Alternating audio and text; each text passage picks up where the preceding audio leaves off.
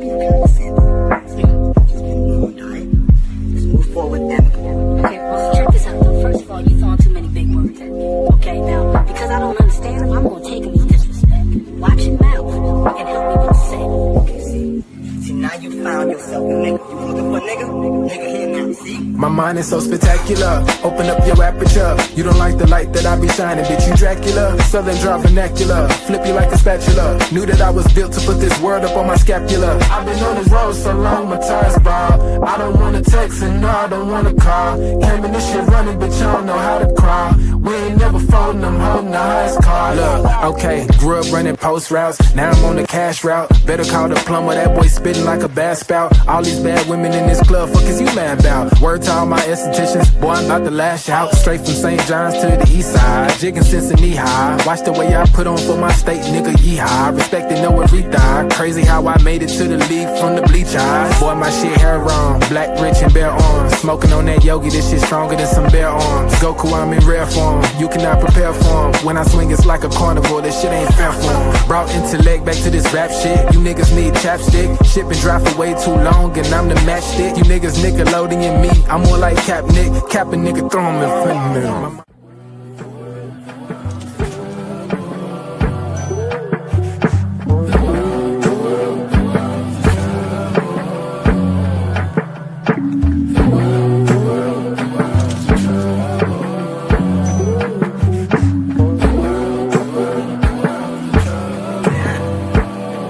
Party favors on the table, you can pick and choose. I would be lying if I said that I don't get confused. I'm just a player in the game and I don't pick the rules. Why trouble always seem to find the ones with shit to lose. About to blow like we just lit the fuse. We double dutch into this dough, I get this shit in twos. Push the button, get it started, put that shit in cruise. A little dust up on his heart, I barely get to use. A fool flatters himself, a wise man flatters the fool. Man, I just came to get it started like mechanics with tools. Cause in my hood, if you don't pack a tool, you planning to lose. These young boys deserve Oscars, they be acting a fool. A couple loose screws, but they hammer accurate. Ooh, I know some niggas stuck on drugs and manufacture it too. School of hard knocks, we all got our bachelor's. Food, no cap and gowns, but we all had to master. Party favors on the table, you can pick and choose. I would be lying if I said that I don't get confused. I'm just a player in the game and I don't pick the rules. Why trouble always seem to find the ones with shit to lose.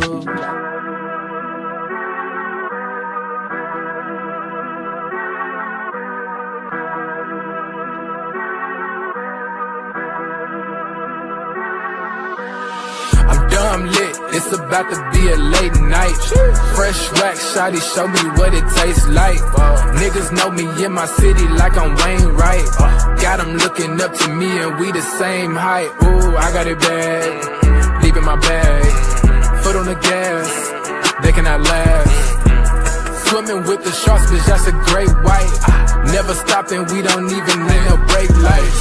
Say she don't smoke, but she always smoke with me, yeah. Backwards in the air, back up in the ovaries, yeah. All my ops, they stay running like they over easy, yeah. Even my masseuses can't just get too close to me, yeah. Shout out to Next, soon as it ain't dry, we count out the checks, yeah. I never flex, I bought up a business, you bought up a section. I'm at the top of my class, yeah. Y'all never learned from your lessons. Skywalker gave me the force, yeah. Turn this into an obsession, yeah. I couldn't wait on the team, cooking shit up with just me rolling play, yeah. Things never are what they seem, but we know the facts, yeah. Charging that shit to the game, but now I pull up with a battery pack, yeah. The bigger they are, the harder they fall, and we can just leave it at that. I'm dumb lit, it's about to be a late night. Fresh wax, shawty, show me what it tastes like. Niggas know me in my city like I'm Wayne Wright. Got them looking up to me and we the same height. Ooh, I got it bad, deep in my bag. Foot on the gas, they cannot last. Swimming with the sharks, bitch, that's a great white. Never stopping, we don't even need no brake lights. Big bro, why they call you big bro? Every time we hit the bank, we deposit zip codes. Well connected with the streets, like we out in Skid Row. What's good, everybody? Welcome to the Pull-Up Show. I'm your host, Mr. BJ Matthews, a.k.a. B Jizzle. Before we get started, follow us on the YouTube page, the Pull-Up Basketball Podcast. Like, share, subscribe. All of our YouTube videos, hit that like button. Y'all come in here to share, subscribe, hit that Cash App. $Slick Rick 1991 Son. Slick Rick 1991 Son. If you guys have not already donated to the Pull-Up Basketball Podcast, y'all can do it at your own discretion. And make sure you, last but not least, make sure you guys get those membership badges as well. Memberships badges, you guys get access to all things LA Clippers, all access with me. I'll be having another video I'll be dropping. All right, I'll be dropping another video coming up here very soon. So make sure you guys come in and y'all make sure that you guys, get your membership badges, because I got a lot of content behind the scenes that you guys do not want to miss. All right, so we're going to get right into it, man. We're going to talk about it. Let me salute the people in the chat first. If you guys are in the chat, make sure you guys let me know something. All right, shout out to my man JM. He says today's live should be very interesting. I think I know what that means. Yo, I gotta give him respect on that. Also Gabe Moore. Hey BJ, how you doing? How you doing? My man Bo, he said, yo, that was a good doggone game yesterday. Kawhi was cooking, Zoo was a beast, and we were looking good as a team. Yes, sir. Guy Hilary says, great to see Kawhi showing that all-around game. Big game, Zoo as well. Yes, sir. TD, what's good? What's good, BJ? Great win for the Clips. Big Zoo, top 5 in the league, and Kawhi is back. Well, Kawhi ain't never left. Yo, man, what did I tell y'all? Ain't nothing wrong with this dude, man. Nothing was been wrong with him. He hasn't, listen like this. Kawhi ain't even played 30 games this year. So how is he fatigued? How is he still down? He's had shit. He didn't play the whole year, the start of the year for 3 months. And man, he's fine. He got all the rest he needs. It's go time now. All right. So shout out to TD for that. Taz, what's good, brother? He says, salute BJ. Great game last night. They proved to us and themselves that they can be a championship contender. The league is on notice. We're going to talk about it. We're going to definitely talk about it. We got a lot to discuss. Let me take this background. I hope that y'all don't get too overdeal with that overlay. I'm going to take this off. And we're going to put the pull-up one on. So, all right. Now, there's a lot of stuff we need to go through, man. We got to go through the poll question. If y'all had not answered that poll question, get in there and answer that question. Does this win right now, last night, what does it do for the Clippers fans? Does it give them all the confidence in the world? Are they confident, but they're still iffy? Very little. It's one game or no confidence at all. I want y'all to answer that question in the chat. Stay engaged. You know what I'm saying? Hit the like button. Make sure y'all share this video amongst the masses, and we gonna have a good show today. So last night we gonna go into actually the numbers.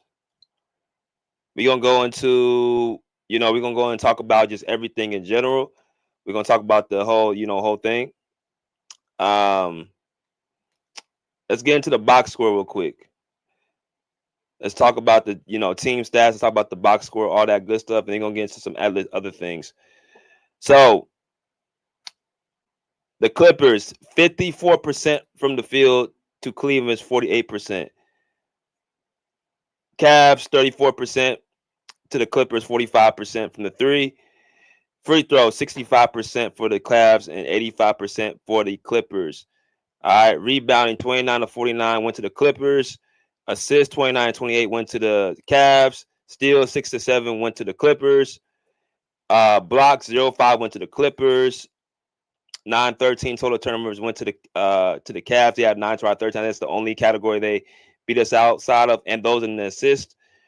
And then you look at the other categories. The fouls committed. We had 21. They had 21 to our 26.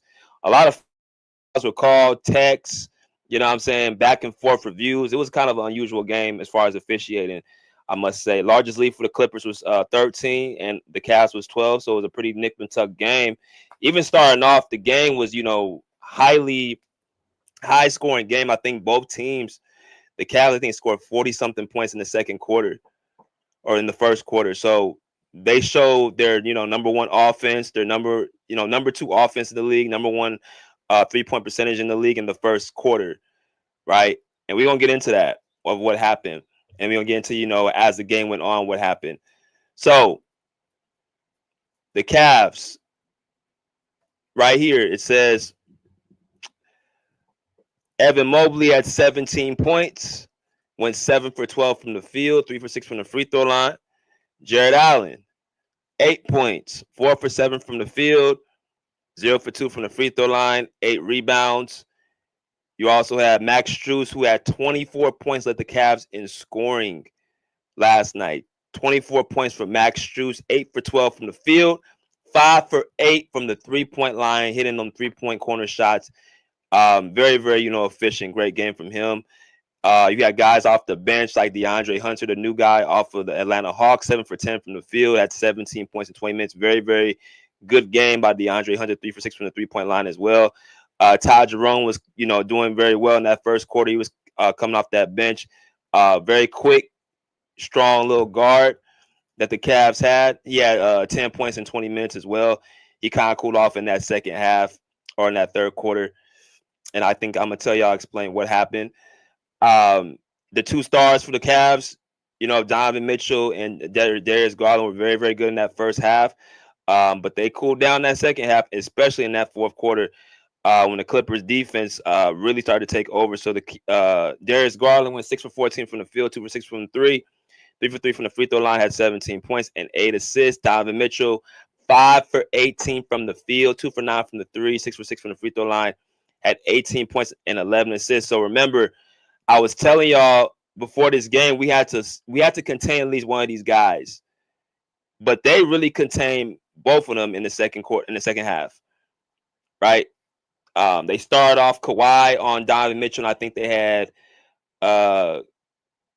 Chris Dunn on Darius Garland, right? So Chris Dunn fouls out early, or gets in foul trouble early, and then that kind of opened up Darius Garland getting to them lanes, and also, if you watch their offense, I'm talking about Cleveland, they run a lot of high pick and roll combinations. What I'm talking about is this. You got Darius Garland's their point guard, right?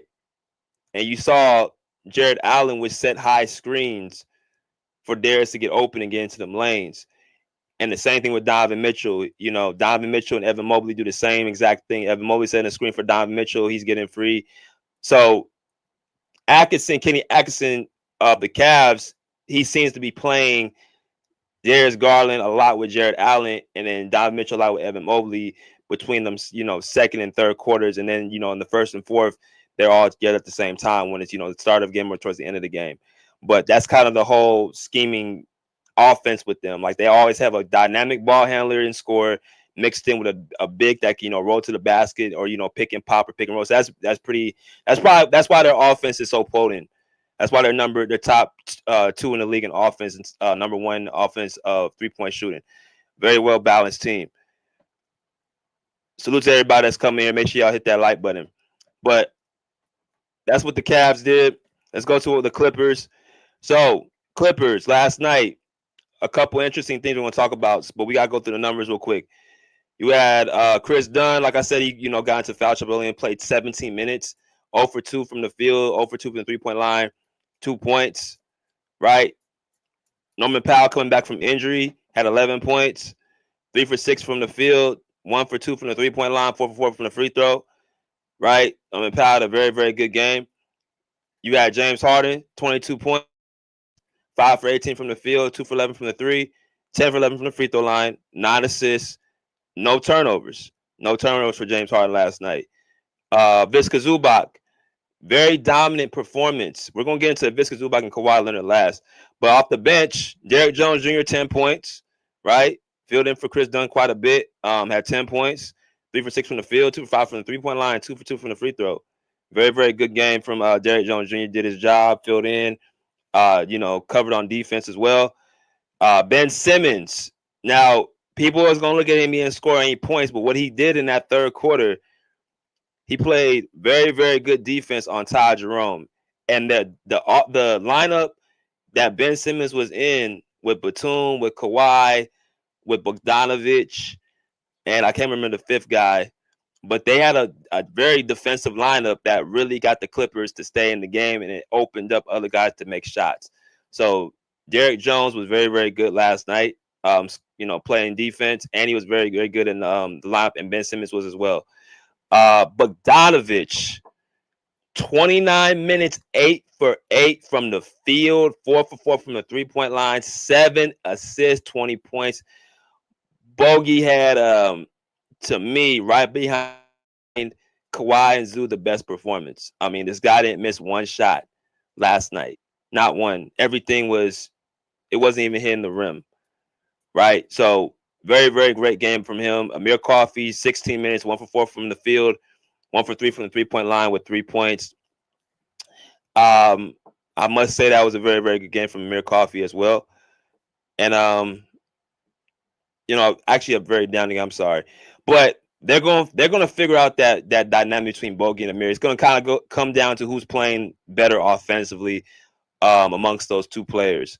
Who's going to get the minutes. So last night was Bogey. Next game might be Amir. So that's a good issue to have, in my personal opinion. Nicholas Batum, 17 minutes, 3 points. Really wasn't used much in this game. We kind of expected that, that big front court that's more athletic than him. He wasn't really going to have much of use last night, getting a lot of minutes. But, let's talk about, Kawhi and Zubac. Zubac had 28 points and 20 rebounds. Right, 28 and 20 from Visca. Zubac 13 for 18 from the field. Completely dominated Evan Mobley and Jared Allen, playing with a sense of forceness.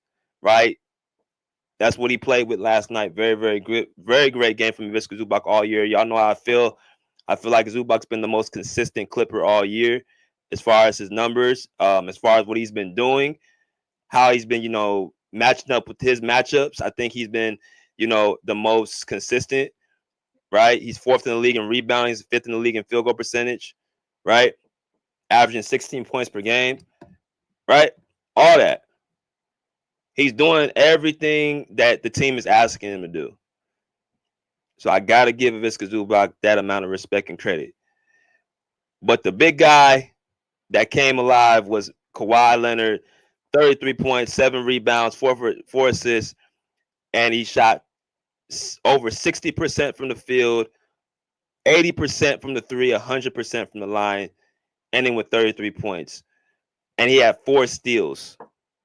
All right, so I'm going to tell y'all what happened, but I want to first take y'all to another screen. I'm going to take this off as y'all come and make sure y'all hit that like button. We got 48 people.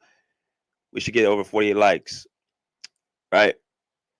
Because I think there's a reason why we can actually say Kawhi had the performance that he had last night. Not just why he had a performance why he had last night. Also talk about, why personally this is a good thing for the future if they continuously do this. But last night, let me go ahead and, share this real quick.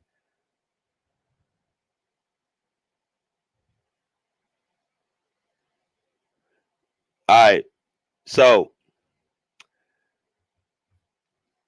last night I talked to Brian Shaw and I asked him a question about his coaching and his basically what his philosophies and how he chooses to coach game by game. I asked him, what his perception is, his lineup changes and stuff like that. I wanted a real detailed answer from Brian Shaw, so I got real deep with him. Obviously, Ty Lue was out yesterday. He was actually at the. So this is what the crazy part is. He was at the arena, and he left because his back spasms were coming. They were so crazy that he basically had to leave again. That's the second time he did that. And then Jeff Van Gundy was also away because of personal reasons. So Brian Shaw's essentially by himself. It's him. It's Dante Jones. It's what's the other older man's name? I can't remember his name. He's Ty Lue's mentor. But as far as the main coaching staff, he is the main guy in line.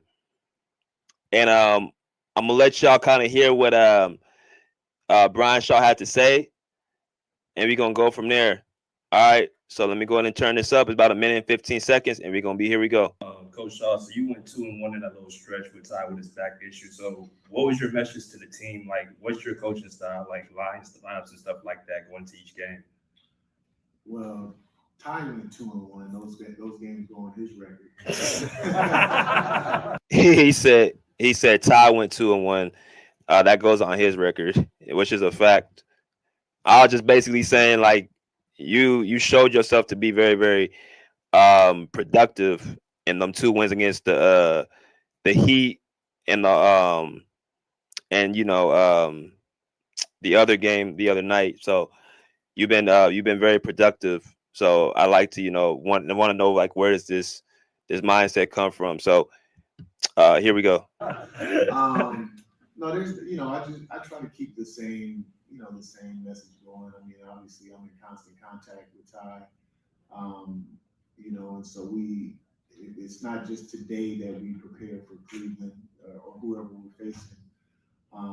We still get together as a coaching staff. It's just on the phone now as opposed to in person, and put all our ideas together and try to figure out what's going to be the best course of action for us to be and put the guys in the position to be successful. And so, obviously we're two different people, but he trusts my instincts and the reads that I see and make, during games. So I don't go out there and try to be Ty. I can't beat him. Yeah. But just stick to the principles of who we are and what we do. Be sure. All right, so that's head coach Brian Shaw, or interim head coach Brian Shaw. I'm sorry. Make sure y'all hit that like button. So last night, pregame, I asked Brian Shaw about what he felt, what was his kind of like his persona, and what his makeup was, what he was coming in to do, and his lineup strategy. Like, what is your lineup strategy game by game? He gave me a very detailed answer. That's one thing I liked about what he said. Like, you could tell just off the eye contact, he was listening, very, very deeply. Like, he actually was going to give a really deep answer. But basically, Brian Shaw basically, gave a joke. He's really there. That goes on Ty's record. But one thing he did that, shows like he didn't disrespect his head coach, or he didn't disrespect Ty. So regardless of what people like we may say or whatever, fans may say, he still has a relationship with Ty Lue, right? So he didn't go out there and say, "Oh yeah, I did this." He actually said we all do it as a collective group, right? Which might not even be true, but sticking by code.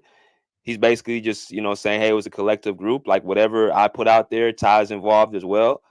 Yada yada yada. So that's the thing to look at. Like, he's high character. Also, he's very simple, straight to the point with his message to the team, and he doesn't really change much. He stays true to who he is and his principles. This is a guy that's won a championship with Kobe Bryant and Shaquille O'Neal back with the Lakers in the early 2000s. So he understands what it takes to mean to hold that trophy up. So at the end of the day, when you got that on your side, that makes things a lot more easier when you have a guy who's actually won championships, who's been around the best players that they are, right? Like Brian Shaw's a OG type of player, players coach, yada yada yada. So you got to give him that amount of respect when it comes to what he's able to represent. But kind of just piggybacking off of something, while I did say that he wants to be supportive of his coach and stuff like that, we got to talk about simply some of the things that we saw that were different. Right here y'all can see Tomer Al-Azari saying, like, he said Tyronn Lue will not coach tonight for the Clippers due to intensified pain in his back. Jeff Van Gundy is out for the Clippers due to a family issue. So like I said, this was on Tomer's Twitter. Shout out to Tomer.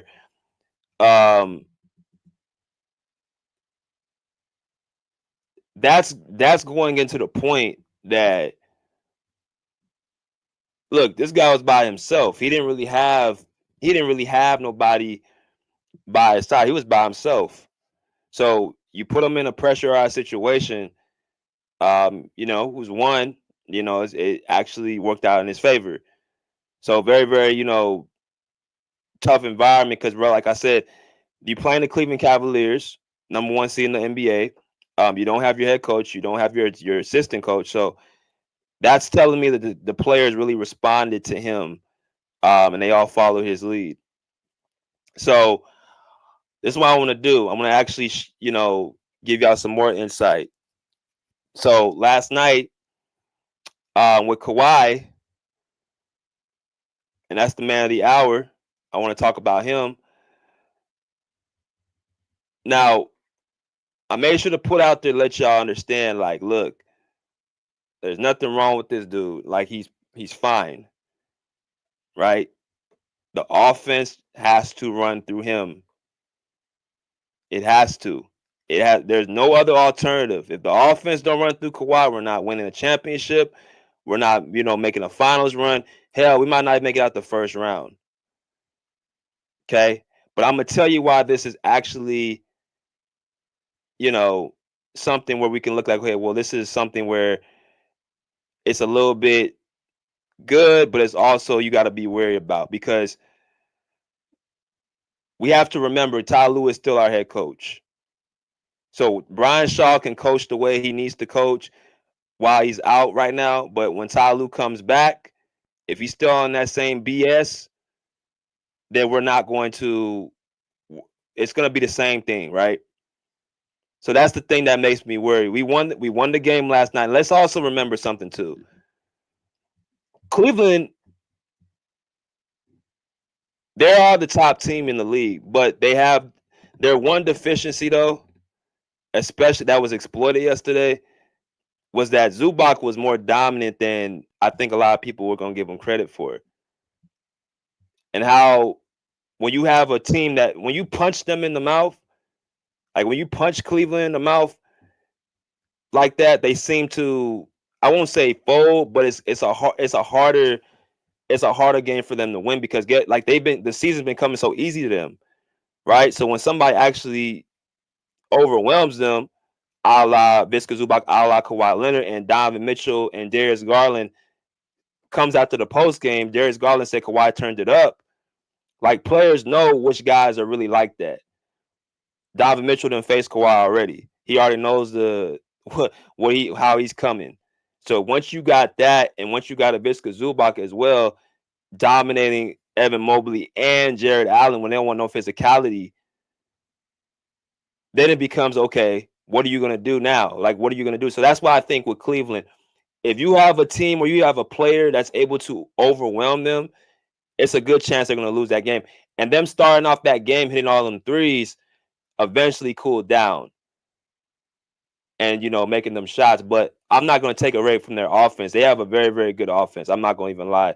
Like, they get quality shots. They got shooters. They got athletes. They got great guard play, got great everything. But they don't have a Kawhi Leonard. As good as Donovan Mitchell is, and he's very good, right? I would say D. Mitch is the best shooting guard right now in the league. Him and Anthony Edwards. Right now. I think right now, this season, Anthony Edwards and Donovan Mitchell have been the two best shooting guards in the league. Right? You got Jaylen Brown there as well. But yeah, that's how you defeat Cleveland. Because I've seen them lose to the Sixers when Paul George and Tyrese Maxey were playing. They didn't even have Embiid. I think PG dropped 30. We just saw them lose to Orlando, right? Orlando has size. They have, athletes. They have Apollo Banchero. They already know how they're coming. So they have lost only 12 games, but they can be beat with, a certain guy to offset them. So I wanted to also play something real quick as well. And I just wanted to play it because it kind of just, came on Twitter. I was on Twitter earlier, and I heard somebody speak about Kawhi last night or Kawhi this morning, and it happened to be loud ass Stephen A. Smith. As y'all come to hit that like button,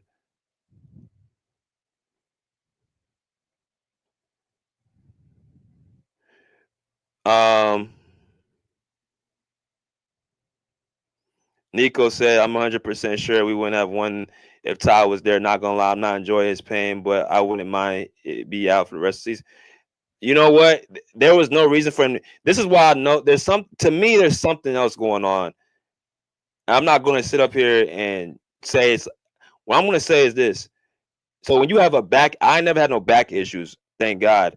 But from what I understand, I've had cramps in my legs when I wake up. You know how you wake up with cramps in your legs? Your leg cramp up for like a minute. Worst pain in the world, right? I do understand when you have a back issue, when your back goes out, it's very similar to that.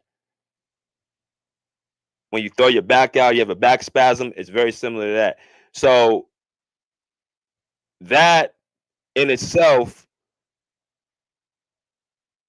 why would you come back so early in the road trip? Why you not just stay home? Remember that road trip against New Orleans,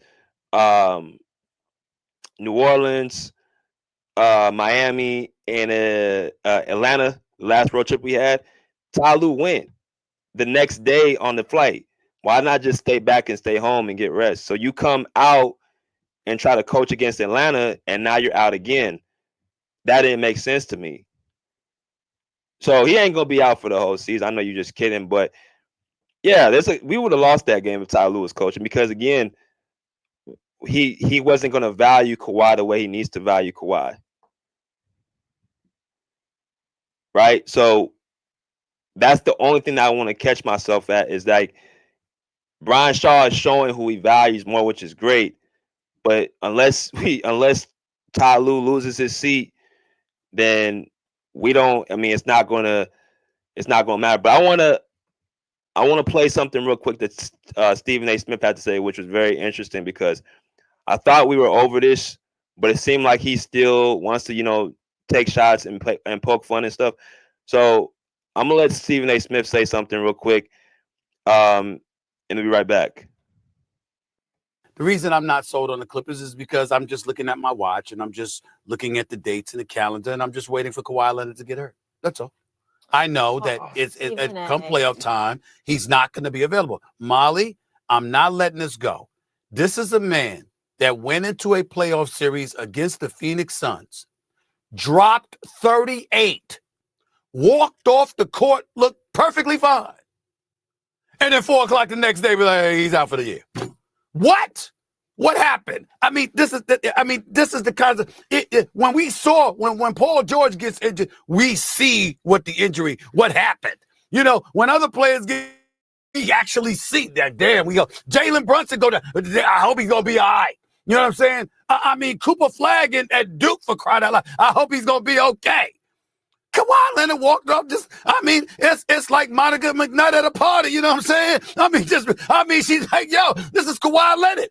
He's walking off, he looked just fine. And then between one game and the next game, we don't know whether it was him going to the bathroom, hitting Chick-fil-A, chilling out at some bar, hanging out in the house, or something. He walked up the stairs, something happened, and he can't play. So I can't get excited about the Clippers because, yes, last night was an impressive win.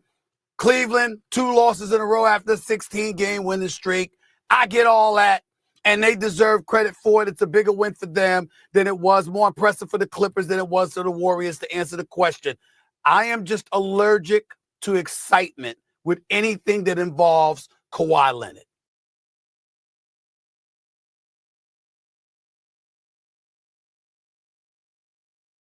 Okay.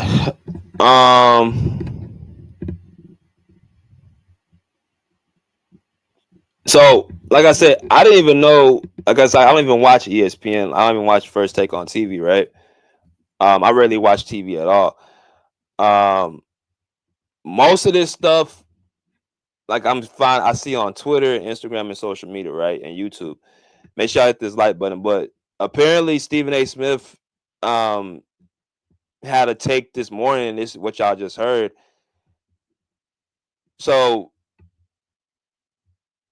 basically, he's coming out saying he's waiting for Kawhi Leonard to get hurt again. That is That's a little bit. That's going over. That's not. That's going too far. Because essentially, what you're actually speaking it out in the universe like he's gonna get hurt again, which you shouldn't want that on any player. So that's number one. That's going overboard. Number two, I'm gonna say this again to people. When you play basketball and you train as hard as you do, you are not sitting back wanting to not play. If you if you train as hard as you do, you're not sitting back not playing.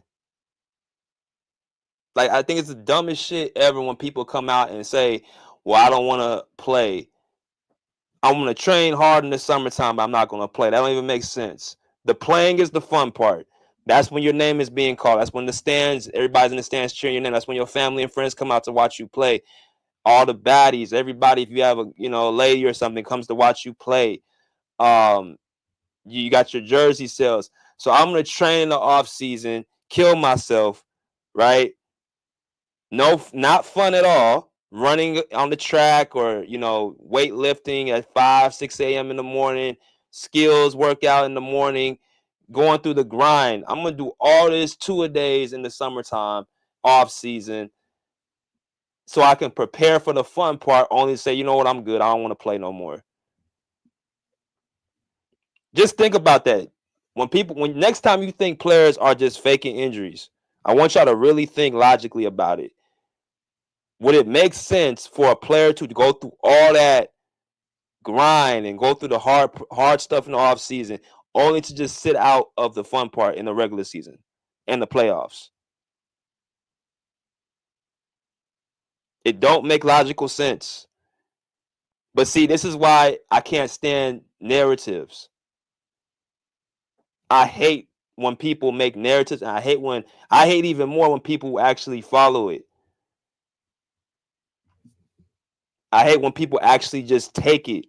Whatever the media member says, y'all don't even do no research. Y'all don't even go back and try to actually see what this person said and research it for yourself. You sit up here, make a post on your social media. You come on to my panel, say it on my panel, and it's not even about Kawhi, it can be about anybody.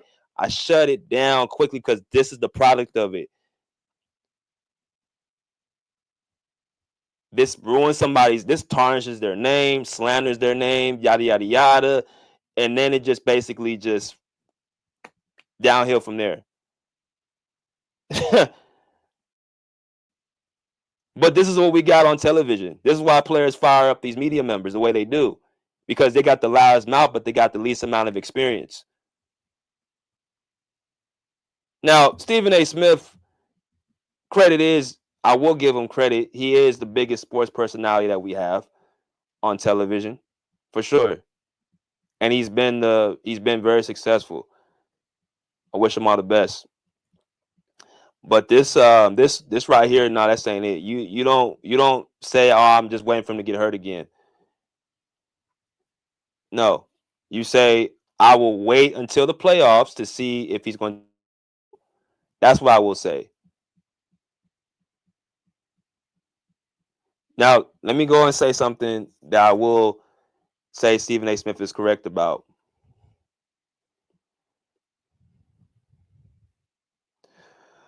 Kawhi Leonard has not been in the playoffs healthy in the last 4 seasons, right? He has not completed an NBA season with the playoffs since the bubble in 2019-2020. He has not completed a full season without any injuries, off-season surgery, or delays in the schedule since the 2015-2016 season, which is essentially 10 years ago with the Spurs. I get it. I understand the notion Kawhi Leonard has not been available. And to be quite honest with you, it's fair. It's a fair assessment. That's why y'all hear me talk now. If y'all notice, I'm not the same that I was last year, beating my chest and more like enthusiastic. I'm still excited about the wins, but I'm more level-headed now. One, I'm actually more in the media. Two, I understand what I've seen over the last 4 or 5 seasons. I'm gonna say it once, I'm gonna say it again. The only reason this team ain't won a championship is because Kawhi Leonard hasn't been healthy, and he knows that. He knows that. But what we have done is we've actually blamed it on other people because our best player hasn't been available.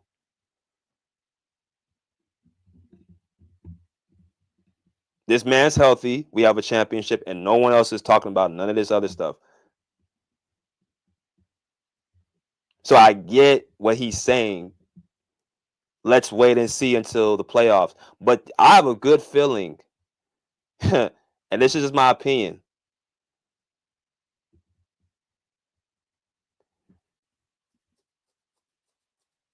They have done something now where this is the best shot for Kawhi to be healthy come playoff time. Right? This is probably the best time.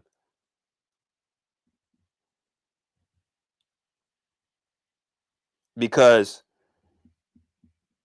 they're trying to develop a team more geared around Kawhi, more defensive oriented, yada yada yada. Now I don't believe this team is better than last year's or any. This is probably like the least talented team we've even had. But as far as a team, as far as the defensive aspect, as far as the youth, I think this may be the team that you look at and say, okay, this might be a team to keep Kawhi off his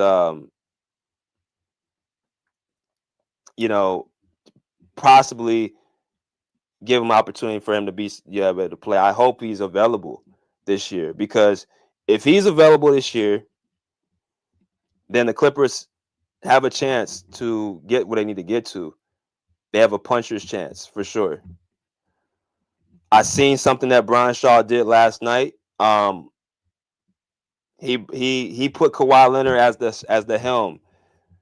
I was speaking to one of my media members before the third quarter. I said, Kawhi finna go off in this third quarter. He finna go off, because defensively and offensively,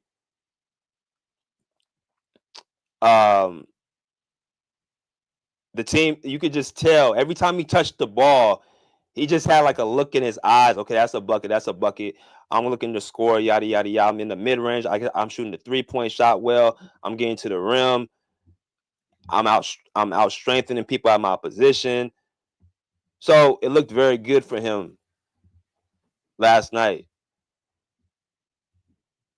And Brian Shaw, to me, putting in Nico Batum and making Kawhi play more of the three is the key to the success. So now the question becomes, what does Ty Lue what has to happen to Ty Lue for him to understand and take a page out of Brian Shaw's playbook? He cannot be this slow. He's with this man Brian Shaw did something in 1 week that Ty Lue been waiting for do on all season, and actually seasons prior to that, to stop overvaluing these scoring guards and start valuing the guy that you got the $150 million deal to, the two-way player, the mismatch. Value him.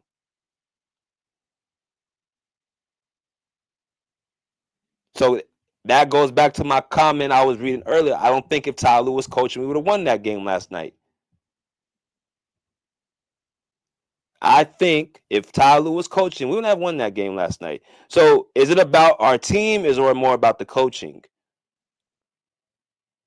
Like I said, I gotta still see us against these top teams, but that was definitely a big win for us. This is the biggest win of the season.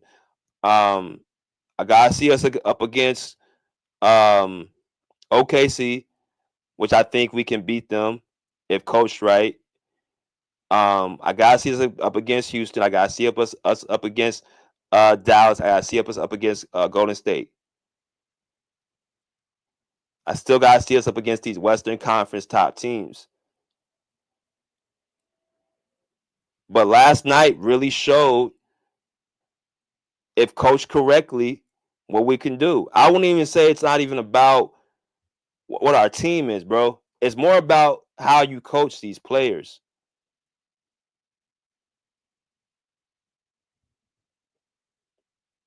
So I'm I'm very happy and proud of how they played, but I'm also looking at it like this is a problem because what happens when Ty Lue comes back?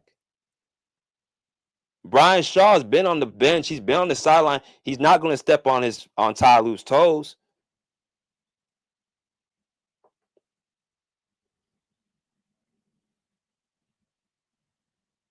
He's not going to step on Ty. So what's going to happen when we face these teams and Ty Lue's back on the bench? Unless Ty Lue's going to stay out for a few games, then I would like to see that. I would like to see Brian Shaw coach the rest of these hell the next couple of weeks. I would love that, or the next couple games. I like to see us up against Memphis and OKC. But the thing about, I keep telling you about OKC, bro, they're not all that. They're really not. They're really not all that. They can be a first or second round exit easy.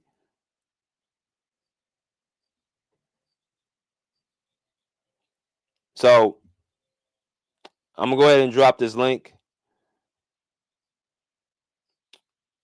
Oh yeah, I want to also give a shout out to the people in the chat, but also another shout out to my guy. You know what I mean? I gotta give a shout out to my boy before I let y'all in, man. You know what I mean? I gotta give a shout out to my dog. Y'all might see the familiar face. Y'all might know who he is. Give a shout out to my boy DG last night. Fun fact. DG and my DG's pops and my pops are from the same neighborhood in Gary, Indiana. You know what I mean? Got a chance to rock out with him a little last night.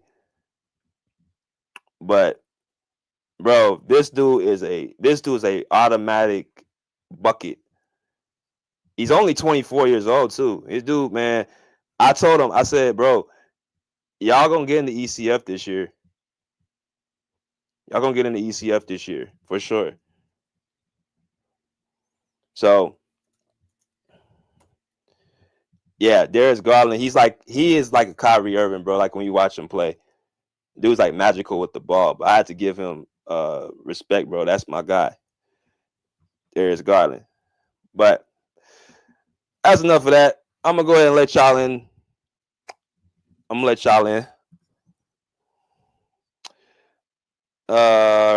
Just drop the link.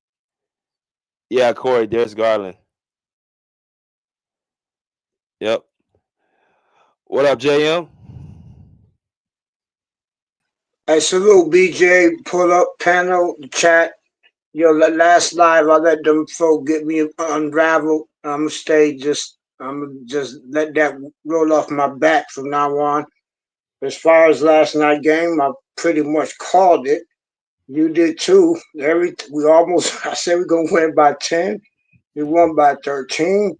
Those just good guesses if you was a gambler. I just, kind of figured the way we was playing and Cavs wasn't all that special.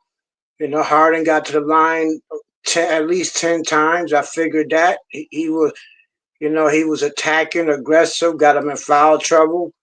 Kawhi took back the helm. Brian Shaw, you made some good points. Anything I had to say, you pretty much covered it. But one thing I did like, man, it takes. We seen the difference between the coaching. Brian Shaw, man, like you said earlier, man, I don't wish no bad luck on Ty or nothing like that. I ain't that type of person. But Shaw showed that he's a better coach. He's way better. And if Ty was coaching last night, I don't think we would have won because he would have let Harden stay in the game and run up the ball. Shaw didn't really hold Harden hand at all. He pulled them just like he'll pull anybody else. And that new lineup with Ben and the Euros, Ben, Bo, Kawhi, But long story short, like I said, the game went pretty much like I expected. You kind of touched on everything. If Kawhi can stay fully healthy, I don't see nobody beating us, and I'm gonna stick with that. And as far as Stephen A, he gonna say what he gonna say, but he got a point. You don't want to get hopes up too high about Kawhi. It's like every time he land or something like that, I definitely, oh man, I hope there's nothing go wrong. You know what I'm saying? Cause we almost right there. So it's just a good win for us, man. And go Clippers. Yeah, man. What did you think about seeing Kawhi play the way he played? Like, did you ever have any lost faith in Kawhi, or did you say, okay, that's just Kawhi another day in the office? Now he looked the same. He looks as explosive as he did since he was in the league to start with.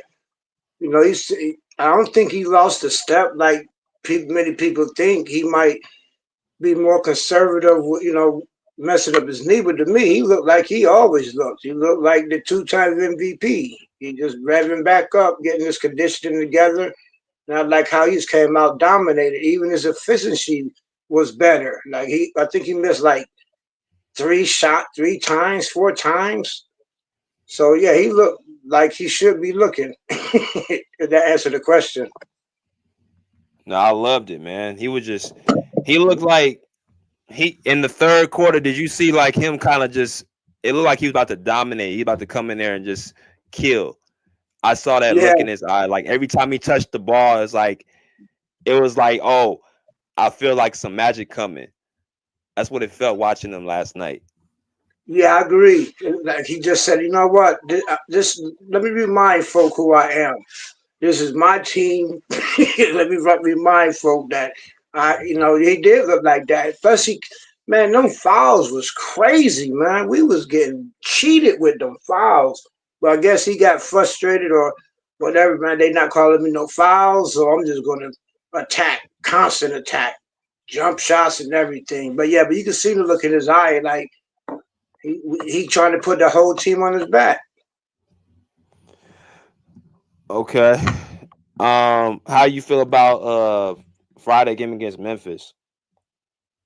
I think we got a good. As long as if Brian Shaw coach, man, I consider that a win. I Because do he won't too. hold hard in hand. Yeah. That's the same thing I was saying. I think if we get Brian Shaw on the realm, then I think we'll be okay. Let me go to my man Mass real quick. What's good, Mass? What up, BJ, man? Yeah, man. Last night was a awesome game. That's the Clippers team that can compete for a championship. What I saw last night. Let me start with Zubac. For him to play that well versus that front line, and we know how dominant and defensively sounded, Evan and Jared's been, and for Zub just to physically dominate those boys and make it look easy. Very impressed. You know what I'm saying? Very impressed. Obviously, I thought that was probably Kawhi's most efficient, best game I've seen. He looked sharp. He looked strong.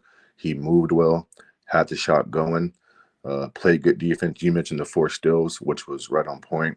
So you got a complete effort on both sides of the court from Kawhi Leonard. So that was even great to see. Just a good all-around win. I mean, I don't think Norman played well, but he didn't have to. Other guys picked up the slack. You know what I'm saying? I don't think Darius, your boy DG, or Donovan played well. They weren't efficient. High volume shooters. 4 for like 16 or 5 for 15 for Donovan.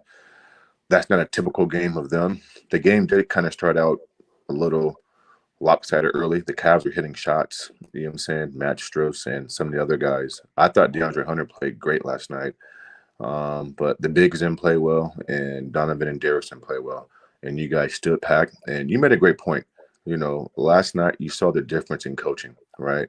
The combinations, the different lineups, the tweaking. Clippers went 10 deep last night. And so Brian Shaw is exploring.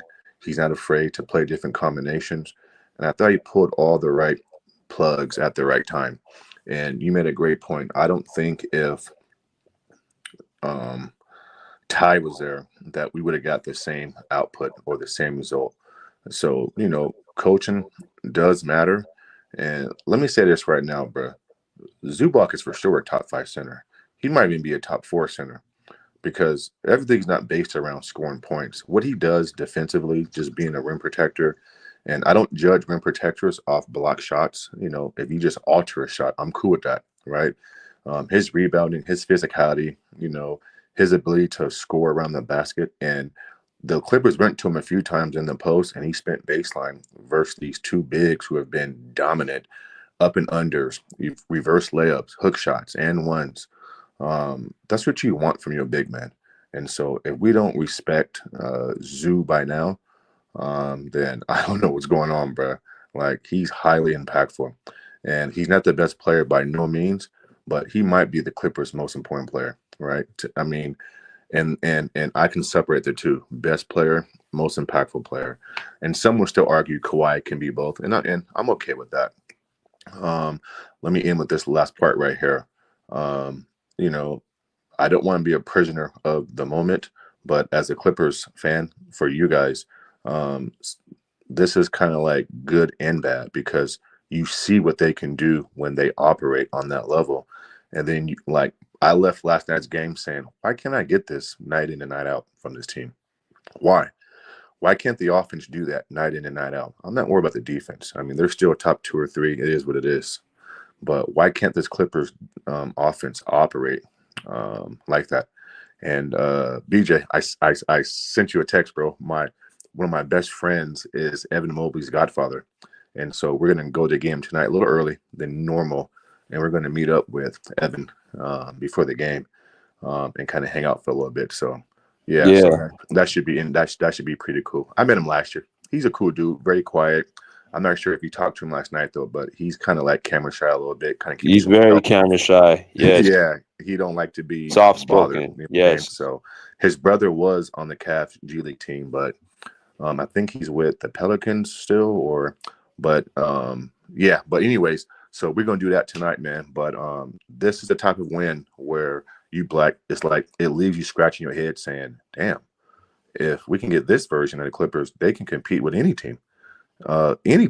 And so that's it, bro. So good win last night. Best win of the season. I saw your first take thing. Which win was more impressive? Well, this one was, because I think the Cavaliers are better than the Bucks.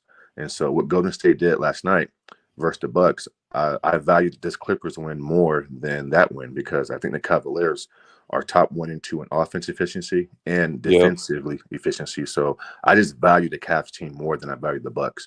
And so great win, and hopefully they keep it going forward, bro. And then, the word consistency comes to mind. If they can keep this up and get into a rhythm and get some confidence, then goddamn, this team can compete. But I gotta see more.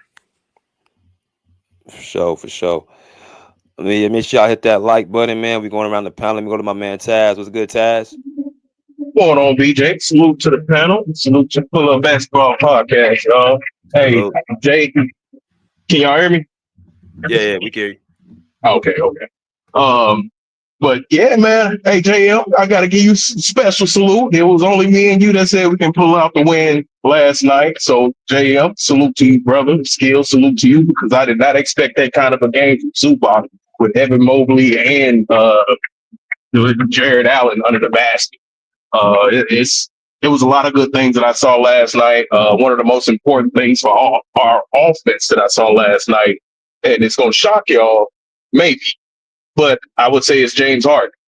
James Harden was the unsung hero last night.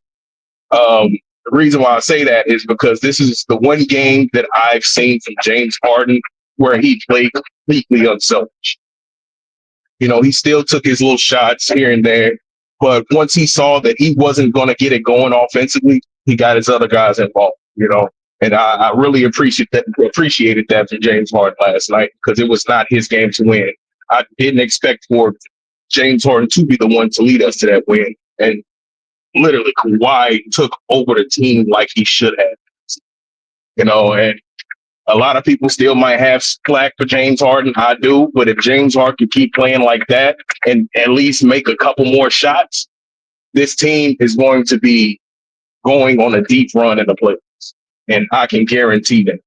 Just from looking how this game started, man, it looked ugly for a second, but the guy that I picked to be the X factor, Norman Powell actually got this team going, and that's something that I expected from him. He didn't have a good rest of the game after that first quarter because he got in too many foul trouble or got in foul trouble. He was just doing silly things at times. But man, this Brian Shaw, he's a hell of a game changer for this team. He really is, and he's putting the right lineups out there at the right time. One person that definitely could have played a lot better, and the good thing that Brian Shaw did was he took him out and he let him stay on the bench for a while, and that was Chris Dunn. Chris Dunn, if he would have stayed in that game, it wouldn't have been pretty. He didn't have his jump shot going. His defense was a little bit lackadaisical. He was running all over the floor, That's the hustle that we expect from him. But at the same time, last night, it was a detriment to our offense and our defense. So Brian Shaw actually took notice of these little details that'll tell you when to pull a player and when to plug a player in. Like another unsung hero that I really appreciated his game last night, too. That was Ben Simmons. He can't shoot worth shit. He can't score worth shit. I get that. But what he was doing on the defensive end and what he was doing with the ball in his hands is something that this Clippers team needs. Like every time he got the ball off a rebound, somebody passing the ball off a rebound, push the ball up the floor, hit the open guys. Derrick Jones Jr., great game last night. He actually was one of the major difference makers in that game. And the reason why I say that is because how he attacked the basket last night kept Evan Mobley and I keep on forgetting Jared Allen name, but kept both of them on their heels the whole time. And that when we're playing against a great defensive team like the Cavs are, you're going to need somebody like a Derrick Jones Jr. to push the ball and get the ball into the hole. Whether you make it or miss it, at least try to get that contact to see if the ref's going to give you that whistle. So Derrick Jones had a great game. Fuck it. Bogey, man. Bogey just was lights out last night, man. Like, honestly, if it wasn't for Kawhi doing what Kawhi did, Bogey is definitely looked like a number one option last night. I can say that. And going 8 for 8. And I mean, every shot that he put up, he made, whether it didn't count or if it counted. Like every last one of the pitches went in. I was shocked as fuck, but it was a great team win. But the biggest thing that won this game is that late third quarter and that fourth quarter defense. If this team can play defense like that night in and night out and can consistently get out into those fast breaks with those turnovers that Kawhi, that all of these deflections like Ben Simmons had, like if we can keep that defense intact, especially late in the game, this team is almost a championship team. Almost. We still need to see a lot more consistency on the offensive end. Like Matt said, we still need to see more, but that was a good sign from the Clippers to see them go out there and gain momentum in this game because they had to fight for that momentum, and that's something that the Clippers hasn't done all season. Fight for momentum and keep it. So, hey, I ain't got too much to say about this game, man. Just a great fucking win. Clippers did their job, and shout out to Kawhi Leonard for being Kawhi. I told y'all he was 100%, man. He's looking like 100% right now. Now y'all finally seeing why my mind is the way it is. So go ahead, brother. All right. Appreciate you, Taz. And we got to get these likes. We got 66 people. Let's get the likes up. Over 66 likes. Let's go, my man, Dom. What's good, Dom?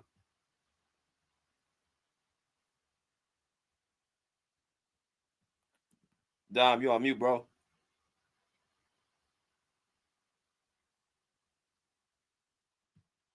Yo, Dom, you there? Okay. Well, let's hopefully come back then. Let's go to Skills. What's good, Skills? What it do, BJ? Salute to the Pull Up Podcast. Salute to the panel. Like, share, subscribe. Clipper Nation, what it do, man? Shit, that's how you play basketball, bro. Like, no, like the last couple of weeks I've been getting on here, giving y'all, straight honesty, and I'm gonna do the same thing today. That's how you play basketball, bro. That was the most complete game we've had all season. Everything looked well. Everything came together well. It was a perfect blend of offense versus defense. I wrote some stuff down. I'm just gonna go down my list of stuff that I wrote down because I want to get some shout outs. And then I also want to say some things that I saw that we still need to clean up. I'm going to start off with James Harden. I give him a hard time, but salute to Uno. How he played last night is what I want to see. It was a perfect balance of a game for him. He gave us 15 in the first half. Him and Kawhi was the ones who got us going. I think he ended the first half with 15. Kawhi ended the first half with 11. But it was more than just about the points. It was the fact that James Harden didn't hold the ball too long. He shared the ball a lot. You know what I mean? He shared the ball a lot. He moved a lot. He had to defend last night. He had to defend. There was no hiding last night. So he had to try to defend, and he defended, I think, the best that James Harden is able to defend.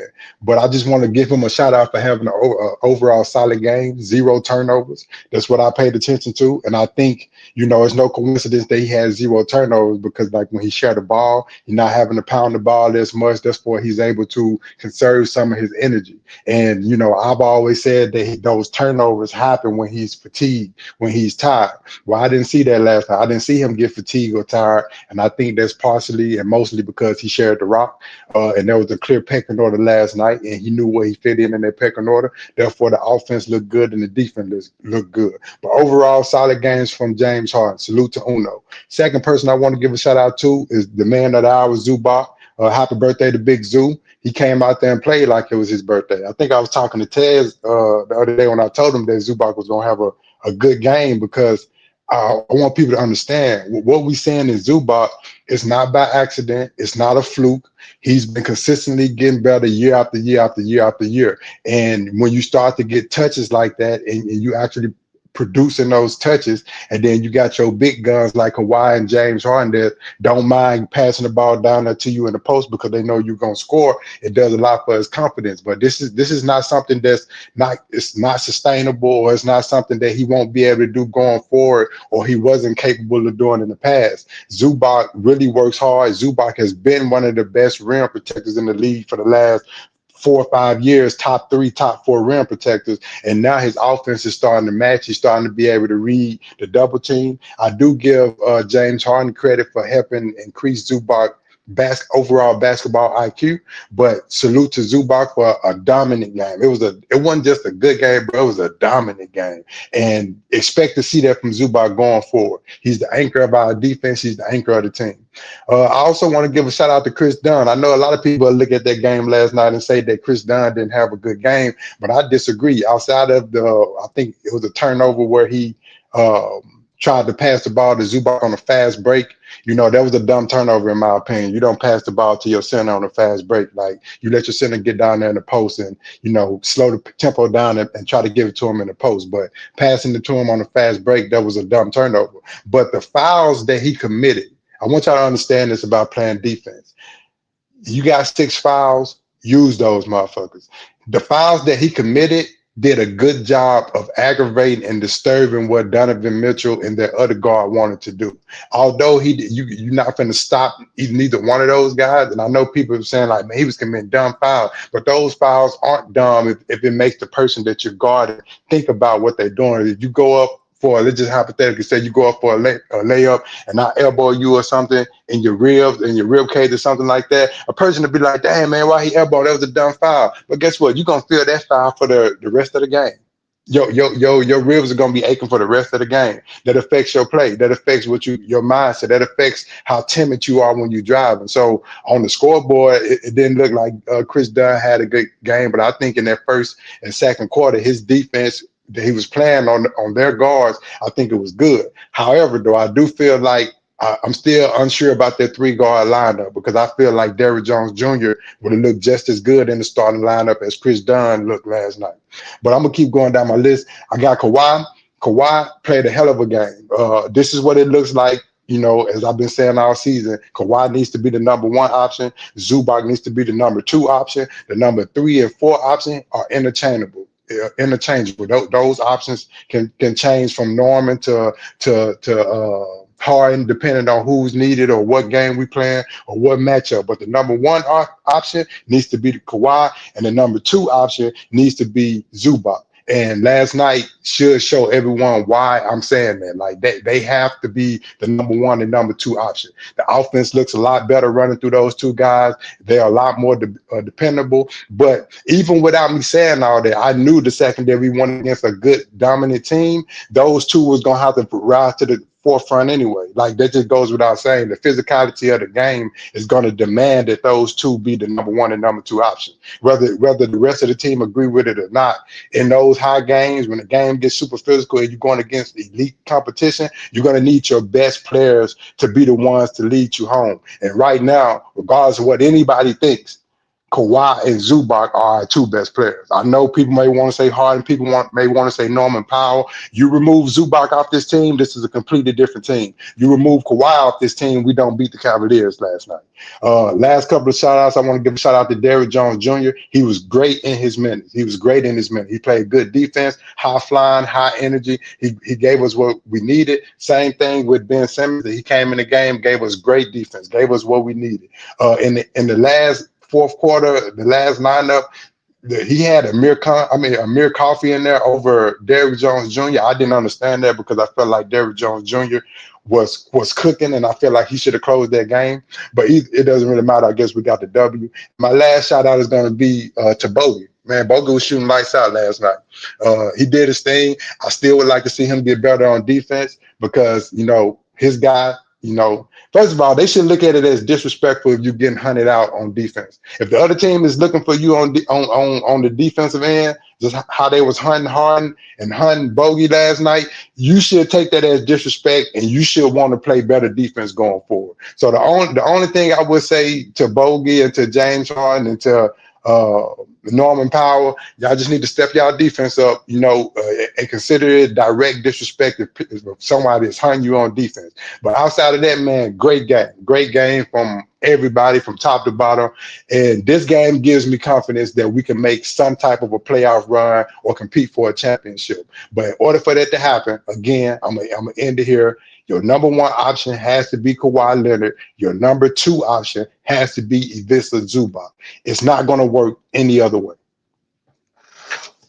Strong points, skills.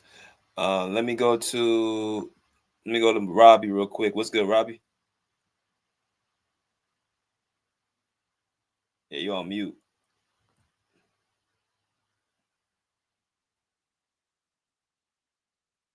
Okay, Robbie, you ain't there. All right. Well, I'm gonna say, basically,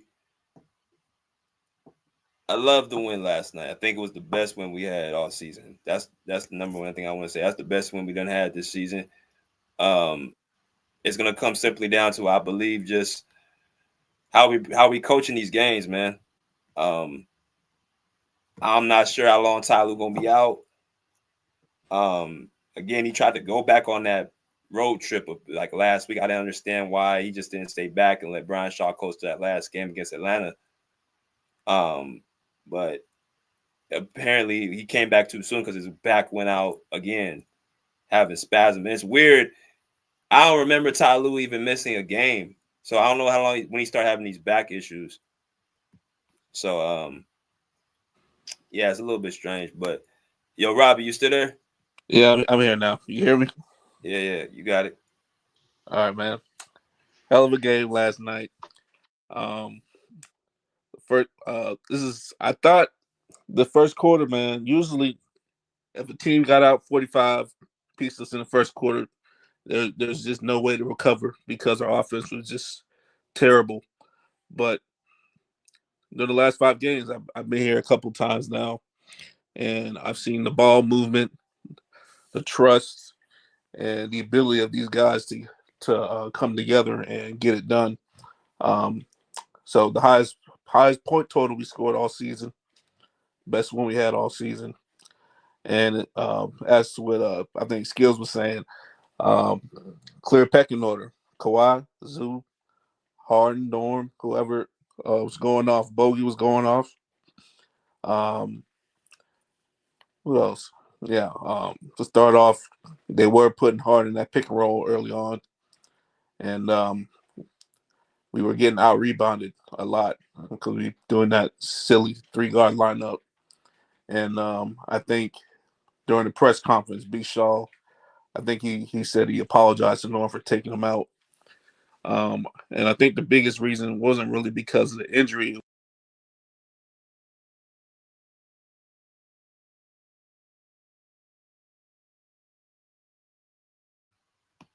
Yo, Rob, you went out.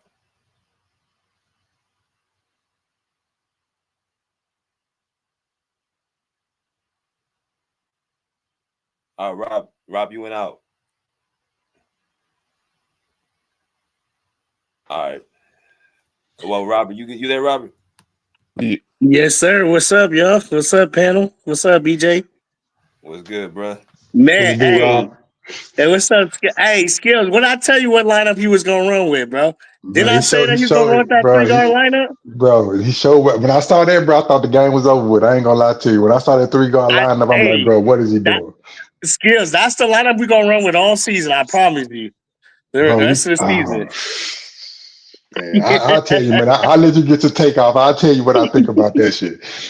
Oh man, but hey, honestly, the first quarter looked a little iffy, but I believed in my guys. Like we said, we thought we go to Zoo, man. We have this game, man. I'm telling you, Zoo is not even top 5 anymore. He's starting to be top 2. Like honestly, because he jumped over Allen. Allen's cool, but he ain't. Hey, Zoo was babying that boy last night, man. Let's be real. Nobody had nothing for Zoo. And then Kawhi, Kawhi looked like the Terminator out there. I seen his red eye. I promise you.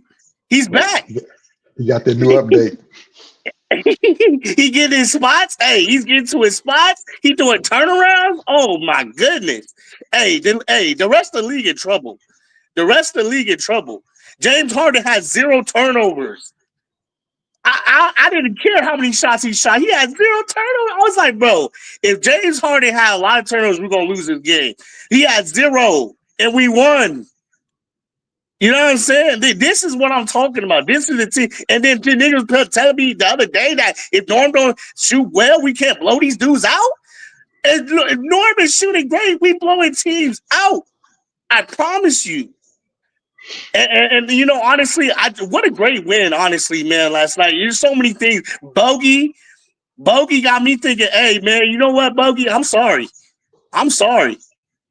He turned out to be better than Terrence Mann. He playing like that? Hey, last night, I know we all said that's a cold white boy last night. I promise you, while watching that game. That was a cold white boy. And I'm going to leave it at that. Let's go Clippers.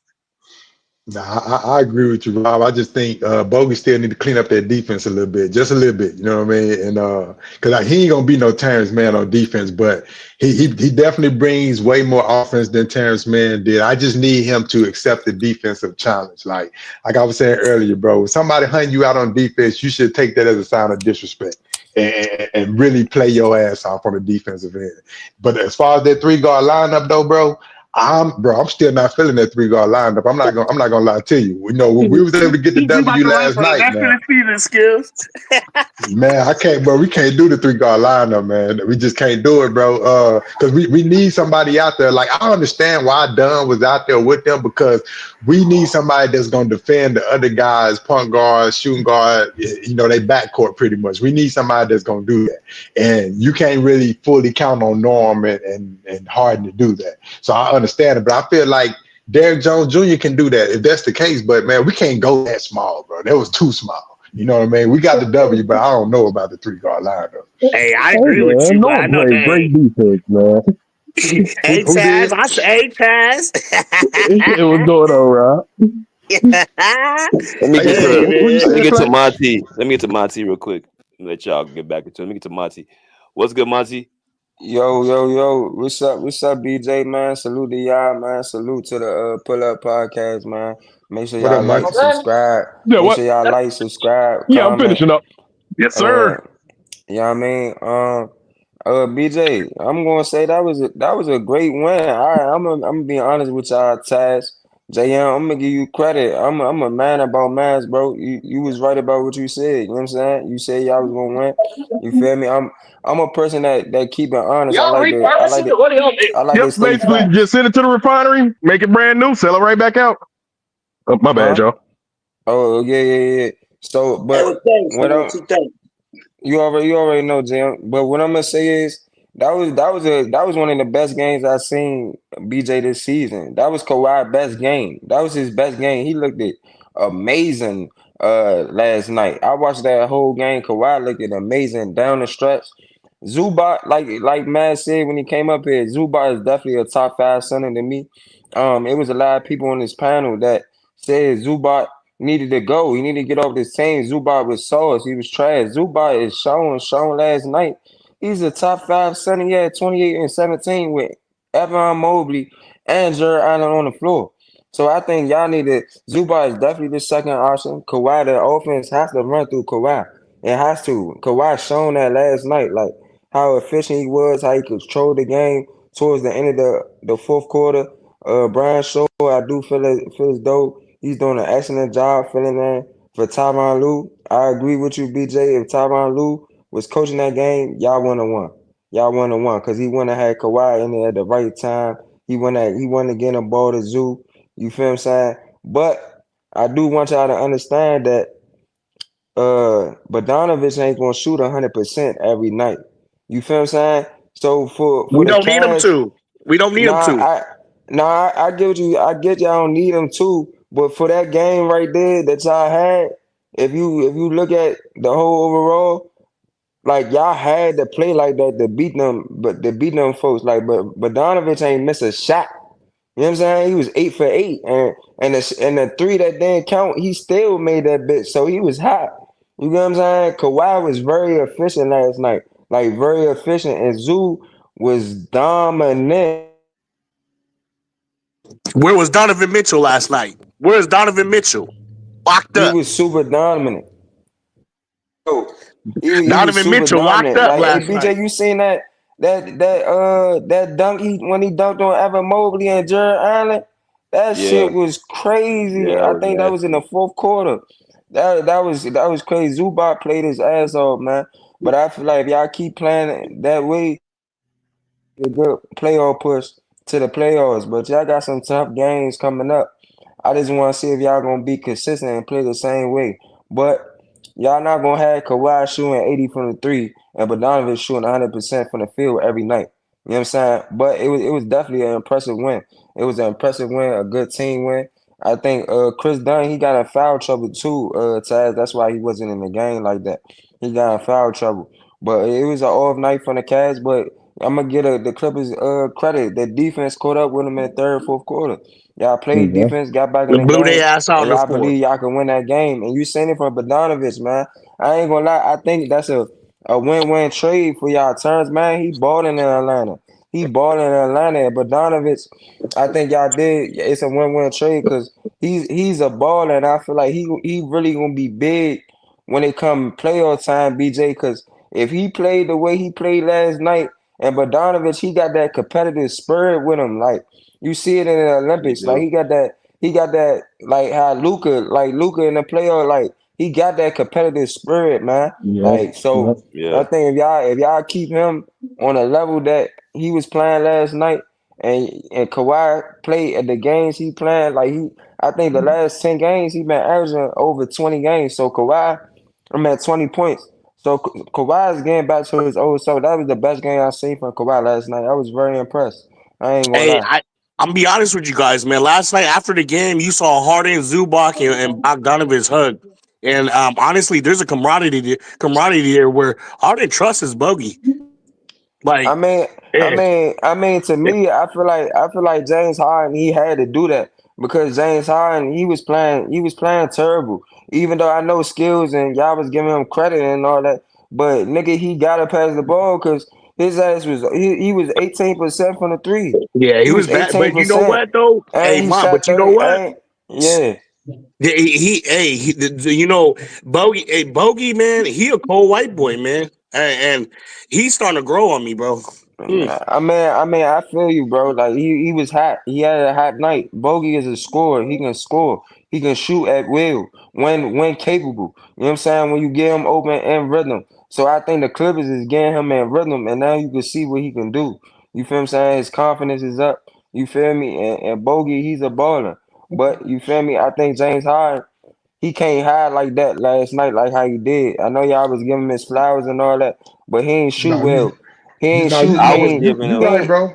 I You was right. You giving right him in it. mad flowers. Hey, I was but just zero giving mad. turnovers, Mark. Yeah. Zero Nah. turnovers. Hold on. I gotta give it to him. Hold on, Rob. I Zero. want to hear. Hold on, Rob. I want to hear what BJ and Skill was talking about. What y'all say?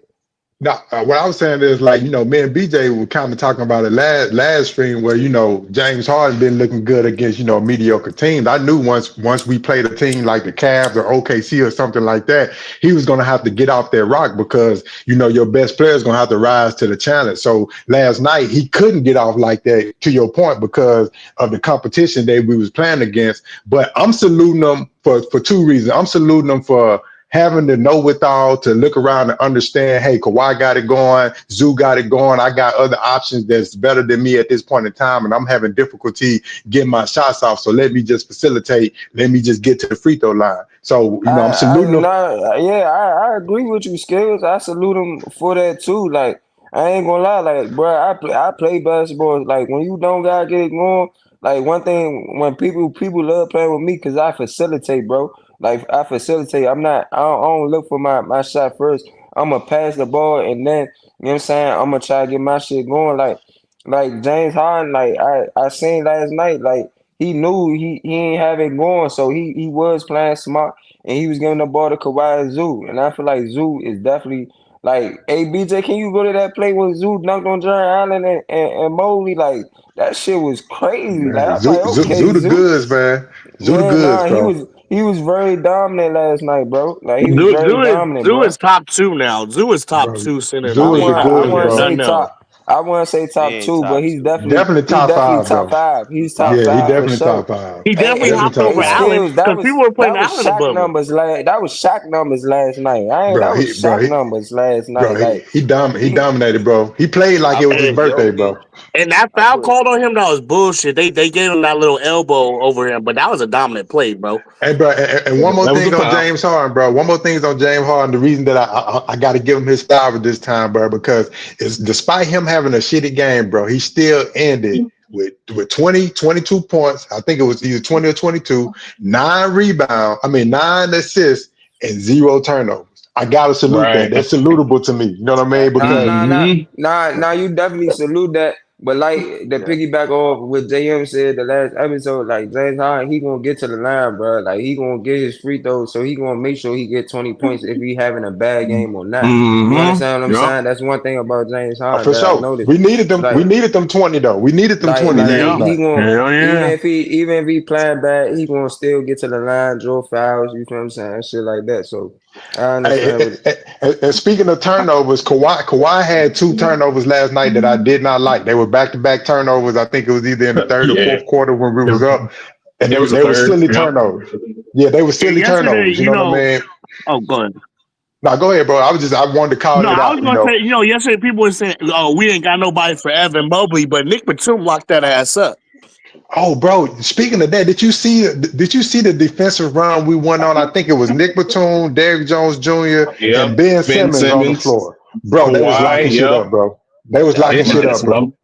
Ben See, Simmons bro, that deserved his is. grade too because he was locking Ty Jerome ass up. Man, and that's why I say, bro, we gotta have that starting lineup more defensive minded, but more big, more lengthy. Because when we play against teams like this, bro, you going to need that length. And we saw that shit in the fourth quarter. Because I'm not even sure the Cavs would have even scored fucking 10 points if that lineup was out there that whole fourth quarter. Like the way that they were scrambling, everybody was contesting shots. And that was one thing that I was going to point out. That first half, it was not enough defense being played. Like every shot that Agreed. the Cavs threw up, nobody was contesting. But I do have to give credit to the Clippers because they answered it and they answered it in a major fucking way.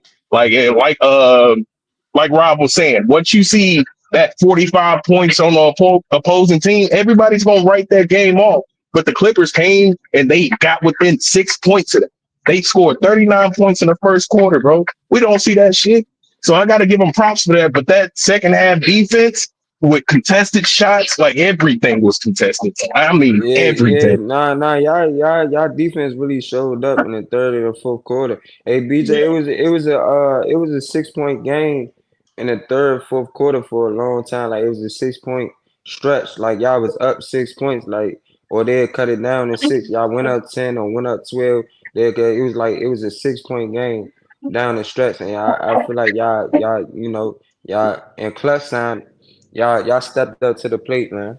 Y'all like Zubac and Kawhi stepped up to the plate. Kawhi took y'all to another level. Kawhi, I think he has to play that. He gotta play like that level for y'all to make a run in the playoffs. Him and Zubac gotta play like that for y'all to make a Well, run in the playoffs, bro. I think it's gonna depend on just the like we just talked about. It's gonna depend on who we running this offense through. It's the only Yeah. thing I'm concerned with, Yep. man, because Brian Shaw seems to be valuing Kawhi's offense, and then Ty Lue's valuing James Harden's offense. Nah, So I get that, but that's the only thing. I think y'all gotta go with what's proven, bro. Y'all gotta go with what's proven. Y'all proved that last night against the number one team, against the Man, number one team in the league. Y'all gotta go with what's that proven. And I think Yep. Brian Shaw, James Harden, Kawhi, and Zubac need to talk to Ty Lue. Like, look, like, you know what I'm saying? We in the play-in right now. We trying to get to the six. We trying to get in the playoffs. We feel like we can make a run. Kawhi, he's the number one option. Zoo the second option, and James Harden and Norman Powell, they the third option. Like, you know what I'm saying? Whoever hot that night, that's who the offense gonna go through. But Donovich, if he hot, let that nigga shoot. You know what I'm saying? He was 8 for 8 last night. He made a three that didn't even count. He Right. got I think, hey BJ, he got a tech. I think he got a tech for arguing with the ref because that motherfucker went in. He like, bro, like, no, we Yeah, not here. he He wanted them like that part. He shit wanted that shit count. to count. Yeah, he like that shit count. yeah, He like, Boogie bro, got a that he little, shit wanted that count. shit to count. Boogie got a And little the bit of ref ice to him gave him too. a tech. I don't know what he said in Slovak and Serbian or whatever he said to him, but he like, nah, you get a tech, bro. Like, nah, that shit don't count. You too hot, bro. Like, you too hot. Nah, that ain't counting. You know what I'm saying? Yeah. Yeah. And Hey, I I will. will say this though, bro. I will say this though. And, you know, as far as us trying to decide like who we gonna run the offense through, it's really not gonna matter for one reason. They can try to run the offense through other people, Harden and whoever if they want to. But when we play elite teams like this, they're not gonna have a choice but to run the offense Run through through, Kawhi. yeah, exactly. Skills that are on the nose. They not gonna have a choice. But Ty they're Lue, not, bro. he's not gonna have a choice but to run that offense through Kawhi. If y'all get Memphis the second round, OKC the first round, or y'all get Memphis the first round, y'all gonna have to run that. Y'all gonna have to run that shit through Kawhi, bro. That's the And I only way will it's gonna say, work. Agreed. I will say this, man. Bogey last night showed me that he will be one of the energetic players that will get this team going.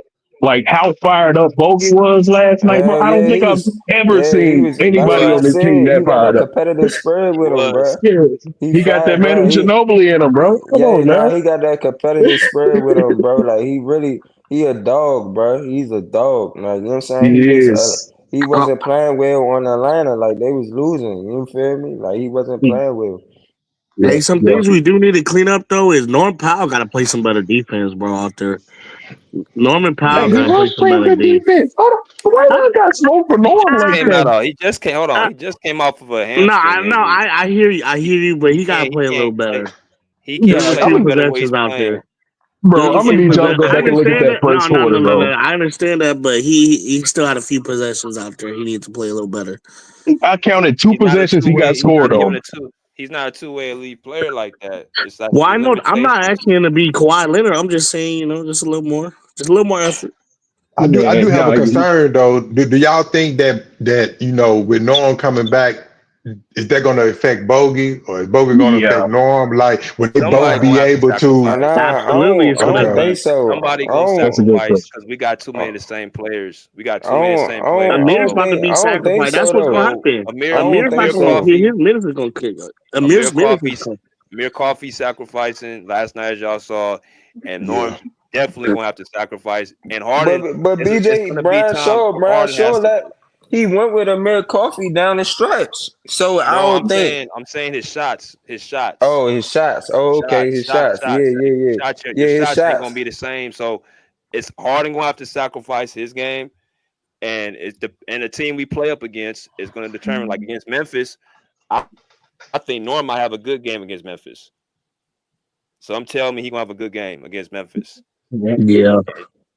Yeah, I can see. I mean, he just a little rusty in his time, and I expect his offense to get clicking here No, I soon. ain't worried You know about what I his mean? offense. Yeah, I ain't worried about his offense. It I'm just just saying a little more effort on defense. I'm not saying to get steals, but just like I No, say, bro. I If disagree you with that completely, bro. I ain't even gonna lie. I really saw Norman Powell out there giving a lot of effort on the defensive end. Like I said, y'all go back and watch that fourth yeah, quarter and watch how Norm was playing defense, y'all. Like he's really trying talking about to that first get quarter though. into. That first quarter, he wasn't playing that good of defense, bro.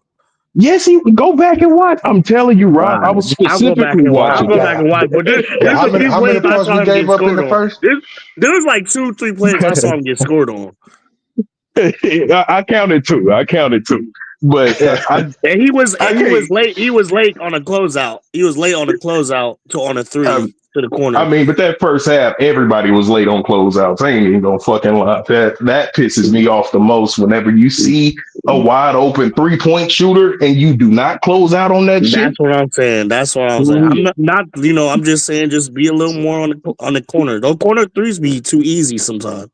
Yeah, Yeah, no, like, we did lead those especially in the corner first threes half, over. guys, because in the first right. half, Ain't no way. I'm sorry, That's what the I'm first talking about. quarter. I may have just be picking on Norm. You might be right. I might just be picking on Norm. What'd you say, Matt? Hey, Matt, what'd you say, bro? I'm gonna say I'm gonna nitpick a little bit, even in a win, because that's what we do, right? Because we got to figure, these things matter when it counts the most. In the first quarter, I didn't like the Clippers rotating defense. Too many corner threes, too many open threes in general. And I know Skills and I talked about this last time, but there's too much over helping on defense in this new league where Agreed. I'm going to sell out my defense, which I have no impact on the play. And I'm just going to leave my man for no goddamn reason. And he's an NBA player who can shoot the basketball. So I want to see the Clippers, you know what I'm saying? And listen, I'm saying this about a team who was ranked second in defense. You know what I'm saying? So I'm nitpicking here, but it seems like this is an issue across the league, Skills, where open threes and open perimeter shots, people are just overreacting to dribble penetration. What happened to the old days where you just make a tough shot over a contested hand and you tip your cap? Why do I have to halfway help and not even help? And now he's kicking out to an open guy in the corner and it's just wide open. So, I'm nitpicking, but that's all. Now that's something they need to clean up for sure, man. You know what I mean? I don't disagree with nothing you just said, Miles. Like that's something they need to clean up. And to me, part of that was the 3-guard lineup. You know what I mean? Like I feel like we was able to get away with that shit last night, man. But some teams, bro, we're not gonna be able to run no 3-guard lineup. That's just not gonna be able to fly. I don't see it. We might have did a little bit I agree with that. we Can I might have did a nitpick just a little bit bit more? better, but Harden is and he was playing in the first quarter. They was hunting Harden damn near every play. So our defense can't look that good with him because we only got 4 people playing defense. And as far as they hitting their threes, well, they did show why they the number 1 team they number 1 with 3-point shooting. So it came down to our defense 3rd, 4th, but I figured we're gonna have to outscore them because they do have a high powered offense. So we basically got on that streak, and we just kept outscoring them. We got the stops when we needed, and we kept pulling away.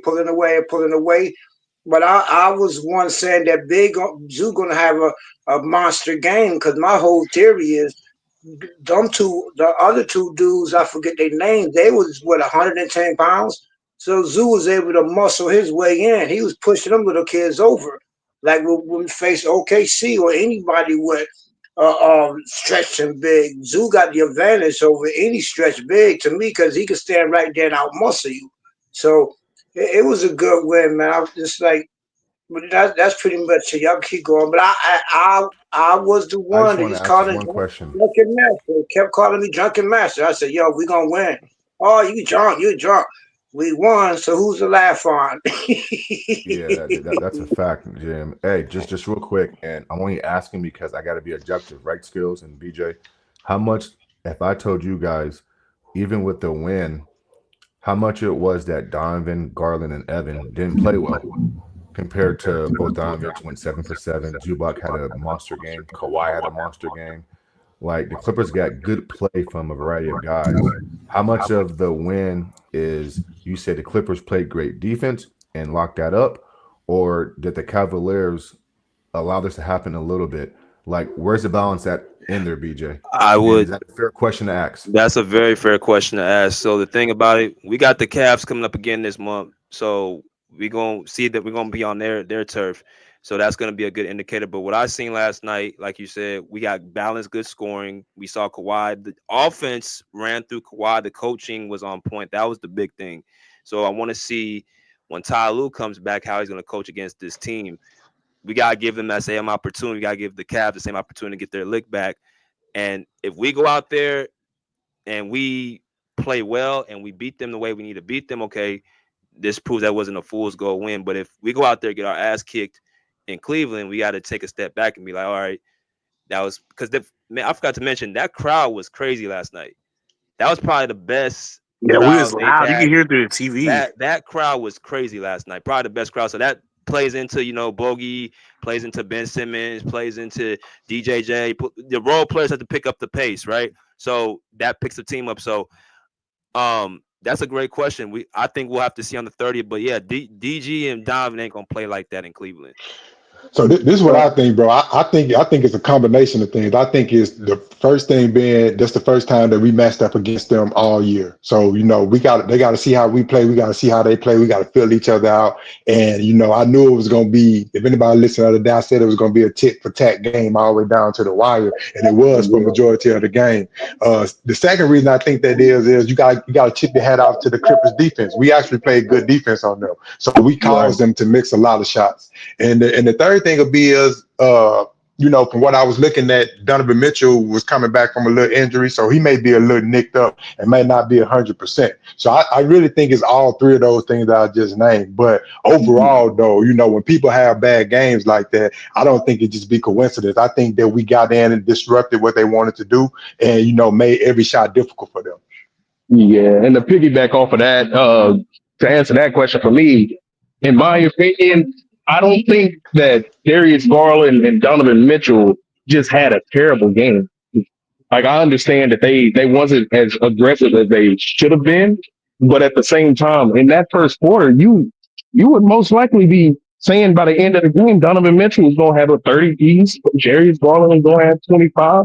But no, what the thing was is that the defense actually picked up, and once that defense picked up, the length of the Clippers gave those two guards hella problems.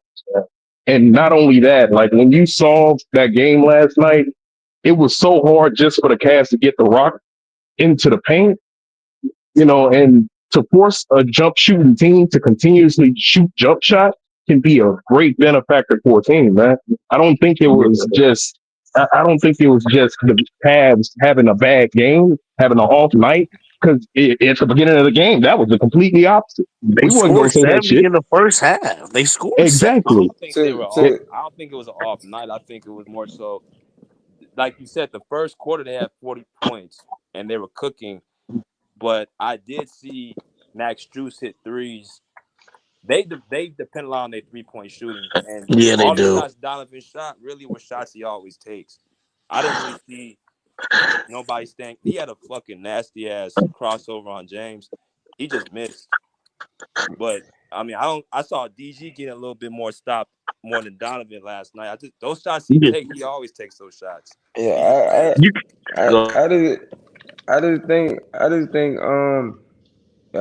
think it was just a good game, man. It was just a good game. I think the piggyback off which I saying, I agree with skills with Taz saying, like, I ain't gonna lie, when that third, fourth quarter picked up, the defense picked up, like niggas is not shooting like that just by coincidence, bro. Niggas is shooting like that because that defense picked up. Like Like, you know what I'm saying? You gotta play and you gotta tough. Like the BJ said, he was there last night. Like, you feel me? That was I was watching the game. The crowd was into it. That's tough. You on the road, it's tough. You got a nigga from Serbia. He hot 8 for 8. Like, we shoot threes. We can't match it in the second half. We gonna take tough shots, and they was missing them. That's all they come down to. But what I'm gonna say is, y'all. What it tell what's gonna tell y'all about the Clippers is the next couple games y'all got some tough games. You know what I'm saying? Y'all gotta play Memphis. I think at home, you feel me? I think y'all can win that because it's at home. Then y'all gotta go on the road. So that's gonna be a tough games. And then the last 3 games is gonna be pretty easy. Y'all gonna have New Orleans and then the Mavs twice. So you know what I'm saying? I think that's the biggest stress is y'all next games on the road. I don't know Memphis. I don't know what people say, but I don't think Memphis is that tough of a team for us. I don't Not see. for us. I Not don't for see us. them They're as a not. tough team Not for us. for us. I don't see that. If OKC, we, that's to be determined. I don't think Memphis is a tough team for us. I mean, yeah, I just let's think just be it's honest. gonna Oh, be God. a good game. I think when y'all play Memphis, it's gonna be a good game. Like, Oh, you know yeah, what I'm it's gonna be a saying? good game for sure. If Ja play, like, you feel me, depending on Ja, you feel me, you know, Desmond Bain, he gonna come to play, he gonna bring some energy to him, he gonna try to get into it with James Harden or somebody, or Kawhi or Zoo or somebody. You know what Desmond Bain be on, Jaren Jackson. But you know, Memphis, they tough, they young, you feel me? I think it's just gonna be a good game. It's just a tough stretch. Like, No, I just want to see. it's going to be a good game. I agree, and it's mostly going to be a good game because we've had their number all year, right? So they're going to be looking for some get back. You know what I mean? They're going to be trying to make a statement in this game. So you know, we come out there bullshitting, we can lose. Don't get it Nah, twisted, now, but the only reason why I said that because it's the last 15 games. Everybody got to make a playoff push. Like, y'all one game Every out the team gonna be 6. playing good, bro. Y'all one game out the 6 seed from the Warriors. The Warriors is, I think they 40 and some, and y'all at 39. Like, you feel what I'm saying? So it's only No, in one that game, and they won in Milwaukee with no Steph. Jimmy Butler, he stepped up, so they won. They won against Milwaukee, so that's all. It's a 1 game difference. That's the reason why I pointed that out. And y'all I got think some we got them games. for the last game too of the season. The Warriors. Yeah. No, here y'all we don't. got. Y'all play the Mavs. I think y'all play the Mavs the last game. I mean, yeah, The or something Mavs like that. Warriors the last game. No, it's the Warriors. It's Mavs, then Warriors. Oh, But okay. but you know, bro, honestly, man, I think we can. I think we can finish strong if we keep this version of Kawhi. I think we can finish strong. It's just them, you know, understanding the pecking order and making sure that we're running through Kawhi and Zoo, bro. Like, none of this shit would even be a question if we had been running through Kawhi and Zoo the last 10 games. Like, we would be sitting a lot higher up in the standings than we are right now. But like, since we have that figured out, I just want them to keep going with it. Last night was the most complete game that I've seen the Clippers play all season. Last night was by far the most complete game. We had the right competition. We had the right. We was going against, you know, solid competition. We shared the ball. Good rotation. Good rotation. The only rotations I had problem with was in the fourth. But outside of that, the rotations were good. The offense was good. Everything was good. So like, we just need to replicate what we did last night. There's no reason why we shouldn't be able to do that every night, whether shots are falling or not falling. Like, our offensive scheme should be the same. Who we running the offense through should be the same. It shouldn't change up, you know, every other night. We need to know what that pecking order is. If But y'all, hold on, skills. But that's been the issue all year. It has. Now, that's my question to y'all. Is Ty Lue gonna look at this and be like, okay, you saw what happened, you saw who the offense needs to run through. Is he going to make that change? You think That's what I so? need He's to a know. fucking head coach. It's hard to say, BJ, because I think that's part of the reason why he rushed back. You know, and I'm not trying to, you know, start no narratives or nothing, but I think that's part of the reason why he rushed back. You know, because the other guy, I can't think of the other coach's name that's been filling in, but he's been doing a solid job, bro, and the team has been Brian looking Shaw. good. Yeah, Brian Brian Shaw, Shaw. the team been looking good under him, bro. Like, the team been looking all right. So, you know, I don't know why T. Lue rushed back just to have to sit out again the very next game. You know what I mean? He could have just went over here and took this whole break off and then came back when he was ready. So, like, the fact that he rushing back, it tells me things. You know what I'm saying? It I'm shows me gonna things. answer And, his question and last night directly. was on him too. Go ahead, Rob. I'm gonna say no. I think coaches in today's era are stubborn and they want to win their way. Mm-hmm. You can't tell me Ty didn't watch that game last night and say, you know what, whatever Brian was doing, yeah, I'm with that. I'm on board with that, right? And so, no, I think Tyronn Lue is stubborn, like most NBA coaches, and they want to win with their philosophy and their way. And so, I guarantee, or I'm more than certain that, like what we saw last night, is not going to be the way that Ty coaches. Because let's face it, I mean, Brian is different from Ty Lue. Like they have two different. You guys, Brian played under the Lakers and Phil Jackson. I mean, and I believe Ty did too, but they still have two different philosophies just on basketball. I can tell instantly the way Brian coaches in his rotations and combinations. And so, BJ, I don't think so, bro. I think Ty gonna do what he do, and it's gonna be the James Harden show. And yeah, It's gonna be a first Nah, round exit. I definitely agree with Maz though. I definitely Yeah, do first agree round when exit. Ty Lue, when he stepped back in the building, he stepped back on the floor. I do think it's gonna be a power struggle, like you feel what I'm saying, between Brian Shaw and Tyronn Lue. Brian Shaw gonna be like, look, nigga, you see what working when you wasn't here. You know what I'm saying? Tyronn Lue gonna be like, nigga, I'm the head coach. Like, we gonna play through James Harden, and then Kawhi, when he hot, he gonna get the ball. So you feel what I'm saying? I agree with Max. Like I definitely feel as though Tyronn Lue gonna do So what he what do. does that even? What does that mean? So we just, oh, so that's just weird then. So you got something that work, you don't want to use what works. That's what y'all saying. We got the formula. You don't want to use it. That's what they saying. They saying Tyler not gonna use the formula.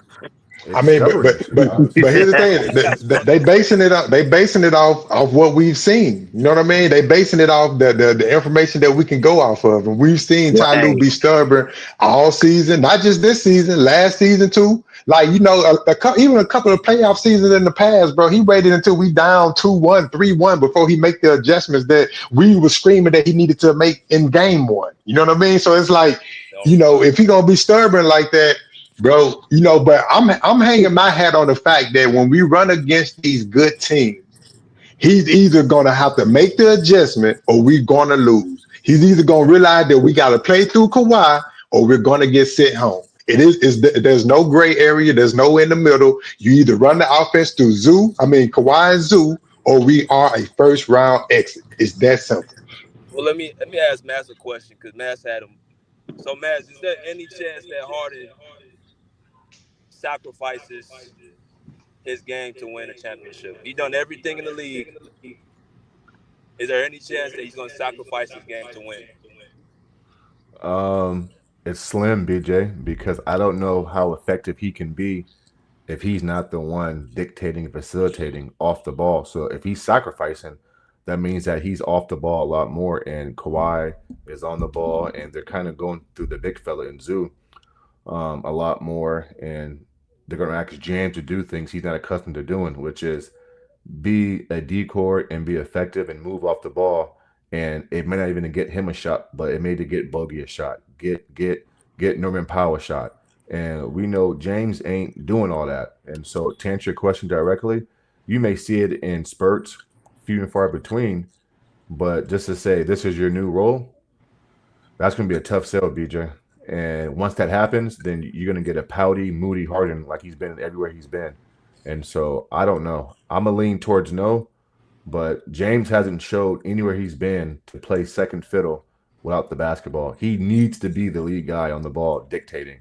And he hasn't shown the accountability or the awareness or the ability to say, you know what, for us to get the best version of this team, I need to do this, other things. I've never seen it, bro. And so I'm going to say no, but you never know. You never know. Yeah. Hey, I Matt. agree with what Matt said, Hey, honestly. Matt, he better because this is probably his last chance at it. Yeah. What up? And that's one thing. Go ahead, BJ, my bad. I wanted to ask JM what he think. I think, like I kind of suggested about several games ago, you're going to have to catch him outside. I mean, not physically, or you're just going to have to tell him. You know, him and Kawhi going to have to go out to dinner or lunch. Say, you know, he's going to have to. He might not want to, but I'm sure he didn't want to come out the game yesterday either. So I think that was a gut check to his ego last night. I mean, he played, but he didn't play consistent minutes like Ty. I would basically he's going to have to. He doesn't have an option. Or if he does it, then he might be he might be off the team next season. Because if Kawhi and B Shaw, all I'm saying it's important for all of us to pull together.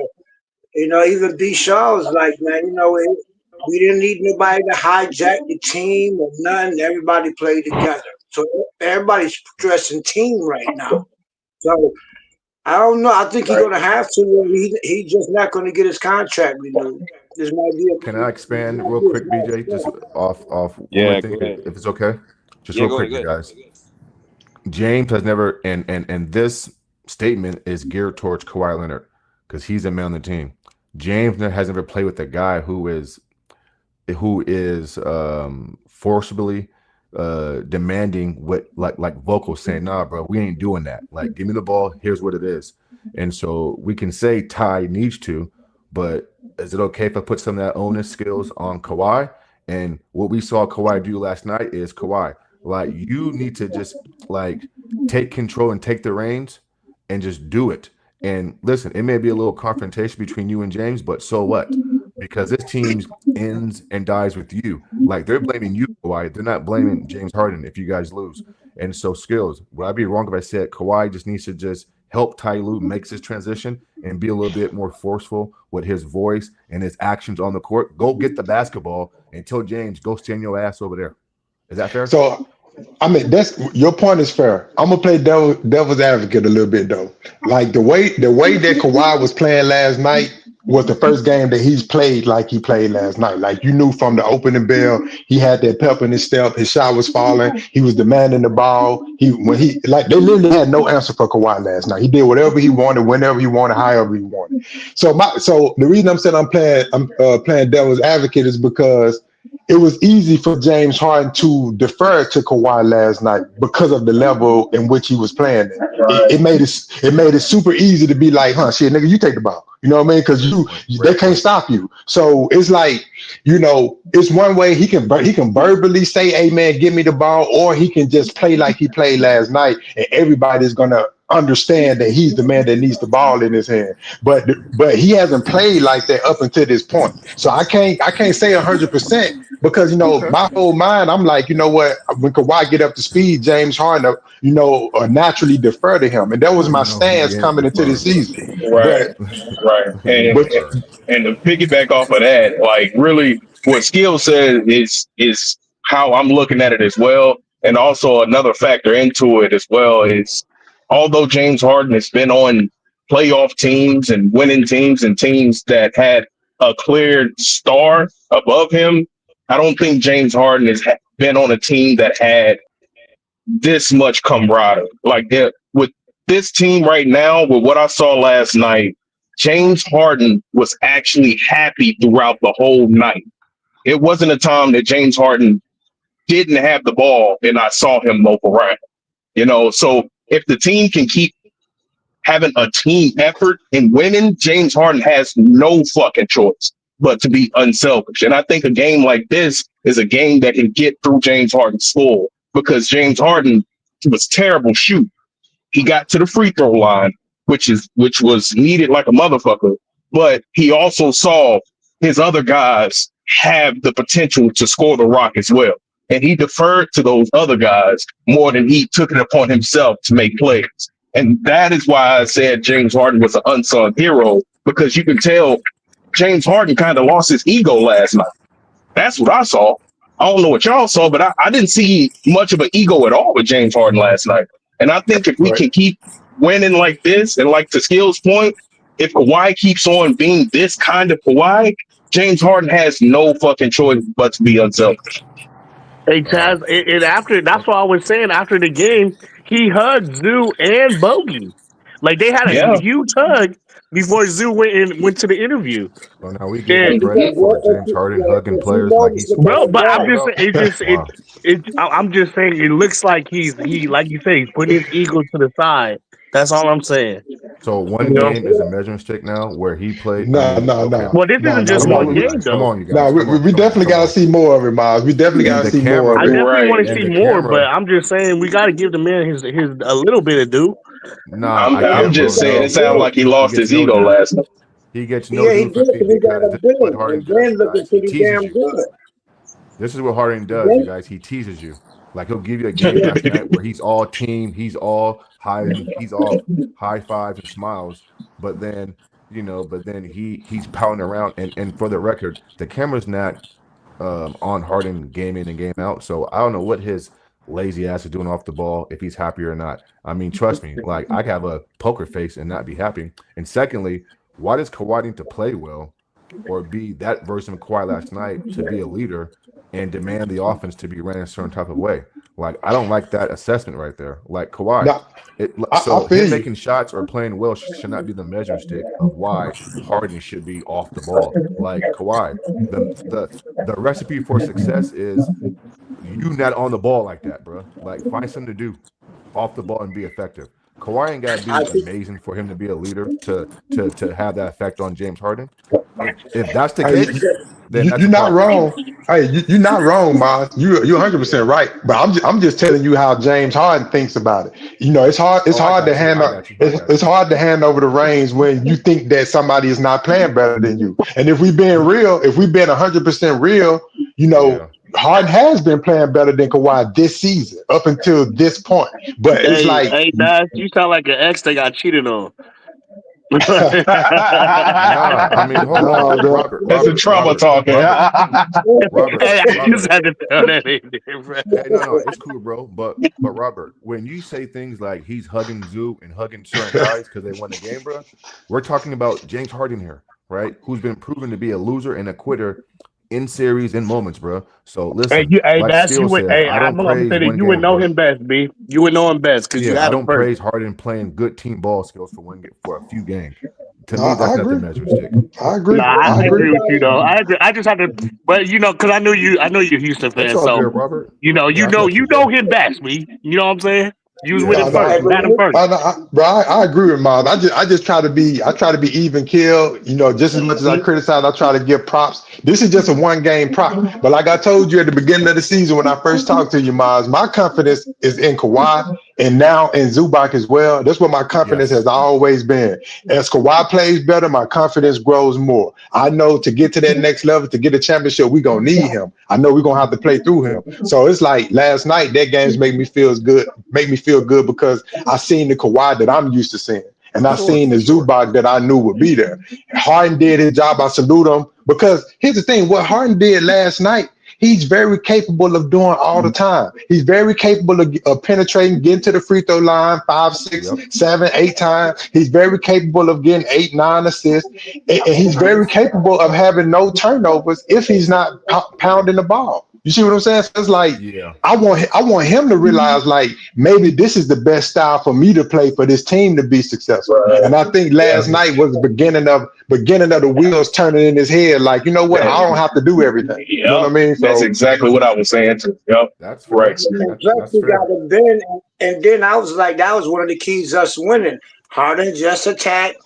Don't really shoot. Don't shoot the ball too much. Just pretty much attack. Get to the rim. Foul out other teams. As far as Ben, Harden's behavior. Oh yes, he getting a lot sharper with it because Ben is on his behind, and now we got a Bodano. Like we said, we got two other players that could do the same thing as Harden could do. So Harden eventually gonna fall out of the whole scoring pecking line. Because we're not gonna keep we got Bogdanovich could go and shoot 80%. We got Ben who a better pacemaker. I mean a better pace creator. So Harden and then we got Powell coming back. You know, he gonna be full stream. So eventually we're not gonna even need Harden to do only thing we're gonna need Harden to do is eventually just if you want to play point guard, just simply attack, don't shoot the ball. We got other people to make up his score and they don't miss like he does. Harden always have bad games, but he cover it up by he get to the free throw line. And he shoots like 30% from the Hey, field. Mass, if you let the media tell it, Harden about to get MVP. Yeah, I don't buy into I'm telling, that type of bro. stuff, bro. I'm I telling don't. you, they were talking about the Clippers this morning. They didn't give no credit to Kawhi Oh, for they last didn't. night. They gave it all I to didn't listen Harden. to it. Yeah, Yeah, they gave it all to Harden. That's I what don't I'm listen saying. to Like, ESPN, bro. They yeah, I lie know, on I that know. shit. They got their own I little just want thing. to say, bro, I don't pay attention to what they talking about, bro. Like, Right. you gotta understand, bro. Like, you gotta be able to watch the game and decipher for yourself. And if you waiting for Mm-hmm. for That's any what I'm media to saying. tell you how to think, bro, They you giving Harden already all the behind the love. curve. Yeah, That's they what let I'm saying. Kawhi You to let them watch tell it. TV. That's what I'm That's saying. how You let you them tell tell it. Stephen Harden A. getting all the love.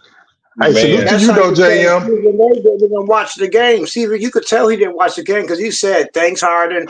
Harden didn't have a good game. And then he said, great coaching by Ty Lue. Ty Lue wasn't even at the game.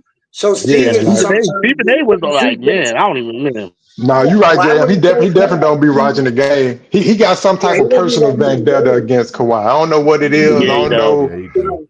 but it's something Oh, I know personal what it going on is. there. I know what it What's is. that? It's simple. It's so simple, man. Everybody knows, everybody in the league knows that Kawhi is on a different level than anybody that we've seen in a long time. Stephen A is more disappointed with Kawhi's career on how his injuries have happened. He's not upset with his game. Like Stephen A, if you ask Stephen A right now, if you have a peak Kawhi and you have, let's say, a peak Jimmy Butler, who are you picking? Stephen A knows the answer. Stephen A is always just going to question the injuries. That's all it is. It's And nothing that's more than fair that. to question. And It it's is. fair to question. Yeah, it's fair It to is. question. It is. And I'm They going to also say said no. that James Harden is in contention for MVP. That's why I said that's where I got that from. Stephen A. mouth. Hey, but Stephen A. been pissed with Kawhi ever since, because Stephen A. was out there saying he's 99% sure Kawhi was going to join the Lakers. Ever since then, when Kawhi chose the Clippers, Stephen A. has had a personal vendetta against him. It happened with the Spurs. Yeah, and it happened with the Spurs too, JM. Everybody crucified Kawhi, man. And I mean every fucking body. That's why I hate talking to people that don't understand the human body, first of all, but don't understand a mentality of somebody being a superstar trying to protect his legacy over trying to go out and do what everybody else wants him to do. That's why I respect Kawhi to the utmost, because a lot of players nowadays, and I'm one of them myself, I can play through a fucking broken leg, but I know damn sure that I ain't gonna be playing that next game, or I'm not gonna finish the season. But with Kawhi, on the other hand, Kawhi looked at his situation. He was like, yo, I'm young. I'm only like 26, 27. I'm going to protect my future right now over doing whatever Greg Popovich or Tony do. Like, regardless of what everybody else say, I'm going to protect my legacy. And I think that's where Kawhi gets a lot of his pushback. But I stand 10 toes with Kawhi on that. Because if you are going to be paid $150 million over a stretch of time, you need to make sure that player is fully healthy to play in the first place. So that's just all I see on that.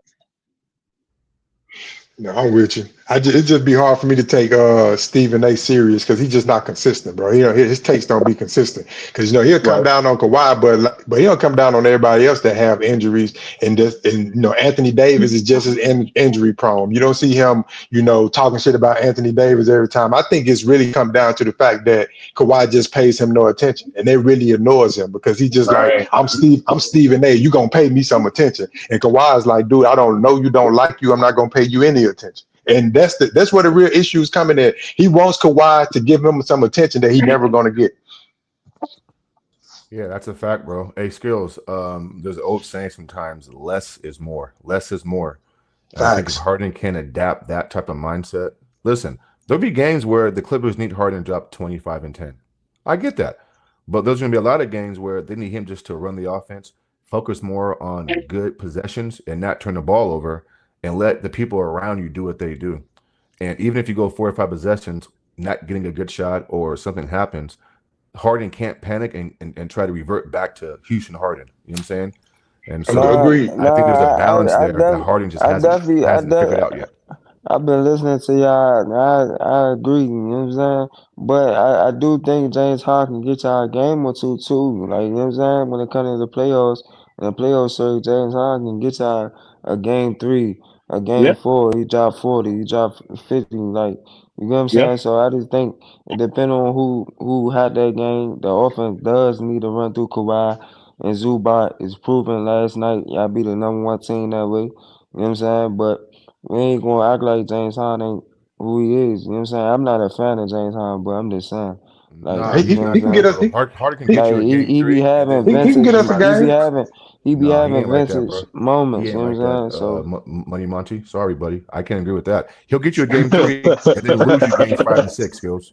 So no, I don't agree with that, bro. Mark, yeah, you got a nah, point. that's I ain't gonna why lie. nah, I know, man. That's what I'm saying. He gonna get you 2 and 3, but he ain't gonna get you 6 and 7, man. Nah, you No, no, I feel mean me? he can get us a game or two, but see him paired with Kawhi, that's all we need from him is just a game or two. Like, Right. I mean, but yeah, I think y'all don't understand how much of a statement Zubac made last night. Yep. But it wasn't the fact that he got the double double. It was the who he got the double double Yes, great against, point, and bro. Great point. people want to say that the guys that he was going against, like Jerry Allen, is skinny and stuff. But y'all got to understand, bro. I spar once a week. The guys that give me trouble are not the guys that's coming there with all the muscles and 200, and those not the guys that give you trouble. The guys that give you trouble are the guys with the Terrence Crawford frame, the Deontay Wilder frame, the skinny and wiry frame. Those are the ones that give you trouble because not only are they strong and quick, they got like this hidden power that you really can't get hit by them. So I'm saying that to say, like, those guys may be skinny, but those guys are wiry and strong. And Hey, Zubac dominated Skills. those dudes. Hey, Skills. I'm going to the Cavs are actually here tonight in Sacramento, and my best friend, he's Evan Mobley's godfather. Okay, that's what's And up. his best friend is Chris Mobley, who coached at USC. And so I'm gonna ask so the game's at 7. I'm gonna meet up with Evan and my friend around probably like 4:30 down at the arena because they're close to the hotel right there. And so I'm gonna ask him about what you just said, bro. And I'm gonna ask him about Evan. I'm sorry. I'm gonna ask Evan about Zubac and just get his thoughts on Zubac and just see what he says. Okay, I'm asking him. Yeah, man. Please come back and let me know, bro. Yeah, Bro, I think Zubac played a monster game last night, absolutely. and I feel like that's something that he can continue. I don't think it was a one-off. I don't think it was just like, oh, he lucked up and do it. I think he's been working towards where he is all year, and he's 28 years old. Let that sink in. He's Right. 28. So Also, two Skills. Zubac is a man, and so I think people get it twisted. Like the level of Right. physicality that he plays with down there. I don't think people understand how physical Zubac is, along with the skill. And for no, me, fact. Yeah. like that's a That's why huge I'm trying to get BJ plus to for go to him. that dunk. I'm trying to get him to Yeah, pull up huge that Facts. plus for dunk. him, bro. He Facts. dunked on Jared Allen and Evan Mobley last night, bro. Well, Evan is Facts. still a baby. Evan is still a young man mentally. I mean, he's not even into his grown strength yet. So you saw Zubac hip flex him, push him to the side, and grab Yeah, he was offensive rebounds. You physical. saw Yeah, the he difference pushed last him. night, He Skills, pushed Jared between a Allen last man night. and still like He a was young Nah. boy, physical kind out of. there. And to your point, man, that's why I say that they're not gonna have a choice but to run the ball through Kawhi and Zubac because when you playing those elite teams and in the playoffs, the game is gonna get ultra physical like that anyway. So your Right. physical Yeah. guys are gonna be the ones that's gonna rise to the top anyway, and that's why Yeah. Kawhi is the best player because he's gonna be physical like that on defense, and he's gonna be physical like that on offense. He's gonna match whatever the other team physicality is. James Harden in the past doesn't always match that physicality. So it's And like skills. There's not even real centers in today's league on a night in and it's night really basis. not. It's So Thank not, why bro. you. not go to That's what I Zubac? was gonna Why say. not go to Zoo? Why not go to Zoo more often? Just like 1-5 flat, ISO, get out the way and go to work, Zoo. You know what I'm saying? Yeah. I mean, I Yeah. want to And see that more. Other people is winning. like, Yeah, because Zoo is a traditional center. So we Facts. got a mismatch against 95% of the centers in the league because they stress bigs. I wouldn't say That's because he's true. skinny, whatever, but Zoo is a traditional last of the dinosaur centers, and he proved it. Like he just stayed underneath the rim, stayed right there in his little mhm. lane, didn't just outpowered them. That was like Shaq, Yep. Shaq Yeah. dominance, you know. Yeah. Hey, And another and you thing know about you're Zoo, elite. man, like I will say, like I've been saying, Zoo is getting a whole lot more comfortable with that push shot around that free throw line, man. As long as he can keep doing that, he's gonna give interior defenses a whole lot of problems because they're not going to know where to set up. Like Zubac, with him having his hook shot down pat now, it's going to be so hard for a defender to gauge where Zubac is going to get that hook off it. Because Zubac's footwork, like his footwork right now is like it's up there. Like it's really up there for a center. I don't think people like when y'all say skill, all I think is footwork when we're talking about a big man. Like when it comes to skill for a big man, you need to be able to maneuver against other big men, like Zoo did last night. Instead of going under the basket, turn around, hit that hook shot, go to the other side of the basket, use the rim to block to get rid of the contest. Zoo is showing that his footwork, his skill is next to none right now. But he did a spin move and an up and under last night that I was like, ooh, I come out, bro. Zubac is the goods, bro. Zubac is the goods, bro. Skills. You talking about that up and under, right? Yeah. He did like a spin move up and under. I was like, ooh, I like that boy Zoo get nasty with it. Bro, I thought he lost the ball. I didn't know how that shot went in, dog. I was like, what the fuck? That boy was getting nasty with it, man. Hey, all I can say is, man, they need to put some respect on Zubac's name, bro. The real Clippers fan, we've been saying that shit all year, but it baffles me where somebody can get on here and say that Zoo is trash. Like I instantly start to question their basketball IQ instantly because I'm just like, dude, what game are you watching, bro? Who was the homie? Who was the homie that said 13-3? Mike, he ain't on here right now, but Mike. Well, Zubac's biggest games have come against AD, now the Cavaliers, Joker. Like he's put up 20-20 games, 20-18 games versus 30-20 games. Yes, versus some of the guys that we call the best offensive front lines in the league. He's dominated these guys. So that was clearly a statement game. We got to play them again. We got to play them again, but yeah, that was a statement game. Hold on, is that the realest? Yeah, that's me, baby. What's going on, bro? Wait a minute, dog. The where you been at, man? I was trying to get the realest in. The realest, where you been at, man? Hey, Monty, man. Hey, what's good with you, man? What's up, bro? What's good with you? Hey, I want to hit the realest take, man. I'm just gonna say this real quick, man. That fadeaway from Kawhi, oh my God. That shit was pretty. I said, oh my God. If that motherfucker didn't look like Kobe with that fadeaway, oh man. You talking about mid-court? Whoa. What you said, dude? That fadeaway? That Kawhi did. That didn't look like that Kobe shit? Don't do it, did not, bro. Stop. Come on. Wow. Come on, man. Come on, really. It look good. All right, it did look good. It looked nice. Yeah, Give him that. That bitch look nice. All right, okay. It look good. All right. So, what you thinking, the realist? Are you a little bit more confident now, or what you think? Hey. That 13-3, like homie say, man, if we can go that, if we can pull that off, which I was here saying, yeah, I don't see that, but if we can pull the 13-3 off, yeah, we gonna be sitting nice. The only downside was Golden State fucking won, so it really didn't do shit for us. Yeah, that's the only downside. I'm like, Milwaukee, how the fuck y'all allow Golden State to beat y'all, man? So we do have a tiebreaker with them though, so if we can just match their record, we'll be sitting higher than them. Skills. Did you know last night that, and I'm not sure BJ knows this, but if Norman's on a minutes restriction, but he didn't play well last night, and I like how Brian Shaw went away from him. I'm going with the guys who are playing well. Norman last night only played like 17, 18 minutes, and so if that's Ty Lue to because BJ posed a question. You think Ty only plays in 17 minutes if he's not on? Nope. Ty Lue forces him out there.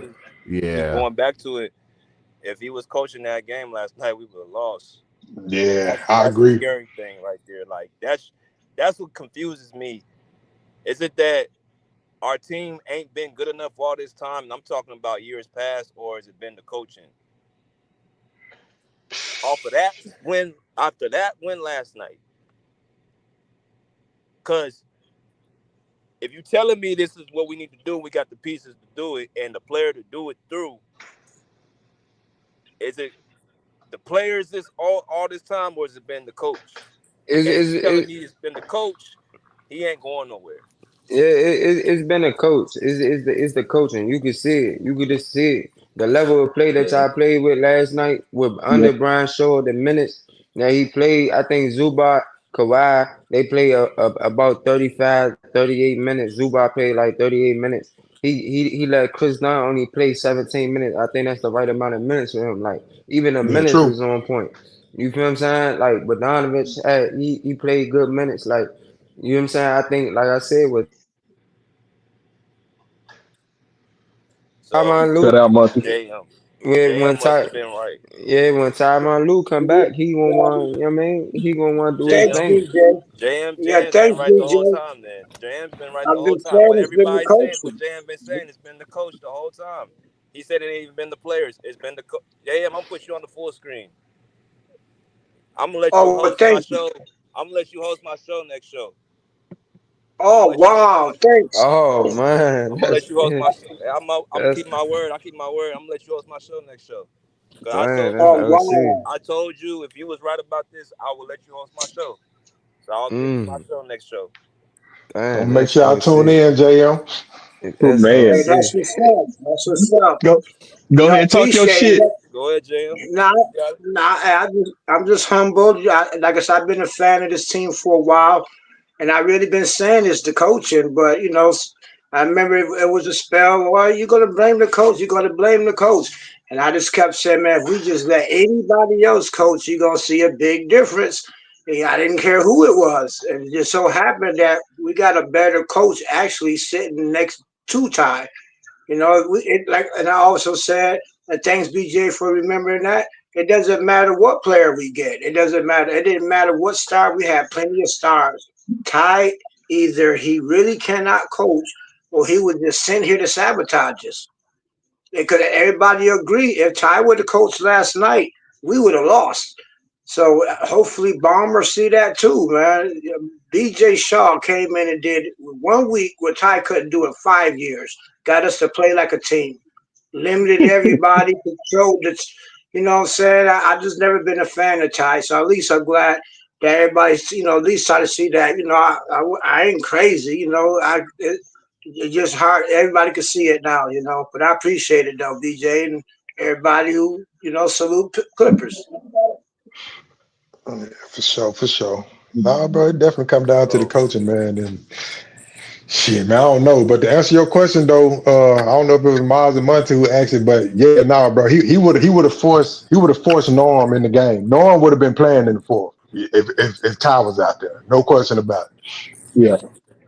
And Yep. Harder would have been playing 40 minutes and not getting 40 to the minutes. ball. True, true, Yep. true, true. All And that is not true, bro. getting yeah.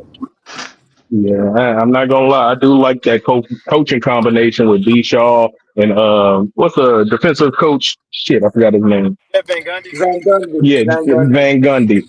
That is a good combination because you can tell Van Gundy has gotten into this team and gotten his imprint on this team. Like being second in defense throughout the whole season, and you're still in the 8th seed right now. It says a lot about Van Gundy, and it says a shit ton about Ty Lue at the same time.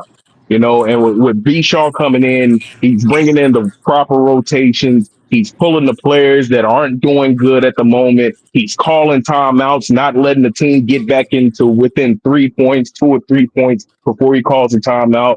Like at that point, I think it was in the third quarter where it was right after those two turnovers that Kawhi had. The Clippers were up by over 10, I think. And then the Cavs came in with under 8, and Brian Shaw immediately called that timeout. We don't see that He from Tyler did. Austin. He did. We really. Ty Lue gonna wait till it get down to about 3 or 4 before he called the timeout. It got to hit the Mhm. fan for him to call a timeout. He don't like try to stop it before it get there. Right. And that's why the coaching matters so much because you give your team confidence when you're able to settle them down once a team gains momentum. Like if you are able to gather the momentum back, like I've been saying over these last few podcasts, and Brian Shaw is actually doing the proper things to do it. As long as you're able to capture momentum once you lost it, you're going to win a lot of games. It don't matter who you got on your team. Like it really, this is game about momentum. Like it's a game of runs. And we all know that. If you're able to at least contain certain runs, it gives your team 10 times more of a chance to win that game. And that's what I've been loving about Brian Shaw so much, man.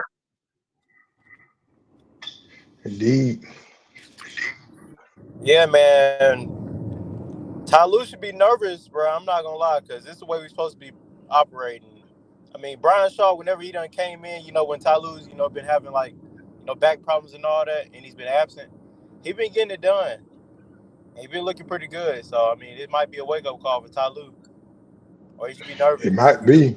That's probably why he tried to rush back, man. I'm telling you, bro, it didn't make sense for him to try to rush back the last game if he knew he was still wrapping shit all around his chest and back on the sideline. Cause why are you even out there? But he's feeling that pressure. You want me to tell you why he rushing back? Because Why is that? He see Brian Shaw about to take his motherfucking job. You know what I'm saying? Bro, I would too. You know what I'm saying? The way y'all played last night, hell nah, boy, I'm flying back tonight. I need to know what's going on. I need to know what Brian Shaw. I need to know what Brian Shaw did for y'all to play like that. Y'all can't play for me like that. That's how I feel. Or when You I need to got come have some tough conversations, it's tough conversations about the how I need to call LeBron and Kevin Love and Kyrie, huh? That's what I need to do. That's what Tyronn Lue saying.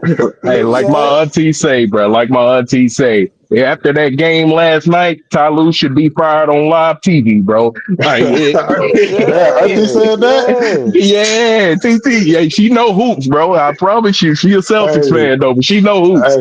She all right with me, cause bro, that's all I was thinking last night. I'm like, bro, this is the best game we done played all season, like all season. But it's the best game. I played all season. I'm not gonna lie. Yep, and as long as they can keep this momentum, man, and I saw this coming after that Charlotte win, because that team, they seemed like they had a different spark about them. You know what I'm saying? And that Charlotte win, they really showed their teeth, and I saw that they kind of settled in, and everybody kind of knew their role, and even without Norm being out there, and with Norm coming back in, like Skills is saying, that might be a little bit of a problem for Bogey, but at this point right now, you got to go with the hot hand. You just have to. You got to slowly work Norm back into the rotation. But right now, shit, man, this team is looking real balanced. I'm loving what I'm seeing.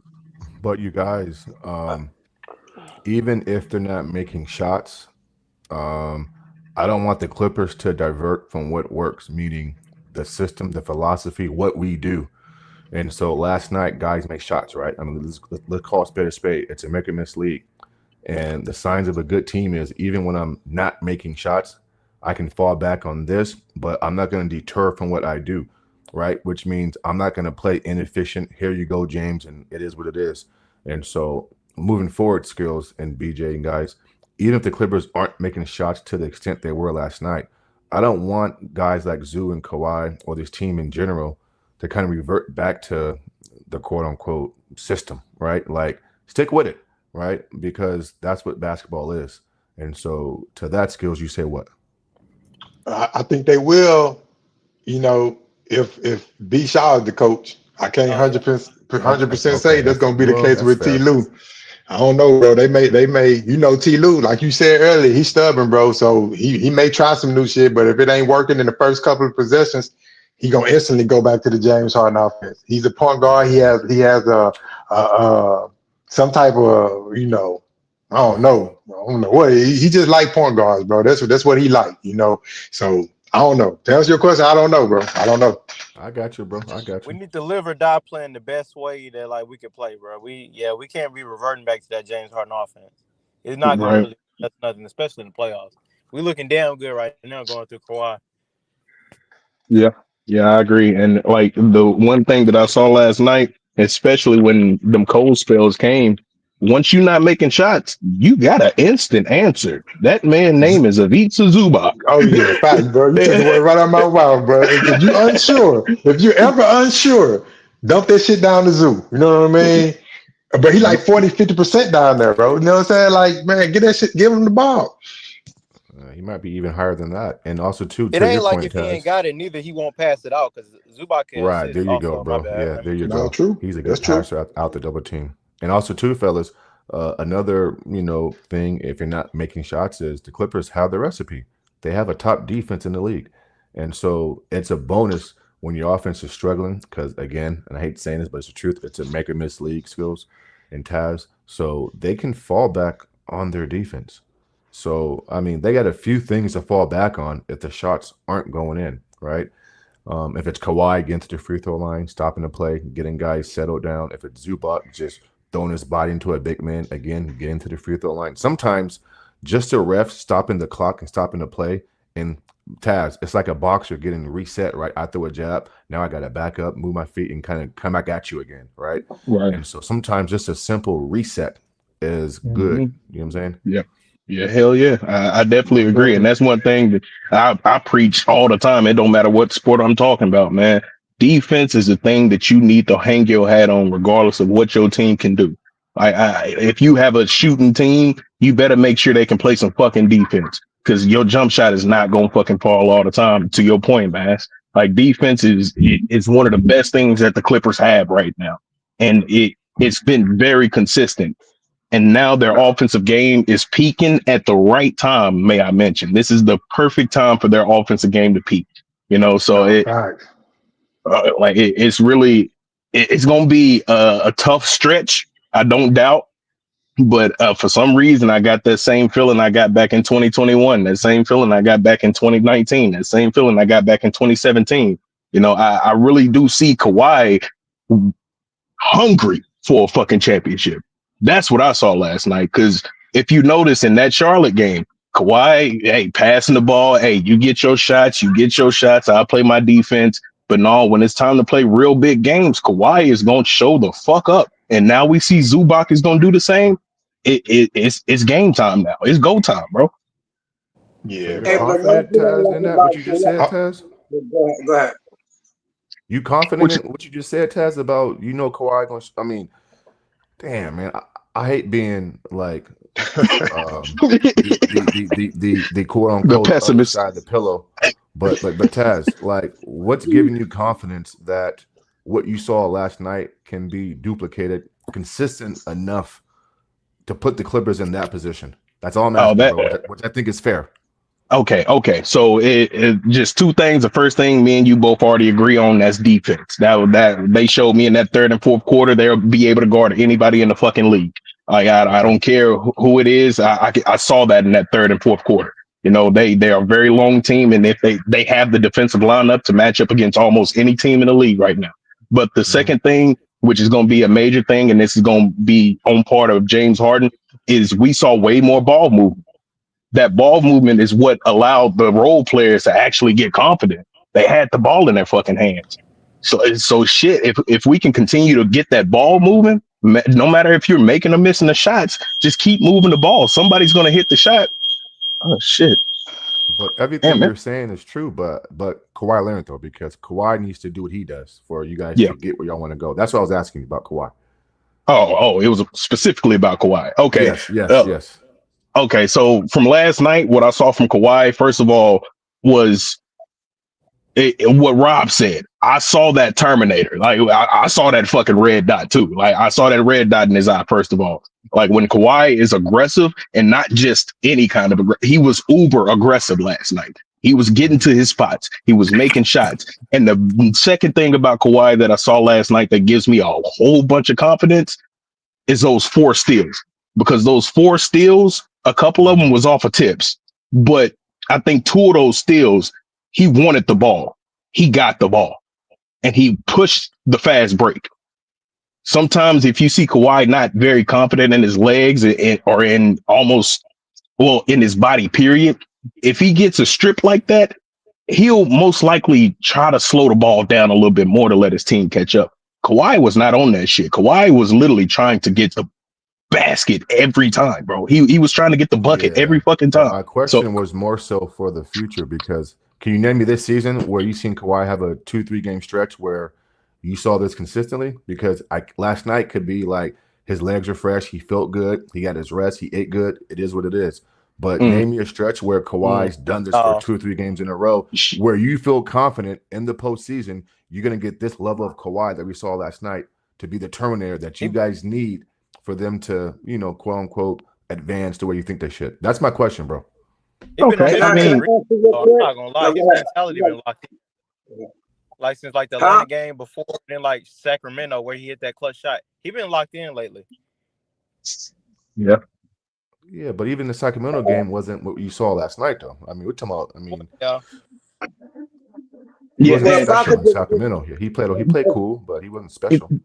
To your point, Maz, nothing really outstanding in terms of a stretch because Kawhi has been a little inconsistent, this whole season. But the one thing that I have seen in these last few games that Kawhi has played is the fact that he definitely wants to play defense. Last year we had problems with Kawhi not really wanting to play defense like that because he's trying to preserve his legs. No, Kawhi wants to play defense right now. Hey, Skills, check the private chat, bro. I put something in there for you, bro, to check out when you get a chance. Skills. But okay, that's cool. Hey, everybody, definitely check the private chat. I dropped the link to my channel, y'all. Go check my channel. I need all y'all. I got you, bro. Yeah, so subscribe to my Taz makes a good point, though. I mean, go ahead, James. My bad, I bro. can just put my 2 cents in it real quick. He's been saying, I think you're gonna see this part of him for the rest of the season. Like he's been pretty much saying it consecutively after the past couple of post-game interviews. It's time for us to win. I'm not worried about not stepping on nobody's toes. And he was rusty before because I figured he wasn't getting the ball. Before he used to be running up and down the court, not getting the ball or nothing. So of course he was kind of cold. But lately, the past 3 or 4 games, he's been the more aggressive he get, the more shots he putting up, the more efficient. It's going to take time, and it's here. So I don't see him regret. I see him being the same we see last night for the rest of the season because he's already been wrapping up to it. Like he's not looking, it's almost like he's telling Harden, like, fam, thank you, but I'm back now. And so you just chill out, attack the rim, whatever. I got this. That's how he been looking to me the past couple of games. And yesterday he just put the icing on the cake because it's not his first 33-point game. I think there's nothing wrong with this guy. He's just getting it right for the playoffs. He's just getting up and leveling up, and like ramping. And this is how he's gonna look in the playoffs. Like he's gonna be dropping like 30 bombs and stuff, like he usually do. But okay, man.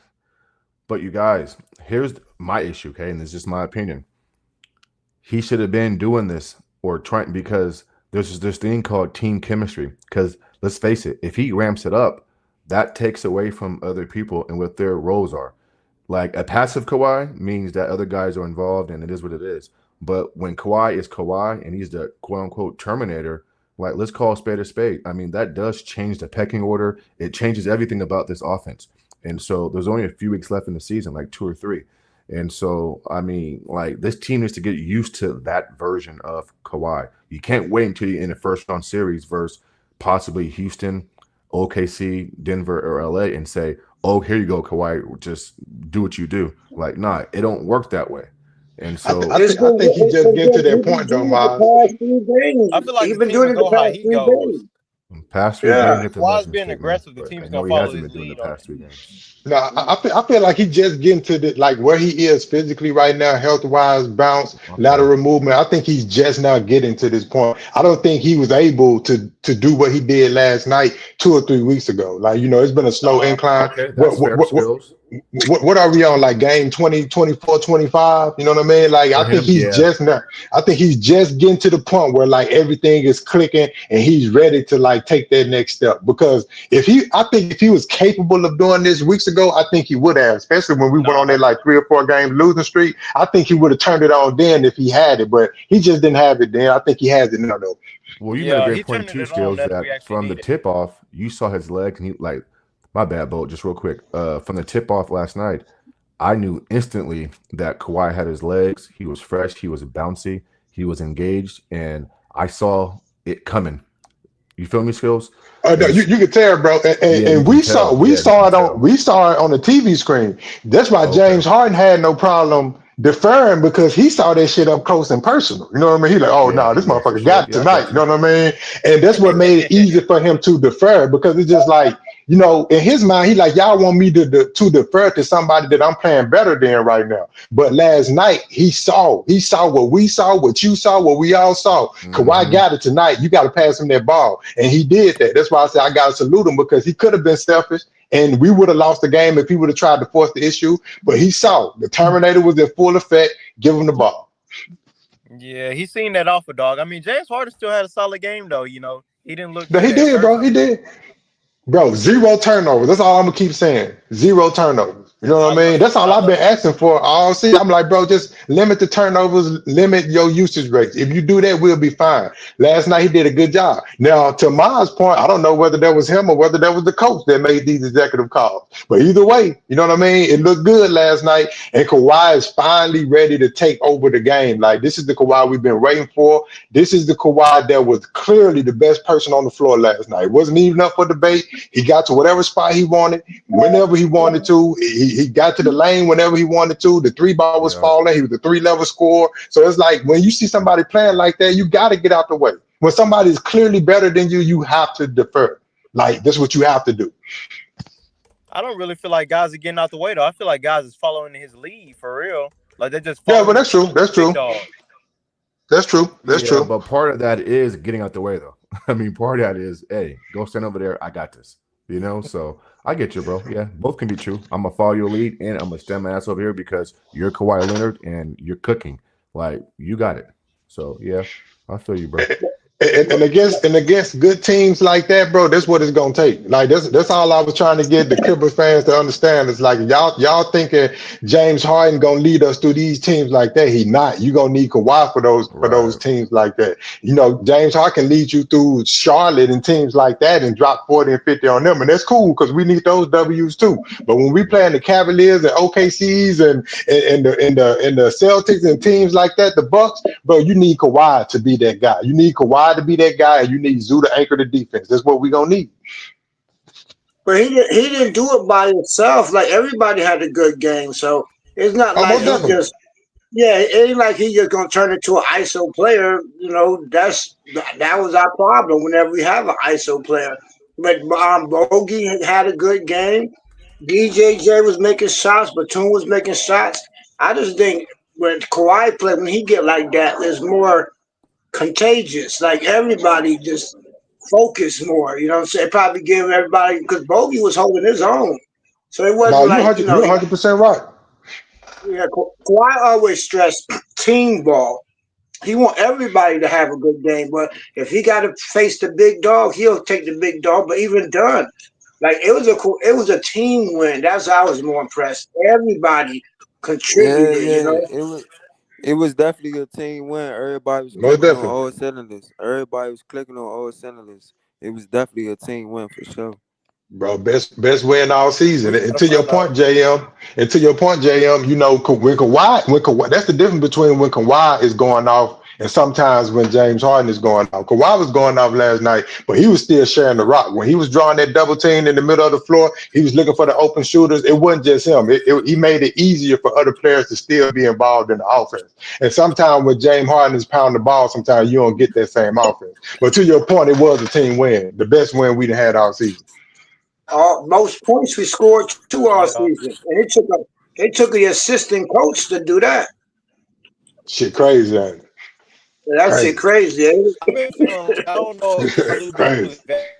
valuing Brian Shaw all year. I don't know. Like it seemed like Brian Shaw playing like a different kind of way than Talib. That like he could have got some input. Like, hey, this is probably how we're supposed to be playing. I think he don't listen, bro. There's no way these coaches are sitting on the sideline and not telling him what they see. I just think Ty Lue just gonna do what he want to do. I really think he's just gonna do what he want to do, bro. And he ain't gonna change his strategy until he know without a shadow of a doubt that it's not working. If that mean we down 3-1 or 3-0, then he'll change his strategy and be like, you know what, I got to switch it up, or we're gonna get put out. But it takes that for him to switch up his strategy, bro. It takes that for him to change. Yeah, but don't let it be too late to But change it. Don't get down 2-1 or 3-1 to try to change it. And he's stubborn, Skills. He's stubborn. He is, yeah, man. plus you got his replacement. But see, I when you mean, he get won a your Don't championship. replacement, wait to the beginning. I mean, Wait to the change about the end, and then that's when we gonna like pull a just super effort.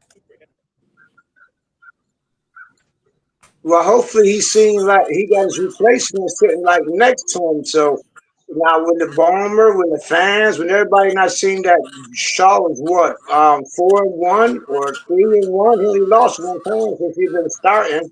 So I think Ty gonna have to concede, or everybody see how Brian Shaw is good. The team rally behind Brian Shaw, so Ty going to probably be on his best behavior and either learn how to coach or stop sabotaging us. Because eventually the higher ups might be like, well, you know what, Mr. Lou, well, since you are dealing with them back pains, why don't you take a couple of weeks off? Because now they got confidence in Brian Shaw. It ain't like there's no void. Like I wouldn't be surprised if T. Lou set out on purpose because he was hoping that we would lose. You know what I'm saying? I don't know because, like y'all said, why didn't he come well, back I first? You mean, never know with Ty. You never know. You never know. well, one thing I do know is this, though. I mean, he just signed a contract, and if they fire him, you mean I can stay home and not deal with this stuff that I've been dealing with, and I can still get paid? And so, I mean, listen, Ty gonna do what he do. He gonna do what he want to do, and if they fire him, he's still gonna get paid. He's on the books, and then That's he'll all get right. hired by another team next season, and it is what it It's, is. And so these hey, coaches, bro, Ballmer a go ahead, Jay. billionaire. He can afford to send him home. That's not Ballmer a the point. billionaire. Listen, but that wasn't my argument. Ty Lue's not a billionaire, and he's still getting paid. And so again, he's gonna do things his way, in my opinion. He gonna win how he wants to win, that he think is best. And if they let him go, then he still get paid, and he'll get a coaching job in the next year or two, and or on somebody's staff. And it is what it is. These coaches Yeah. don't have. Listen, bro. The league has changed. Like these coaches are going to do what they want to do. It's because I don't teams are think giving them so. 3 and 4 year contracts, and so I guaranteed don't think money. so. And so, I yeah, think his I job is mean, in jeopardy. Go I ahead. mean, Go I ahead. will say that I will say this though, with Brian Shaw being this good at coaching right now, this could be the best thing for Ty Lue. It's a make or break moment for Ty Lue because right now, like we're saying, everybody sees it. So when Ty Lue gets back, he's gonna have a sort of chip on his shoulder. And we all know Ty Lue when he got his back up against the wall. You know, I can say he is a top 5 coach with his back against the wall. You know, so with Brian Shaw actually being this good, I'm not gonna go off the limb to say Ty Lue is gonna be the best coach in the league or anything like that. But I do think he will take some improvements and implement it into the game. So we just gonna see on that.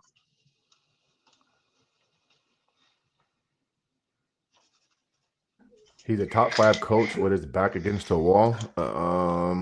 Ty Lue, top 5 coach when his back's against the wall. Is that because he's forced to change things up, and then and in those moments he's doing things he's not typically doing, or like how do Yep. you He's justify not him? top five, man. Let's stop this. Yeah, I he's don't. like no This top this five. this this this this. Let me put some clarity.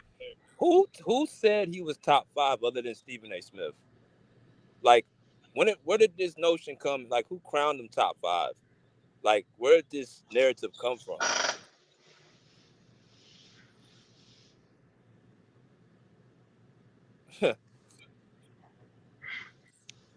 He Now ain't you, top you hit five. the nail dead on the head, man. There's only Stephen A. Smith saying that. Like I think Ty Lue is a solid coach. I think he's solid now. I'm not think that they want to give him, bro. Nah.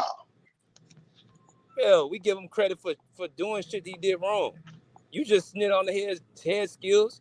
It was down in every series in the playoffs we shouldn't have been down with all that talent. You basically all you did was clean up the mess that you made. against Dallas, against Utah. What makes you top 5? No, I mean, you're right, BJ, and it's crazy because like we go down 3-1, and we all saw what adjustments needed to be made in game one. Like we see it in game one, the adjustments that need to be made. But he's so stubborn, bro. He gonna hold on to this shit all the way till we down. Now we got to fight ourselves out of a deficit. And I'm gonna go ahead. I'm gonna be the first person to be on record to say this.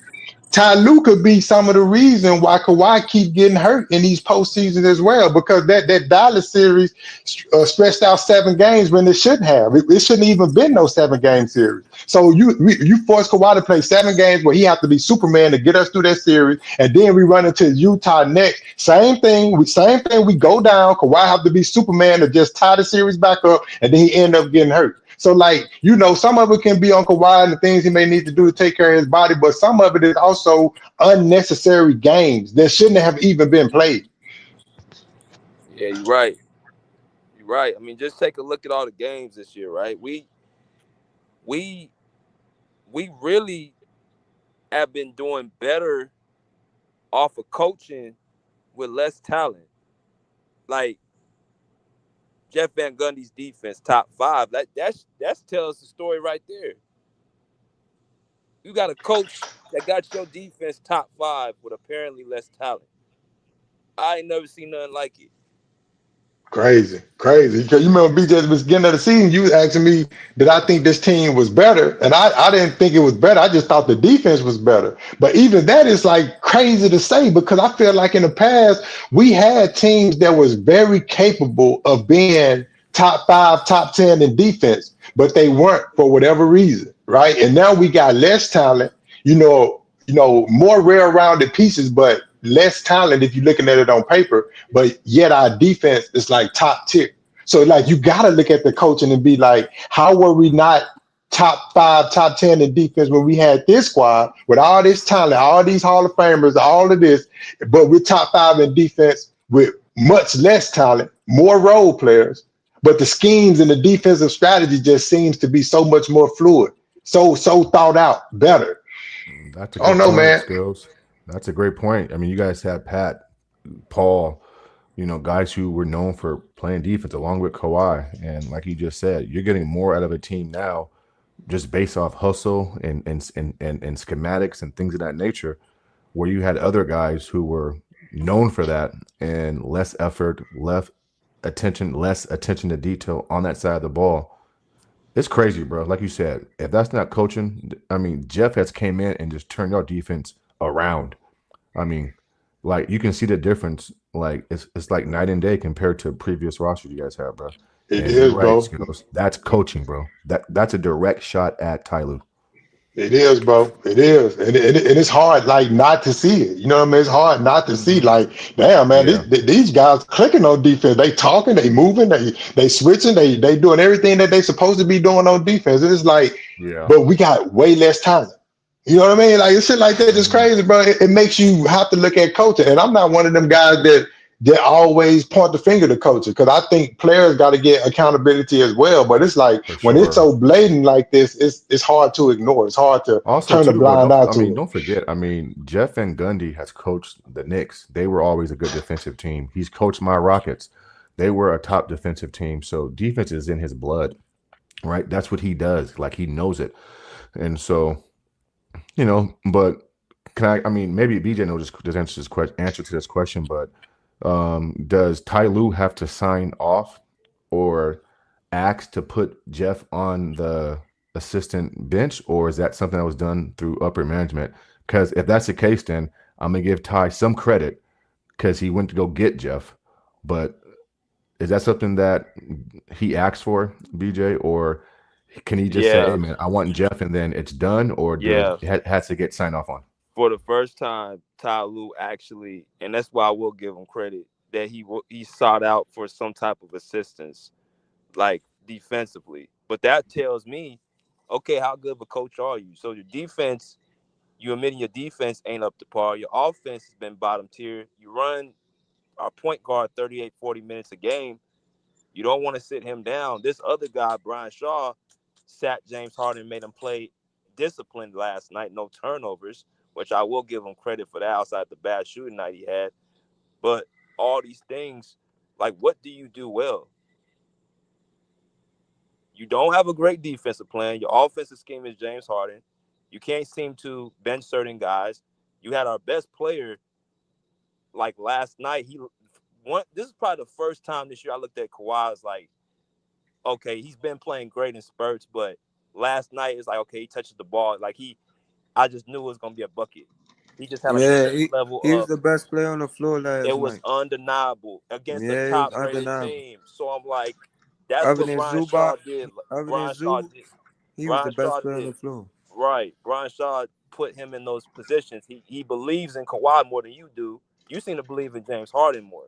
So what do you do well? He definitely believes in James Harden more. That's evident. You know what I mean? And it's crazy because he's been rocking out with Kawhi for the last 3-4 years and has gotten a front row seat to this man's talent. And don't get me wrong, man. James Harden peaked when he was in Houston was something to admire, was something to look at and tip your hat to. But his peak has never been Kawhi's peak. Kawhi has always had a higher peak simply because he's going to give it to you on both ends of the floor. So he's always had a higher peak. So there's no way that you have a front row seat to this guy for the last 3 or 4 years. Watch what he done with you in all these playoff series. And then you have James Harden come in, you with him for half a season. And then now this other half of the season, which makes one full season, if we just looking at the amount of games, and you have more confidence in him than Kawhi Leonard. That makes me question your basketball IQ. As a head Well, coach, that here's makes me what I don't question what you're understand. looking at. Here's what I understand. That's what made me go on that theory. Like Ty's a clutch sports client. That pretty I much thought it assistant sounds. coaches. I thought Go coaches ahead. lean on their assistants, guys. My bad, Jam. I thought the assistant coaches lean on. I'm sorry, the head coaches lean on their assistant coaches, right? I mean, they're somewhat the eyes and ears to the players. You know, like I mean, there's a lot of friends. I know here in Sacramento, like some of the players are better friends with the assistants than they ever were with Mike Brown. I know for a fact. And so, I mean, I've heard Brian and Ty both be on podcasts, BJ and Skills, and I heard them talk basketball, both of them. It's a difference. Like they have a difference in philosophy of basketball between Brian and Ty. And why would Ty not take Brian Shaw's advice? Or I mean, obviously Van Gundy got the defense and he's doing what he's doing. But like, why would you not lean on your assistant coaches and take some of I their could tell you why. ideas and put it into fruition? Because I mean, what we saw last night, like I'm sure Brian has told Ty, hey man, like maybe we should do this or that or blah blah blah. And we haven't seen it. And so to me, I'm just scratching my head about that. Ty, I could tell you exactly why. Because Ty looks at Brian as his peer. Ty looks at Jeff Van Gundy as his mentor. He looks at Brian Shaw like, I won a championship as a head coach. I'm the head coach of this team. Even though you're my friend, but you're Jeff Van Gundy. This guy is over me as age. I sought him out. He just won a championship with Boston as a consultant. Like his resume. So Ty looks at it in a kind of messed up way. He looks like he's over Brian Shaw. So he's gonna take his advice with a grain of salt. Like he's gonna hear him out, but it's different from what Jeff Van Gundy says. Oh, we need to do this. Ty will be like, okay. Brian Shaw can't do that. That's why people, when they watch the games, they don't even know Brian Shaw. They don't realize he's even there. He just sees him sitting here. There was a joke, Josh Hart, when I was interviewing the Knicks came. He was like talking about going down the line. He said Brian Shaw ain't doing nothing. No, he's doing something. You just don't know about because his input is kind of like hidden. But this man played with Kobe Bryant, played with Shaq. He played in the Phil Jackson. You don't think he learn some stuff? Yeah. Thanks for clarifying that, BJ. That was a good answer, but thanks for clarifying that, man. Yeah, Man, if that is the case, though, that is true, and I do agree with you, BJ. I do think that is the issue because he looks at Jeff Van Gundy as a mentor, somebody who's been doing it longer than him. But if that is the case, why even bring your boy in if you're not going to listen to him? Like the second you get to the point where you think you can only learn stuff from people that's ahead of you or higher than you, then bro, it's gonna stunt your growth because you can learn stuff from anybody all day long. It's kids that come in the gym that I spar with all the time that's in their 16, 17, 18-year-old, and I pick their brain and learn things from them all the time. Even though I'm a much better fighter than they are, I still learn things from them, new twists, new ideas that they bring to the game. So it's like if somebody's giving you good, solid advice, it doesn't matter what their quote unquote title is. You would be a fool. A wise man understands that he's not the smartest man in the room, and he surrounds himself by other wise men. Like everybody knows this if you're trying to get to the next level. So like that ideology of his doesn't make any sense to me, especially when the guy that he won't listen to just beat the number one team in the NBA by going against what your strategy is. He played the offense through Kawhi and Zoo, and look what results that we got. He'll be foolish to ignore that. He not going to ignore it, bro. Trust me, he not going to ignore that. That's how y'all won, and it's proven. So he don't have no choice but to kind of go with that towards the playoffs. That's what I'm telling you. Towards the playoffs, he's not going to have a choice, bro. Yeah, but you're asking to change his whole thing up because they're getting close to the playoffs, and I just don't buy into that. I mean, Ty is who Ty is. I mean, a coach ain't gonna change the way he does things because it's getting close to the playoffs or because I was gone because of back injury for 1 or 2 games and this team did this. Like, these guys are stubborn. He won a championship and he's on his high horse and he thinks he has arrived and he belongs and he gonna win this how he wants to win it, which is with that left hand, dynamic shooting guard who don't play winning basketball, in my opinion. But yeah. Nah, you right. He is. And, that's where you got to look at all the alternatives, and that's where Kawhi has to come in now. Okay, you ain't going to listen. Brian Shaw, you have to listen to me, though. Like, I'm the superstar of this team because ain't no way in hell MJ or Kobe would allow that. There would be some type of pushback. There would be some type of confrontation, something. Yep. But Kawhi ain't doing that. Yeah, it's crazy. Brian Shaw believes in him, though. Brian Shaw, he don't even have to convince Brian Shaw to believe in him. He naturally believes in him. That's why he drew up the play for him to have the game-winning shot a couple of games ago. Kawhi didn't go to him. He went to Kawhi. It was like, hey, bro, you gonna take this shot because you are our best player. The fact that Ty Lue doesn't believe that or know that is crazy, bro. That is crazy shit to me. Yeah, and not only that, like Brian Shaw believes in this whole team as a whole, man. And like you could tell, like the very first game that he coached, you saw Patty Mills, you saw Kobe Brown, like you saw the guys that Ty Lue refused to play. Brian Shaw just wanted to see if he can actually get consistent play out of him. And since then, you really haven't seen him much. And that's a respectable thing as a coach, but you can tell he has everybody on that team's ear. They played way better under him than they would ever do with Ty Lue. He treats everybody the same, bro, from the superstar to the bottom player. And I know that because when there was that clip, y'all remember that clip that they were talking about Terrence Mann, about the whole airball thing. Yeah. And they said, okay, Brian Shaw went to Kawhi and said nobody's above the law. That right there tells me, okay, he holds everybody accountable. And everybody's gonna be like, okay, you're not gonna cheat the system just because you're the big $150 million guy. So that's what I think why he has everybody's ear. To Taz's point. But Dom, let me go to Dom real quick. I'm gonna go to Kirk. What's good, Dom? Hello? Yeah. What's good, bro? Yo! What's goody? Listen. This our time of the year, little bro. Y'all know that already. Listen, man. Let me explain something. Oh, man, I still got an adrenaline rush from yesterday. I swear to God. Listen, bro. That was a great fucking game, bro. No Harden doing no bullshit. Everybody contribute. Listen, I liked it. I loved it. Like, I really loved it. Like, that shit was electrifying, BJ. Because you remember I was texting you. I'm like, yo, BJ, I don't know, bro. You like, nah, yo, them niggas couldn't miss, bro. Yo, the Cavs couldn't miss for shit. Like, you niggas couldn't miss. Like, I'm like, nah. I didn't think we was going to pull it out, but, I mean, we pulled it out. I ain't got nothing bad to say about Zubac last night. He held his own. He did. He held his own in there. I ain't got nothing bad to say about that nigga. He held his own. He did. Kawhi definitely, that nigga was looking like a superstar last night, bro. It's the difference between star players and superstars. Kawhi is a bona fide superstar, bro. Like, that man is a straight elite game manager, bro. Like, when he takes over, there's no stopping him. Yo, I knew when he hit that dribble step back, I was like, yeah, this nigga's in his own, bro. There's no stopping him. So, yeah, like I said, it was good last night. I like Bogey. Yo, Bogey was cooking. Bogey was cooking.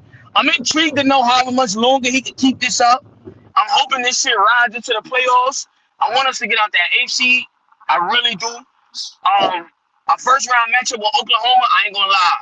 I feel good about that. I do. I think we could beat Oklahoma. I don't think Oklahoma all that. I think they still young. They got a lot of growing to do. So I think Oklahoma's a little paused, Oklahoma wet behind the ears. So I think we'll be able to we'll be able to beat them in the first round matchup. But yeah, I definitely need us to come up with that AC. I'm gonna need us to climb up. You know what I'm saying, to be able to do something, cause I don't like that we so far down like that. But we didn't look like we was an AFC last night, BJ. We looked like we was a motherfucking number 3 or number 1 seed, bro. We look damn good, bro. But I see how Cleveland beating niggas. I see it, bro, cause them niggas don't fucking miss, bro. Like, they don't miss at all. Them niggas was out there looking like the 2016 Warriors, bro. Every time a shot went in, them niggas threw a key in the lock last night. I'm like, nah, they wildin'. Donovan Mitchell was wildin'. Dean Wade, them boys was wildin' from come Cleveland yesterday. So I'm like, yo, I thought we was gonna get blown out, but like I said, we kept it competitive. I think that was one of our best wins this season. I think we needed that win. We came out real competitive, and we was able to do what we was able to do. So I ain't got nothing bad to say about the boys. The boys definitely look good. I like B. Shaw. I like his coaching. You know, I like the fact that again, I see the differences between him and Tyronn Lue. Tyronn Lue's a bit more stubborn. Like, that nigga, I don't know, bro. He only won one rotation. I see that B. Shaw, he ain't got no problem digging into the bench, you know, getting contributions out of everybody. So, like I said, it look like we trending in the right direction. It definitely look like we are.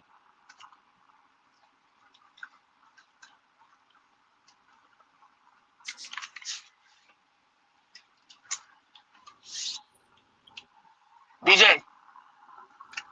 Oh yeah. What's good, Yeah. Kirk?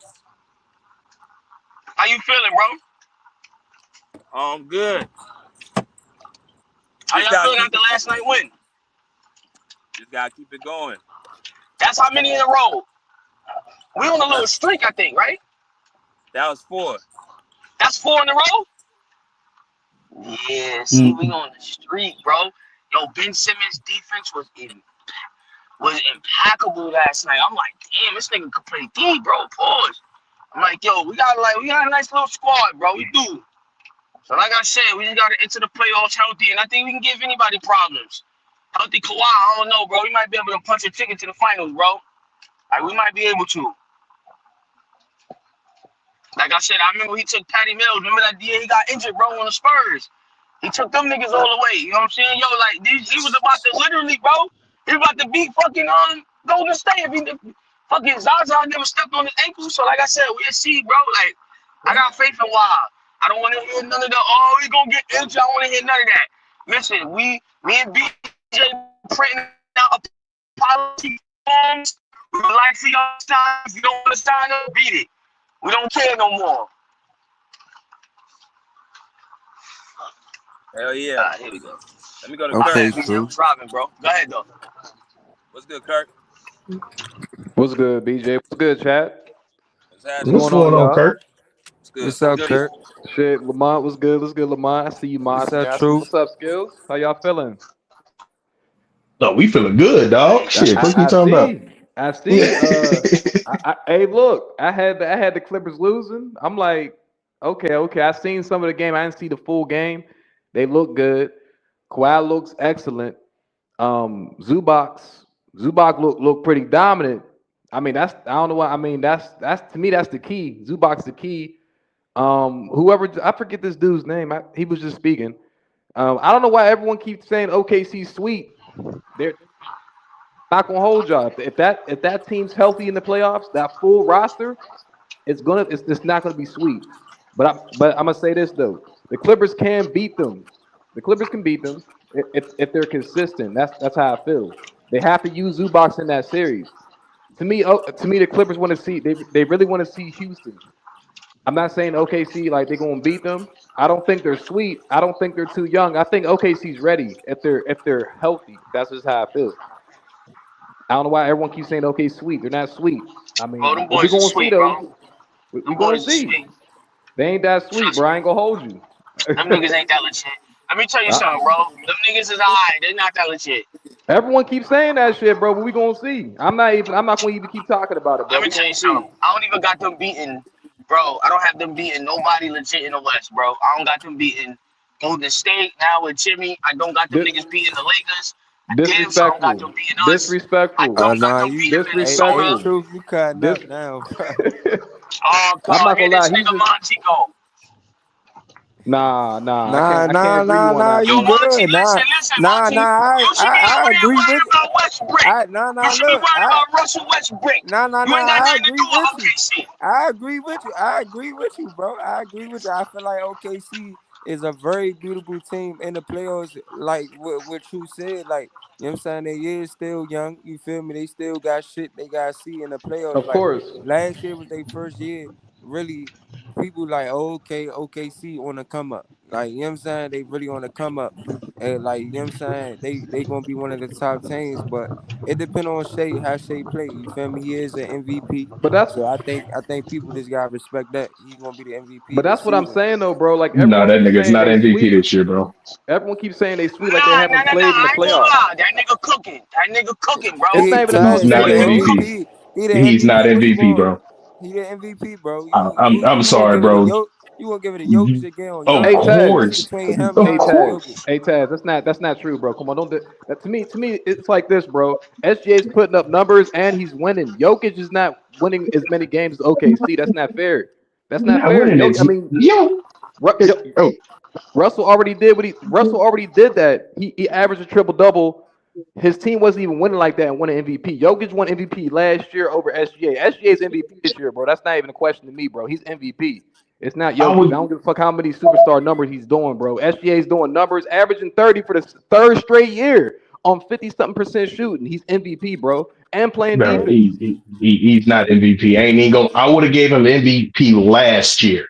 Like I definitely would have gave him He's playing MVP better last this year. year. And so is Jokic. Jokic is playing better than he was in his MVP season, bro.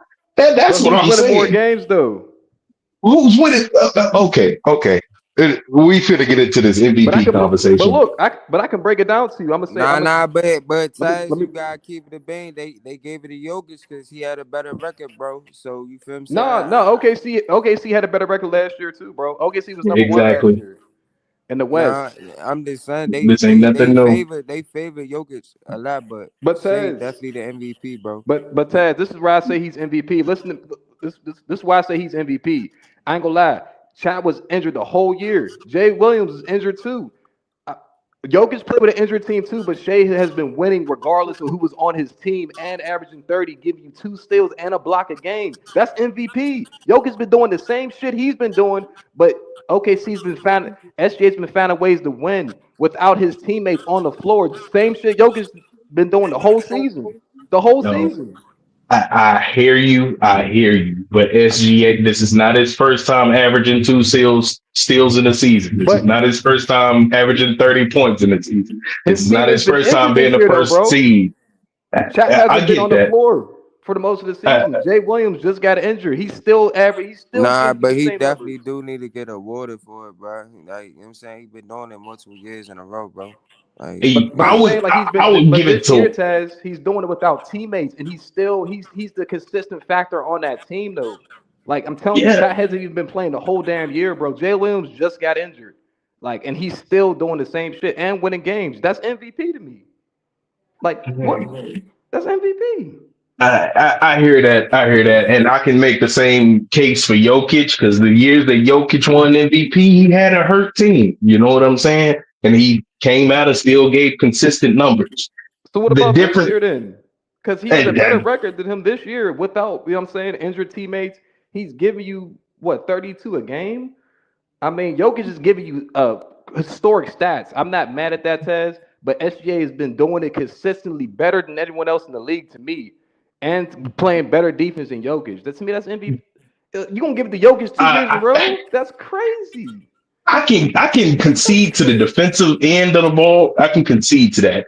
And the way that they get their points, the way that they are used in their system, SGA is a vital piece. A vital piece. But I'm not even he is the most important piece over there right now. But I'm not gonna sit here and say that if you take SGA off the OKC Thunder, that they're gonna be some kind of, let me say, I guess, bottom tier team, a play-in team. I agree with that, Taz. I ain't going. Hey, Taz, I'm gonna correct you. I don't think they're gonna be a bottom tier team, but if you take that 30 points off OKC, they not gonna look like that. You take Shea off that team, I they're disagree. not gonna look like that. He Taz, is come on, bro. valuable to Lamont them. telling I'm the truth, bro. only saying that because the Nuggets, we just beat the Warriors without Jokic and the Jamal Murray. You know what I'm saying? So I'm just I watched saying, that like, game. Russ did his thing, by the way. I saw that shit. yeah, he Yep. triple. Nah, but Russ did his Eric thing Gordon, he that game. He dropped like did. 38 that game. But Russ did had a triple double. But I just think Shea, he's the more valuable player to his team, bro. This season, I'm gonna say this season. Okay. Yeah. I mean, I can definitely see either way. If Shea does win it, I'm not gonna say he don't deserve it. I'm not gonna say that. That's the last thing that I'm gonna It's say. between four guys. It's between four guys. Only four. It's between It, Shea, it, Jokic, Giannis, and Jason Tatum. Jason Tatum is definitely in the MVP conversation. He stepped his game up this year. So I give him his flowers. I agree with Lamont. I do agree with it. But Taz, here's my thing though. Like the reason why I keep saying injured players because I watched OKC the whole season. I watched players go down, and I watched SGA be so consistent every night. I'm talking about he's consistent every night, bro. And I'm not saying Jokic is not, but SGA has literally been picking up the slack for his team. That's MVP to me. When you have your third best player go down, when you have your second best player go down, and you're still giving me 30 a game and playing defense, nigga, you're MVP. I mean, but I disagree with that because if you have your second and third best player going down, your ass better be averaging 30. I don't give a fuck. But I'm saying like, it's not even that, Taz. He's doing that and winning. Like he's not even like it's not like he's doing that and losing. He's doing that and winning games. So it's like, damn. So it's like this. Do you need Chad? Do you need Jay Williams, or you just the MVP of your team? Nah, you're MVP because you stepped up and you're making your teammates better around you with your second and best and your third best player now on the court. That's impact. That's MVP. That is impact. But the thing that I would need to see, for me to just label him the undisputed MVP for me is him taking his team on a long playoff run. I don't see that happening. I don't see that, especially in Jokic's situation. Jokic is going to make a long playoff run no matter who's on this team. Besides, the MVP award is for regular season only. You know what I'm saying? It's not for the playoffs. And he did make it to the second round, but lost to a better team than Luka Doncic and Kyrie Irving last year.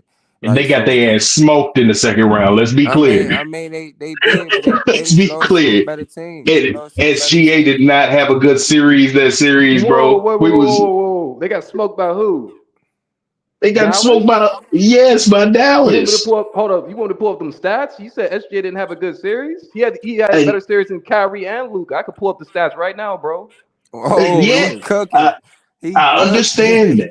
I understand that. Game of that series, bro. SGA played amazing in that series. Okay. I'll concede, better, bro. But his teammates should have. I ain't gonna lie. That game 6, he was very impactful. I see where you're going, Taz. I'm not saying SGA was like he played his best basketball, but he averaged like 29. I think he averaged like 30 in that series. I ain't gonna lie to you, bro. Well, go ahead, Taz. I ain't gonna go ahead, Taz. He has to average 30 in those situations, and that's one of the things. And to Monty's point, I don't disagree with the MVP being a regular season award. Okay. I think that MVP should be given after the season is done. That way we can actually see how much of an impact you really have when it matters. So I agree with that. That's why I don't agree with that. Nah, you can't really do that because they got postseason awards like the Eastern Conference Finals MVP. Like, you feel me? It's two different seasons, bro. And it's so the regular season is the regular season to get to the playoffs, to the big dance. You get what I'm saying? Just like in the NFL and the NBA, you just gotta punch your ticket. That's what they doing in the regular season. Everybody trying to punch their ticket to get to the postseason. Now, some players play well in the regular season, and a lot of players don't play well in the playoffs. You know what I'm saying? And that's Because why the I would playoffs, not list those players as MVPs. but you can't do that, Taz, because the MVP is an award for the regular season. It's not an award for the playoffs, bro. I get that, do Monty. that. I get that, Monty, but at the same time, if you're the most valuable player, your ass better be making a long fucking run in the playoffs. Nah, Taz, you're I definitely get Taz. that, but Go, Lamar. Steve Nash, he was an MVP, right? He was Yeah. I think he was a most of the time MVP. Did he make a long run in the playoffs? Yeah, he did. Yes, he did. Y'all not remember him and Amari Stoudemire going to the Western Conference Finals? Taz, I mean, Taz, that's what you're saying is correct. I see where you're coming from, Taz, but you have to add context into it. We can't just act like SGA just flamed down the playoffs. He averaged 29 and on 49% shooting. I don't know how many steals and blocks he had, but he was impactful. He went to this, hold up. He went to the second round, bro. He didn't make it to the playoffs last year because he was in a play-in. So he made it to the playoffs. He lost in the second round. He lost against a really good team that went to the finals. And you're telling me he can't be MVP because of the postseason? That's not true. He had a that's what I'm pretty saying. decent Like, postseason. No, hold on. Wait. Hold on. Y'all getting ahead of me right now. Wait a minute. I already said though I would have gave SGA the MVP last year. You did say that. That's moving a goalpost. If you saying, oh, you tell somebody, look, if you just tell players before the season start, look, so the MVP award is for the regular season and what you do in the playoffs.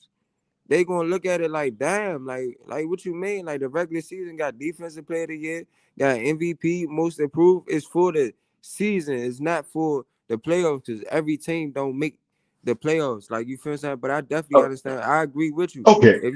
I agree with you. If you the MVP, I do believe that you should be making a long run in the playoffs. I do believe that too. So let me question that logic real quick. So we talk about MVPs. How many MVPs do you know do not make fucking long runs in the playoffs? James How Harden. many I of them? can't say that. I can't say that. Yeah, even that MVP year, he made it to the Western Conference Finals. Come on now. No disrespect, Lamont. No disrespect, Lamont. I'm gonna say Nah. No, you can say Russ Creed. I mean, you could say. I mean, it's a fact, bro. It's a fact. Like, you feel what I'm saying? So I can't get mad at it. Like, you know what I'm saying? But you can't dispute greatness. Like, he ain't averaged a triple double that season. Is true. He wasn't a superstar. Like, you feel what I'm saying? Like, yeah, Westbrook was doing shit we ain't never seen before when he got his MVP. So he deserved his MVP. Like, I'm not gonna say he don't, but like I was saying, how many MVPs do y'all know that either don't have a championship or has not been to the Western Conference Finals or Eastern Conference Finals? James Harden has made it to the Western Conference Finals more than once. He's not a champion though. He's not a champion. James Harden and Russell Westbrook. James Harden and Russell Westbrook, they do have MVPs. KD do too, and all of them have been to the Western Conference Finals, and then all of them has been to the finals. Taz, thank you. But here's my thing, Taz. You can't point them out. But Taz, I ain't gonna lie to you. Lamont said it the best. I ain't gonna hold you. He said regular season, like you cannot give it to SGA and then say, because I don't know what he's gonna look like in the postseason. That's the point. The MVP, and then you have to play in the postseason. That's not fair. And SGA already showed you what he looked like in the postseason last year. So what makes you think he's not gonna do the same thing again this year? That's my thing, Taz. The reason that I would have gave it to SGA last year is because, first of all, he didn't have a Chet Holmgren. Second of all, he didn't have Isaiah Harden. He ain't really had Chet this year either. He had Chet. No, Taz. Chet was playing the whole. I think he had Chet more last year than he did. He did. Okay, well, I might be wrong about that. Excuse my incorrectness. He had more. No, I just watch OKC, Taz. That's why I'm talking like that. I watch OKC. Yeah, They ain't really had Chet this year. You feel what I'm saying? yeah, I get that. I get that. And like the reason why I would have gave it to him last year is because the year before last year they were in the play-in. Last year, first seed, number one record in the Western Conference. What they You doing right now, actually got Taz? What they doing right now, Taz? shit. You just came off of a season where you were the first seed, so that is a team accomplishment. I can't give that just straight to the MVP. You know, That's a I part of can't. the MVP.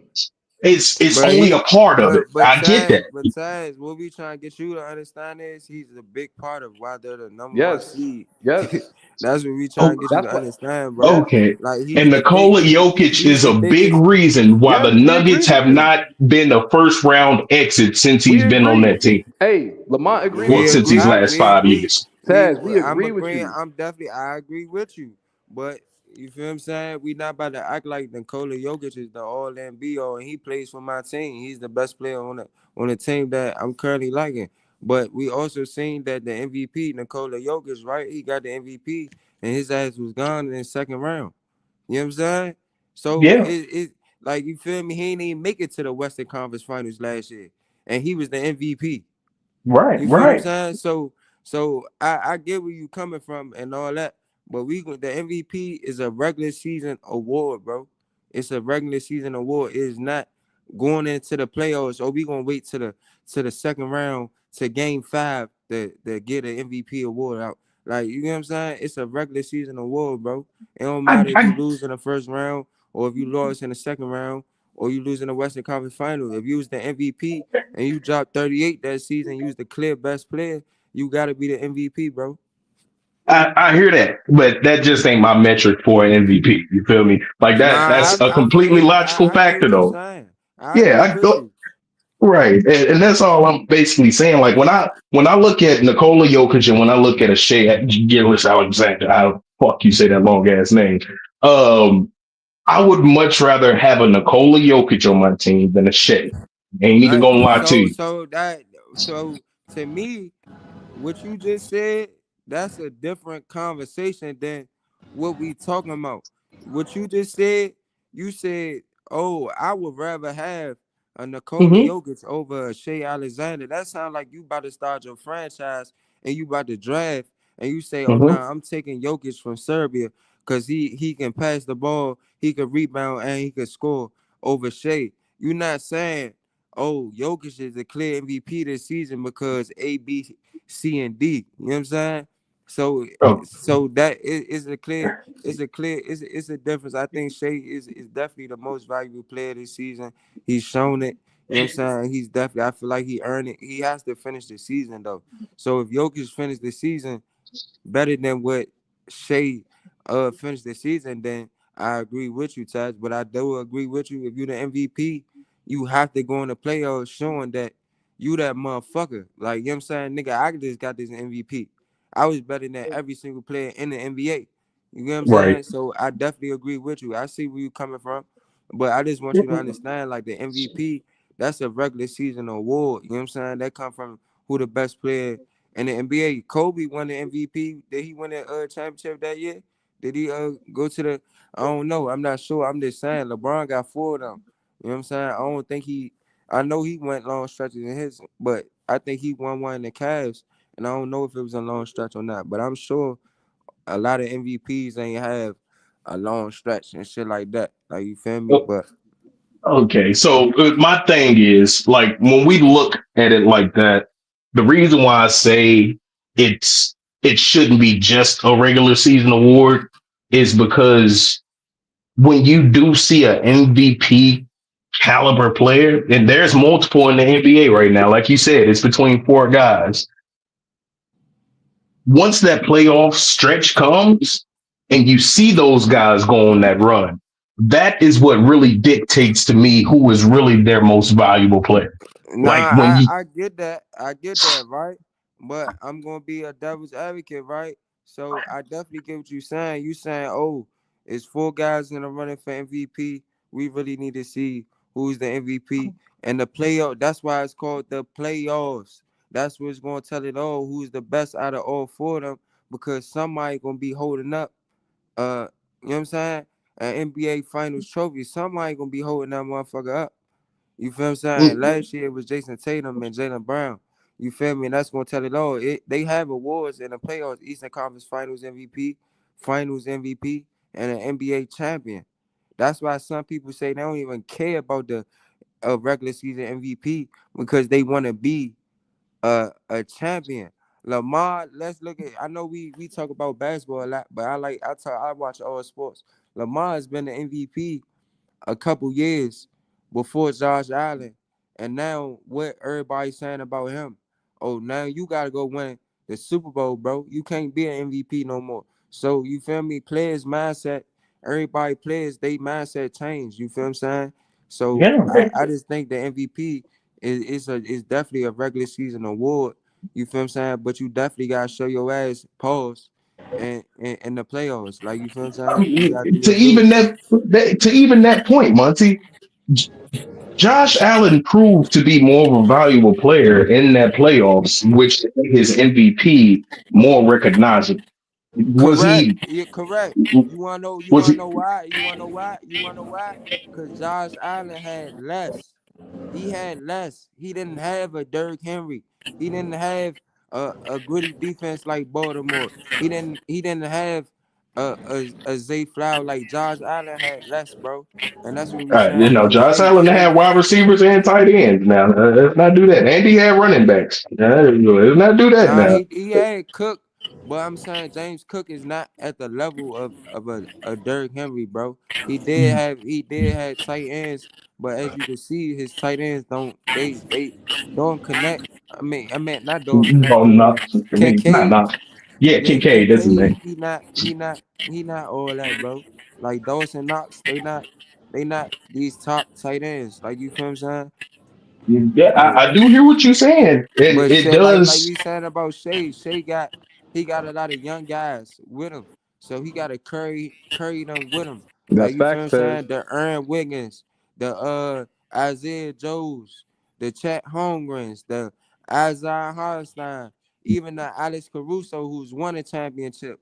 You feel what I'm saying? So that's the old we saying, bro. I definitely get what you coming from, but I was just trying to point it out in different ways compared.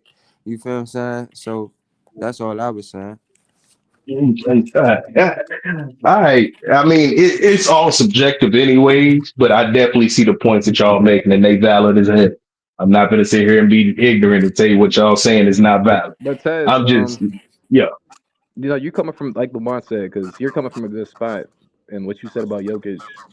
Jokic, to me, if you ask me, Taz, Jokic is the best player in the NBA. But who's the MVP is of two different conversations, like he said. And if you want to be honest, bro, if you wanted to say you wanted to add the MVP with the regular season and postseason, uh, I disagree because players like Kawhi will average 23 in the regular season, and postseason he'll give you 30 points on 50 something percent shooting. He's the MVP of the postseason with a championship a couple Exactly. times. So that's kind of like Yeah. it's kind of biased But because remember that year 2019, Giannis won mhm. MVP, and then Kawhi was load managing that whole postseason, that whole regular season. Into the postseason, he started dominating. He had one of the best postseasons we've seen all time, bro. So that's kind of like two different. It should be, you know what I'm saying? Like those are James Harden, regular season, postseason. These are postseason, regular seasons, two different things. Yeah, Y'all going into my point though. That is exactly my point. Oh, my Like bad. that's why I would. Yeah, that is why I'm saying stretch it out to the postseason. Because if nah, you but crown somebody you MVP can't. and then they go into a series and completely get locked the fuck up by somebody who is a superstar and is a clear better player than your so-called MVP, I'm not going to say they're the MVP of the entire league. That is the difference. It's MVP of the entire league. It's not just your team. It's But the that's like whole league, bro. Nah, that's I get that, Taz. I get what you're saying, but it's called the Kia MVP Most Valuable Regular Season Award, bro. It's not going into the playoffs. That's two different ball games, bro. You talking about regular season where people come to the game, where players come to the game and like, oh, we just gonna get to the next game, or we gonna try to win this game. But in the playoffs, it's like, nah, we can't lose this game. You get what I'm saying? It's two different atmospheres. You feel what I'm saying? Like Lamar, to me, I feel like he's a great regular season player, but then when the playoffs come, he's like James Harden. You feel what I'm saying? Yeah. Like, you feel me? So, like James Harden's a great regular season player, but when it comes to the playoffs, he don't really show up. Paul George, he's a That's great true, regular season Tez. player, but when it comes to the playoffs, he don't really, you know what I'm saying? He don't really take no moments. You feel what I'm Yeah. saying? But you got them guys who play in the regular season who they are who they are in the regular season and they are who they are in the playoffs. And I think Shea is one of those. I'm not I, gonna lie to you. in my honest opinion, I am not giving out MVPs in a season to a player that can dominate the regular season when you're playing other trash teams. But when it comes to the postseason and you have actual competition that shows that you have to be the most valuable player and you cannot do that, and it's a team thing. And But you're supposed to be the most valuable it player. is I can't. it I is just can't it give is out those. it's a Yeah. team game. It's a team game, but you only could play the team that's in front of you, bro. It's That's not. true. It's not. It's only you only could play. It's not Shea's fault that he played the Charlotte Hornets on Tuesday and then he played the Utah Jazz on Thursday. It's not he dropped 40 on both teams. It's not his fault because I seen him do it against uh Boston Celtics. I've seen him do it against the New York Knicks. I've seen him do it against multiple teams. You feel what I'm Mm-hmm. saying? So it's not like he doing it against the bad teams and he not doing it against the good teams. Like Shea doing it against all teams, same as Jokic. But I think Shea just got a step ahead of him this year. And Jason Tatum, I think he's making the conversation closer. As he plays, Jason Tatum making the conversation closer. Giannis is making the conversation closer, but he losing. So you feel what I'm saying? I don't know. Tez, I Yeah. just think Shea is clear this year. He made it clear. Tez. All right. What's up? Say this, Tez, because I see where you're coming from, bro, and I do agree with you, bro. But at the like, let's say it like this, Tez. There's levels to things, right? There's Mm-hmm. D1, there's college, there's levels to the regular season, there's levels to the postseason. That's why they're separated. It's like you're a good dad, bro, but everyone doesn't tell you you're a good dad. That's not gonna happen. Like, you know what I mean? Like in the postseason, everyone's not gonna be the same, bro. There's levels. You might get a gold star for being a good kid, but you might make a lot of money out of business, but no one's gonna tell you you're doing a great job, bro. No one's gonna Hey, tell hey, you, you know what I'm saying? BJ, Like that. hey, BJ, hey, BJ, what you think, bro? About the MVP. Yeah, I'm Yeah. just saying like what basically like what we talking about like how should people value the MVP? Do you feel like the MVP award should be a regular season award, or do you feel like the MVP should be like Tad said, it should be a regular season award and how you do in the playoffs as well? I think it's good where it's at. I think whoever has a better 82 game season, um, that's where it should be. And as far as how you determine it, I think it's based off of just record, um, how your stats and also head to head matchups. That's the key, and also your availability. Like Shea, I got Shea winning it this year. I had him winning it last year.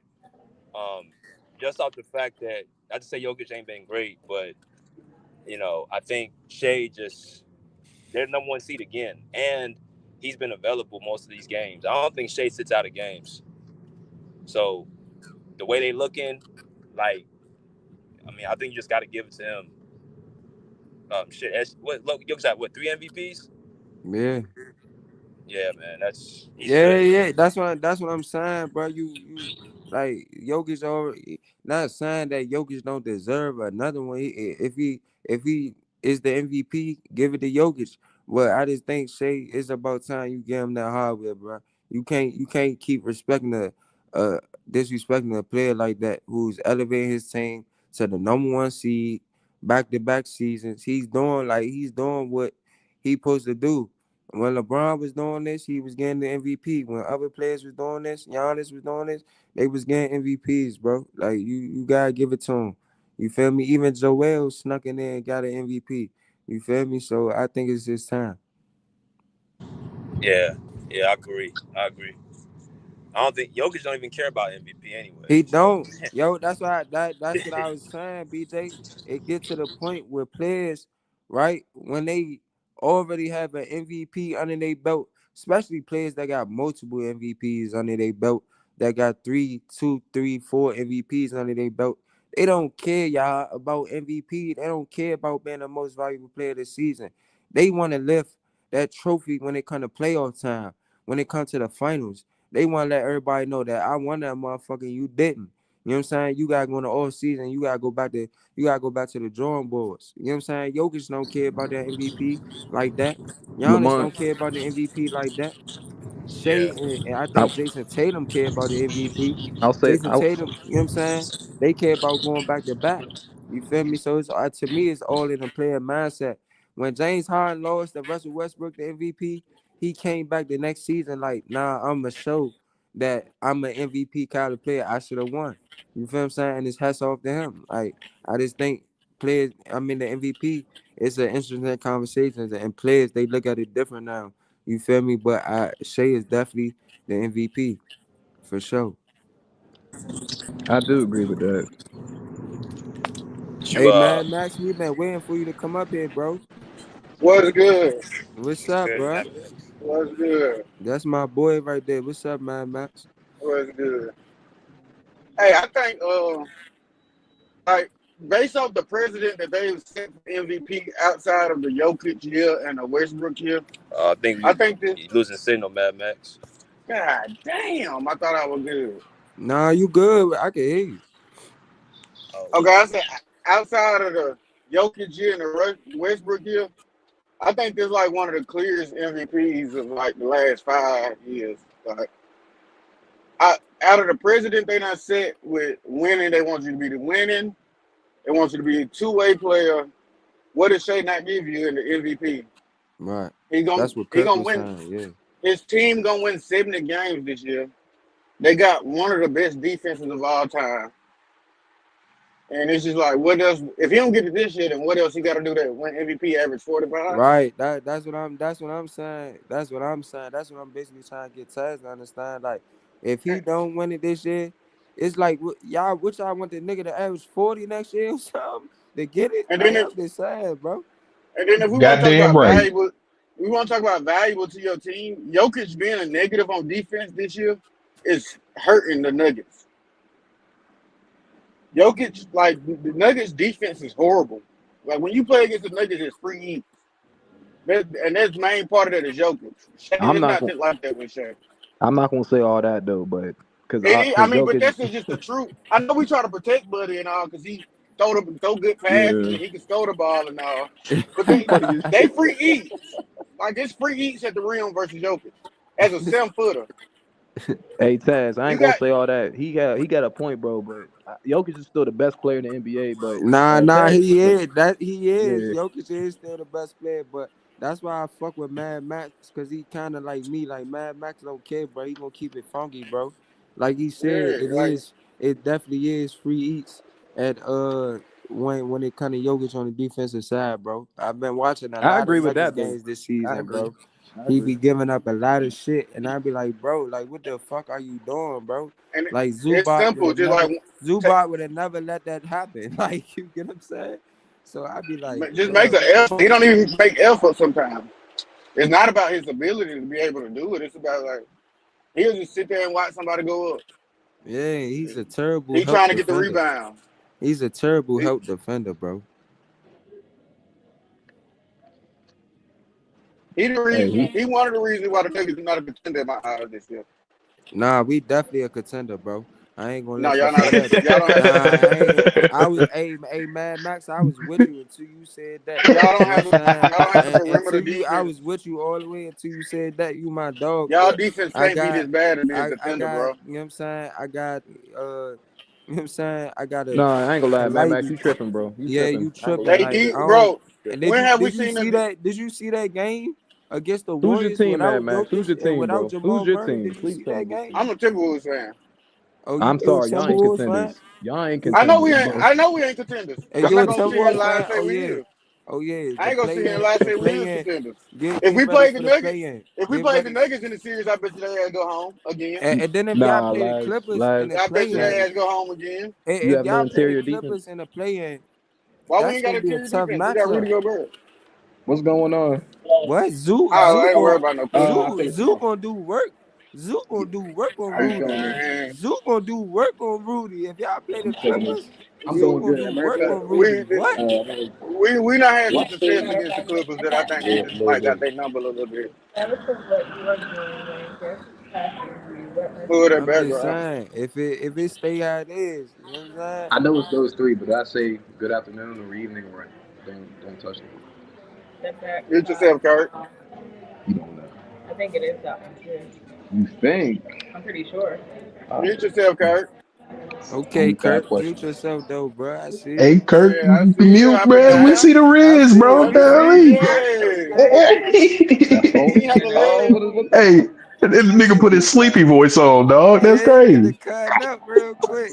You I'm believe about you? to say I figured that. I was like, just see what it is. Oh shit. Okay, cool. All right, cool. But yeah, man. Who? Who's Okay, that? who do y'all think are going to be the legitimate contenders this year, especially after seeing that Clippers win against the Cavs last night? Oh, this Can you? we do West first and then the Oh, East? man. Can we Okay. do? Let's do Yeah, it by yeah, conference. Do yeah. That's West cool. first That's and then cool. the East. Top three contenders in each conference. That's cool. Yeah. Yeah. Who y'all got? Wait, say that one more time, says. We know you Top three listen to other shit contenders over in there. Yeah, yeah. top three contenders in both conferences. I don't got three in the West. I think I'm gonna go first. I think in the West, I'm definitely gonna say the Nuggets. I know they up there. I'm gonna say OKC. Um and then the third one I would say it could be between the Lakers because I think you still gotta look at the Lakers, the LeBron, Luka going to the playoffs. I think that's gonna be tough. You feel what I'm saying? I think the Rockets and Memphis, I think they are just they are gonna be tough outs. You feel what I'm saying? So I don't think it's a clear third team. I think the Clippers can be a top three team if they play the way they played last night. Out the East, I would say it's Boston, New York, Milwaukee. You ain't gonna put the I Cavs in only that got conversation? Like I said, I think it's Boston, New York, Milwaukee. I don't think the Cavs. I don't think the Cavs. I think they gonna be a tough out. Like I said, the Cavs is a regular season team. To me, I Mm. think they're a regular season team. I need to see them do some work in the playoffs. I need them. I need to see them beat the Knicks in the playoffs. I need to see them beat Indiana in the playoffs. I think Indiana can beat the Cavs in a seven-game yeah, Hey, series. yeah, Indiana is a sleeper team this year. Can't lie. As a sleep, they made it to the Eastern Conference Finals last year. But Mhm. those would be my top teams from from each conference. The third team in the Western Conference is a question. I think it's a toss up. It could be between a couple teams. Mm. Between the Lakers, the Clippers, and probably Memphis. Lakers, I Clippers, only and probably Memphis. I only got two in every conference, but I give you three.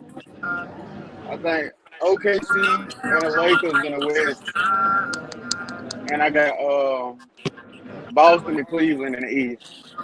Uh, but if you want me to give you a third one for every conference, I give you Milwaukee. Then I give you the Timberwolves. And I don't think there's one team in the West that can beat the Thunder in the series. Well, I think the Nuggets can beat the Thunder in the series, but I think the Nuggets struggle with the Timberwolves, with the Lakers. Nah, we do. We do. We don't struggle. We definitely don't struggle with the Lakers, but we definitely struggle with Timberwolves shit like that. I don't think you understand how bad y'all defense been, bro. The It's defense not is that a bad, work in man. Max, Like stop that shit, bro.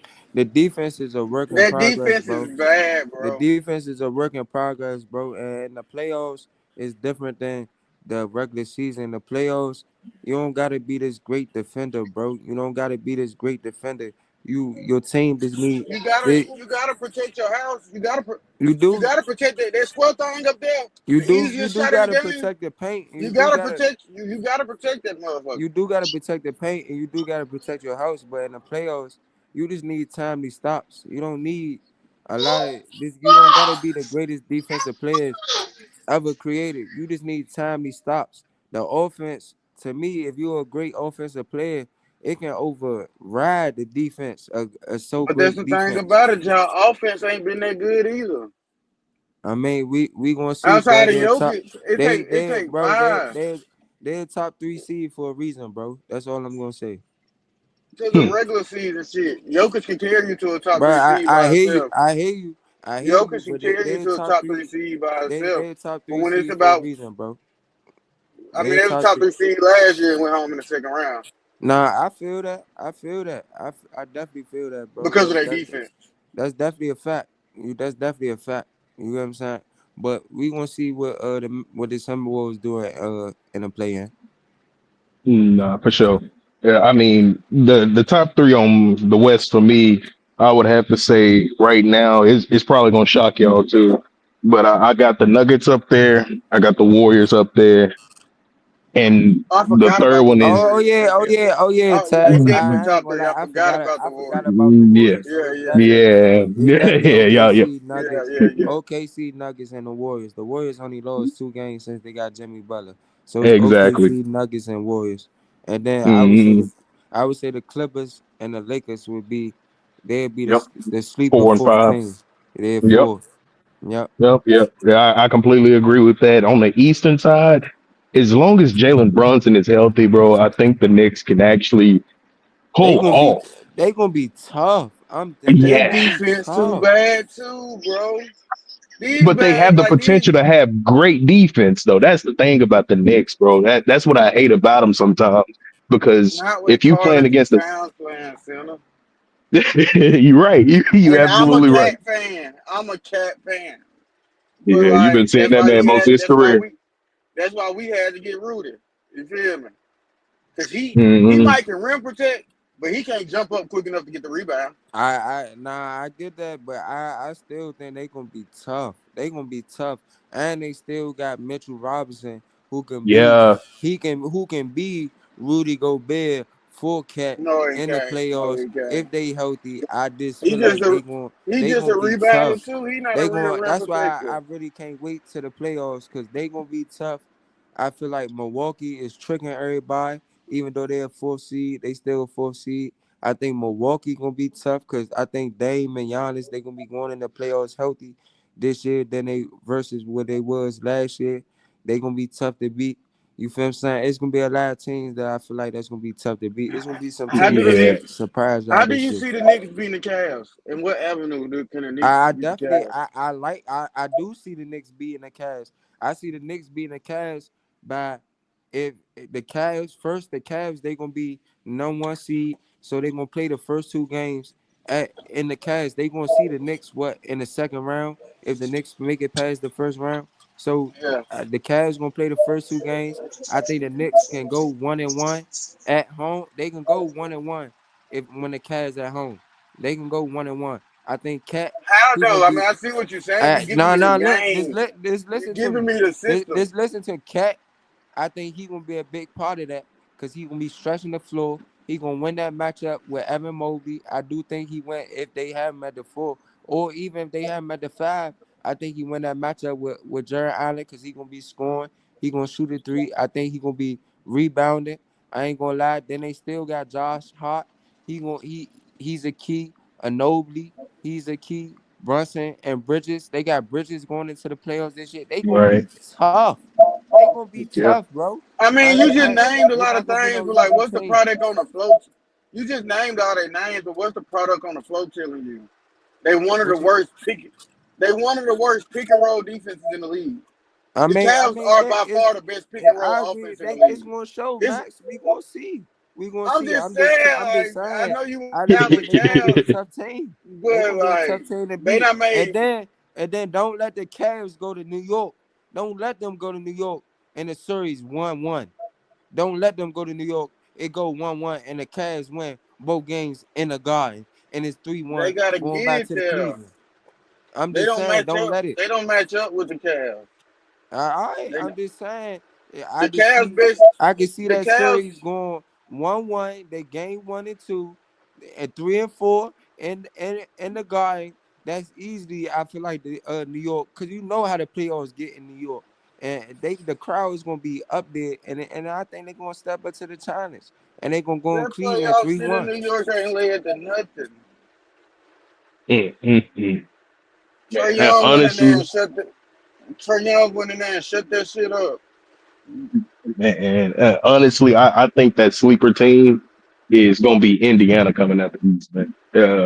They just play a whole lot of team basketball, and one thing that we've seen, especially last year, is when you're in the Eastern Conference, you're gonna have to pass the goddamn ball.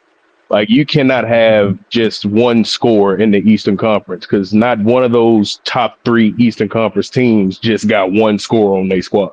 Like you look at the Yeah. Celtics, you got Jason Tatum, Jaylen Brown, Derek White. You got the short white boy. I forgot his name. You look at the Cleveland Cavaliers, bro. Kristaps when he played. Yeah, Kristaps Porzingis when he played, and like when you look at the Cavs, you got Evan Mobley, you got Donovan Mitchell, you got Darius Garland, and hey, that young kid DeAndre Hunter, that boy's a straight up dog, bro. Hey, he's a straight Do up you dog. know? I'm not Now even let gonna me lie. tell you. Let me tell you what he been shooting since he got there. So he was already shooting like 40-something% on the Hawks this year, right? From Right. 3. Since he got to Cleveland, he is shooting 67% from 3 on high volume. Shit. God damn. 67%? Yes, he is on a scorcher. Golly. And he was there right after the All-Star break ended, right? Yeah, it's been a good minute. Right. I've been waiting on it to fall. Like, okay. Gonna come back Yeah. to down to earth. So maybe in the playoffs, they finally come back down to earth. Right. Even him shooting his regular stuff is still gonna be great. Good for him. Him just getting Right. back to his regular self. And the one thing that those two teams at the top got in common is that they have great ball movement as well. Like a lot of people don't give the Celtics enough credit for how much they move the ball. Actually, they take a shit ton of threes, but most of them bitches gonna be off assist. I mean, Dribble drive you look at motion. Dribble drive motion. exactly like even with the Cavs, it's the same way. The only thing with the Cavs, you just got to make sure that Donovan Mitchell is going to be aggressive enough to score the rock. If he's not aggressive enough to score the rock, you're going to lose. I don't give a fuck what nobody say. He But gotta find Donovan, his mix though. He can't he be. don't have a go-to shot, man. He don't know his mix. He's like, I'm either gonna play hero ball or y'all ain't gonna notice I'm out here. You feel me? Right. Like you gotta find your mix. Because Garland not Right. find his. Garland gonna do what he do. Yeah. He Garland is gotta in his find role his. and he's playing it very Yeah. effective right now. Yeah, now we just need you to when he doing it, but when these big games, we ain't really seeing it like that. When he's versus these. Exactly. We saw that last night. I was expecting Donovan Mitchell to come out there shooting. I'm used to seeing Donovan Mitchell take about 10, 12 threes in a game, bro. But he wasn't aggressive. I was trying to figure out, like, why the fuck are you the one person that we know is going to get a bucket? Why are you not being aggressive right now?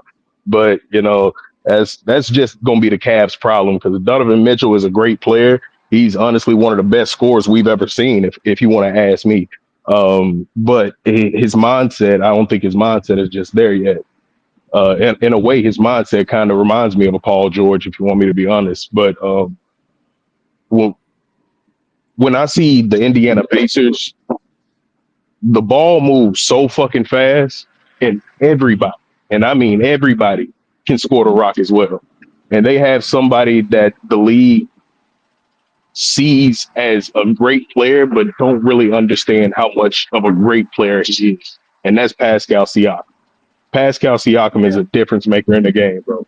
I don't care what nobody says. He's a two-way player. He's very aggressive. He goes to the basket. He pulls up. He can shoot the three occasionally. He plays phenomenal defense. That is one guy that the Pacers got that can at least give competition to these Cavs, the Celtics, the Knicks.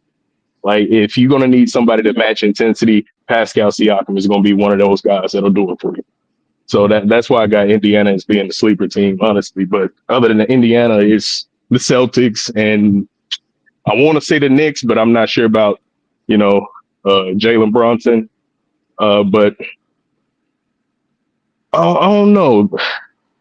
I just like the style of play that the Orlando Magic play, so I'm gonna just put them up there just for the hell of it.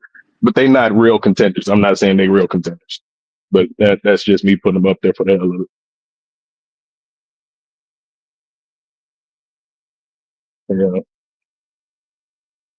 Yeah, man. Shit, y'all still there?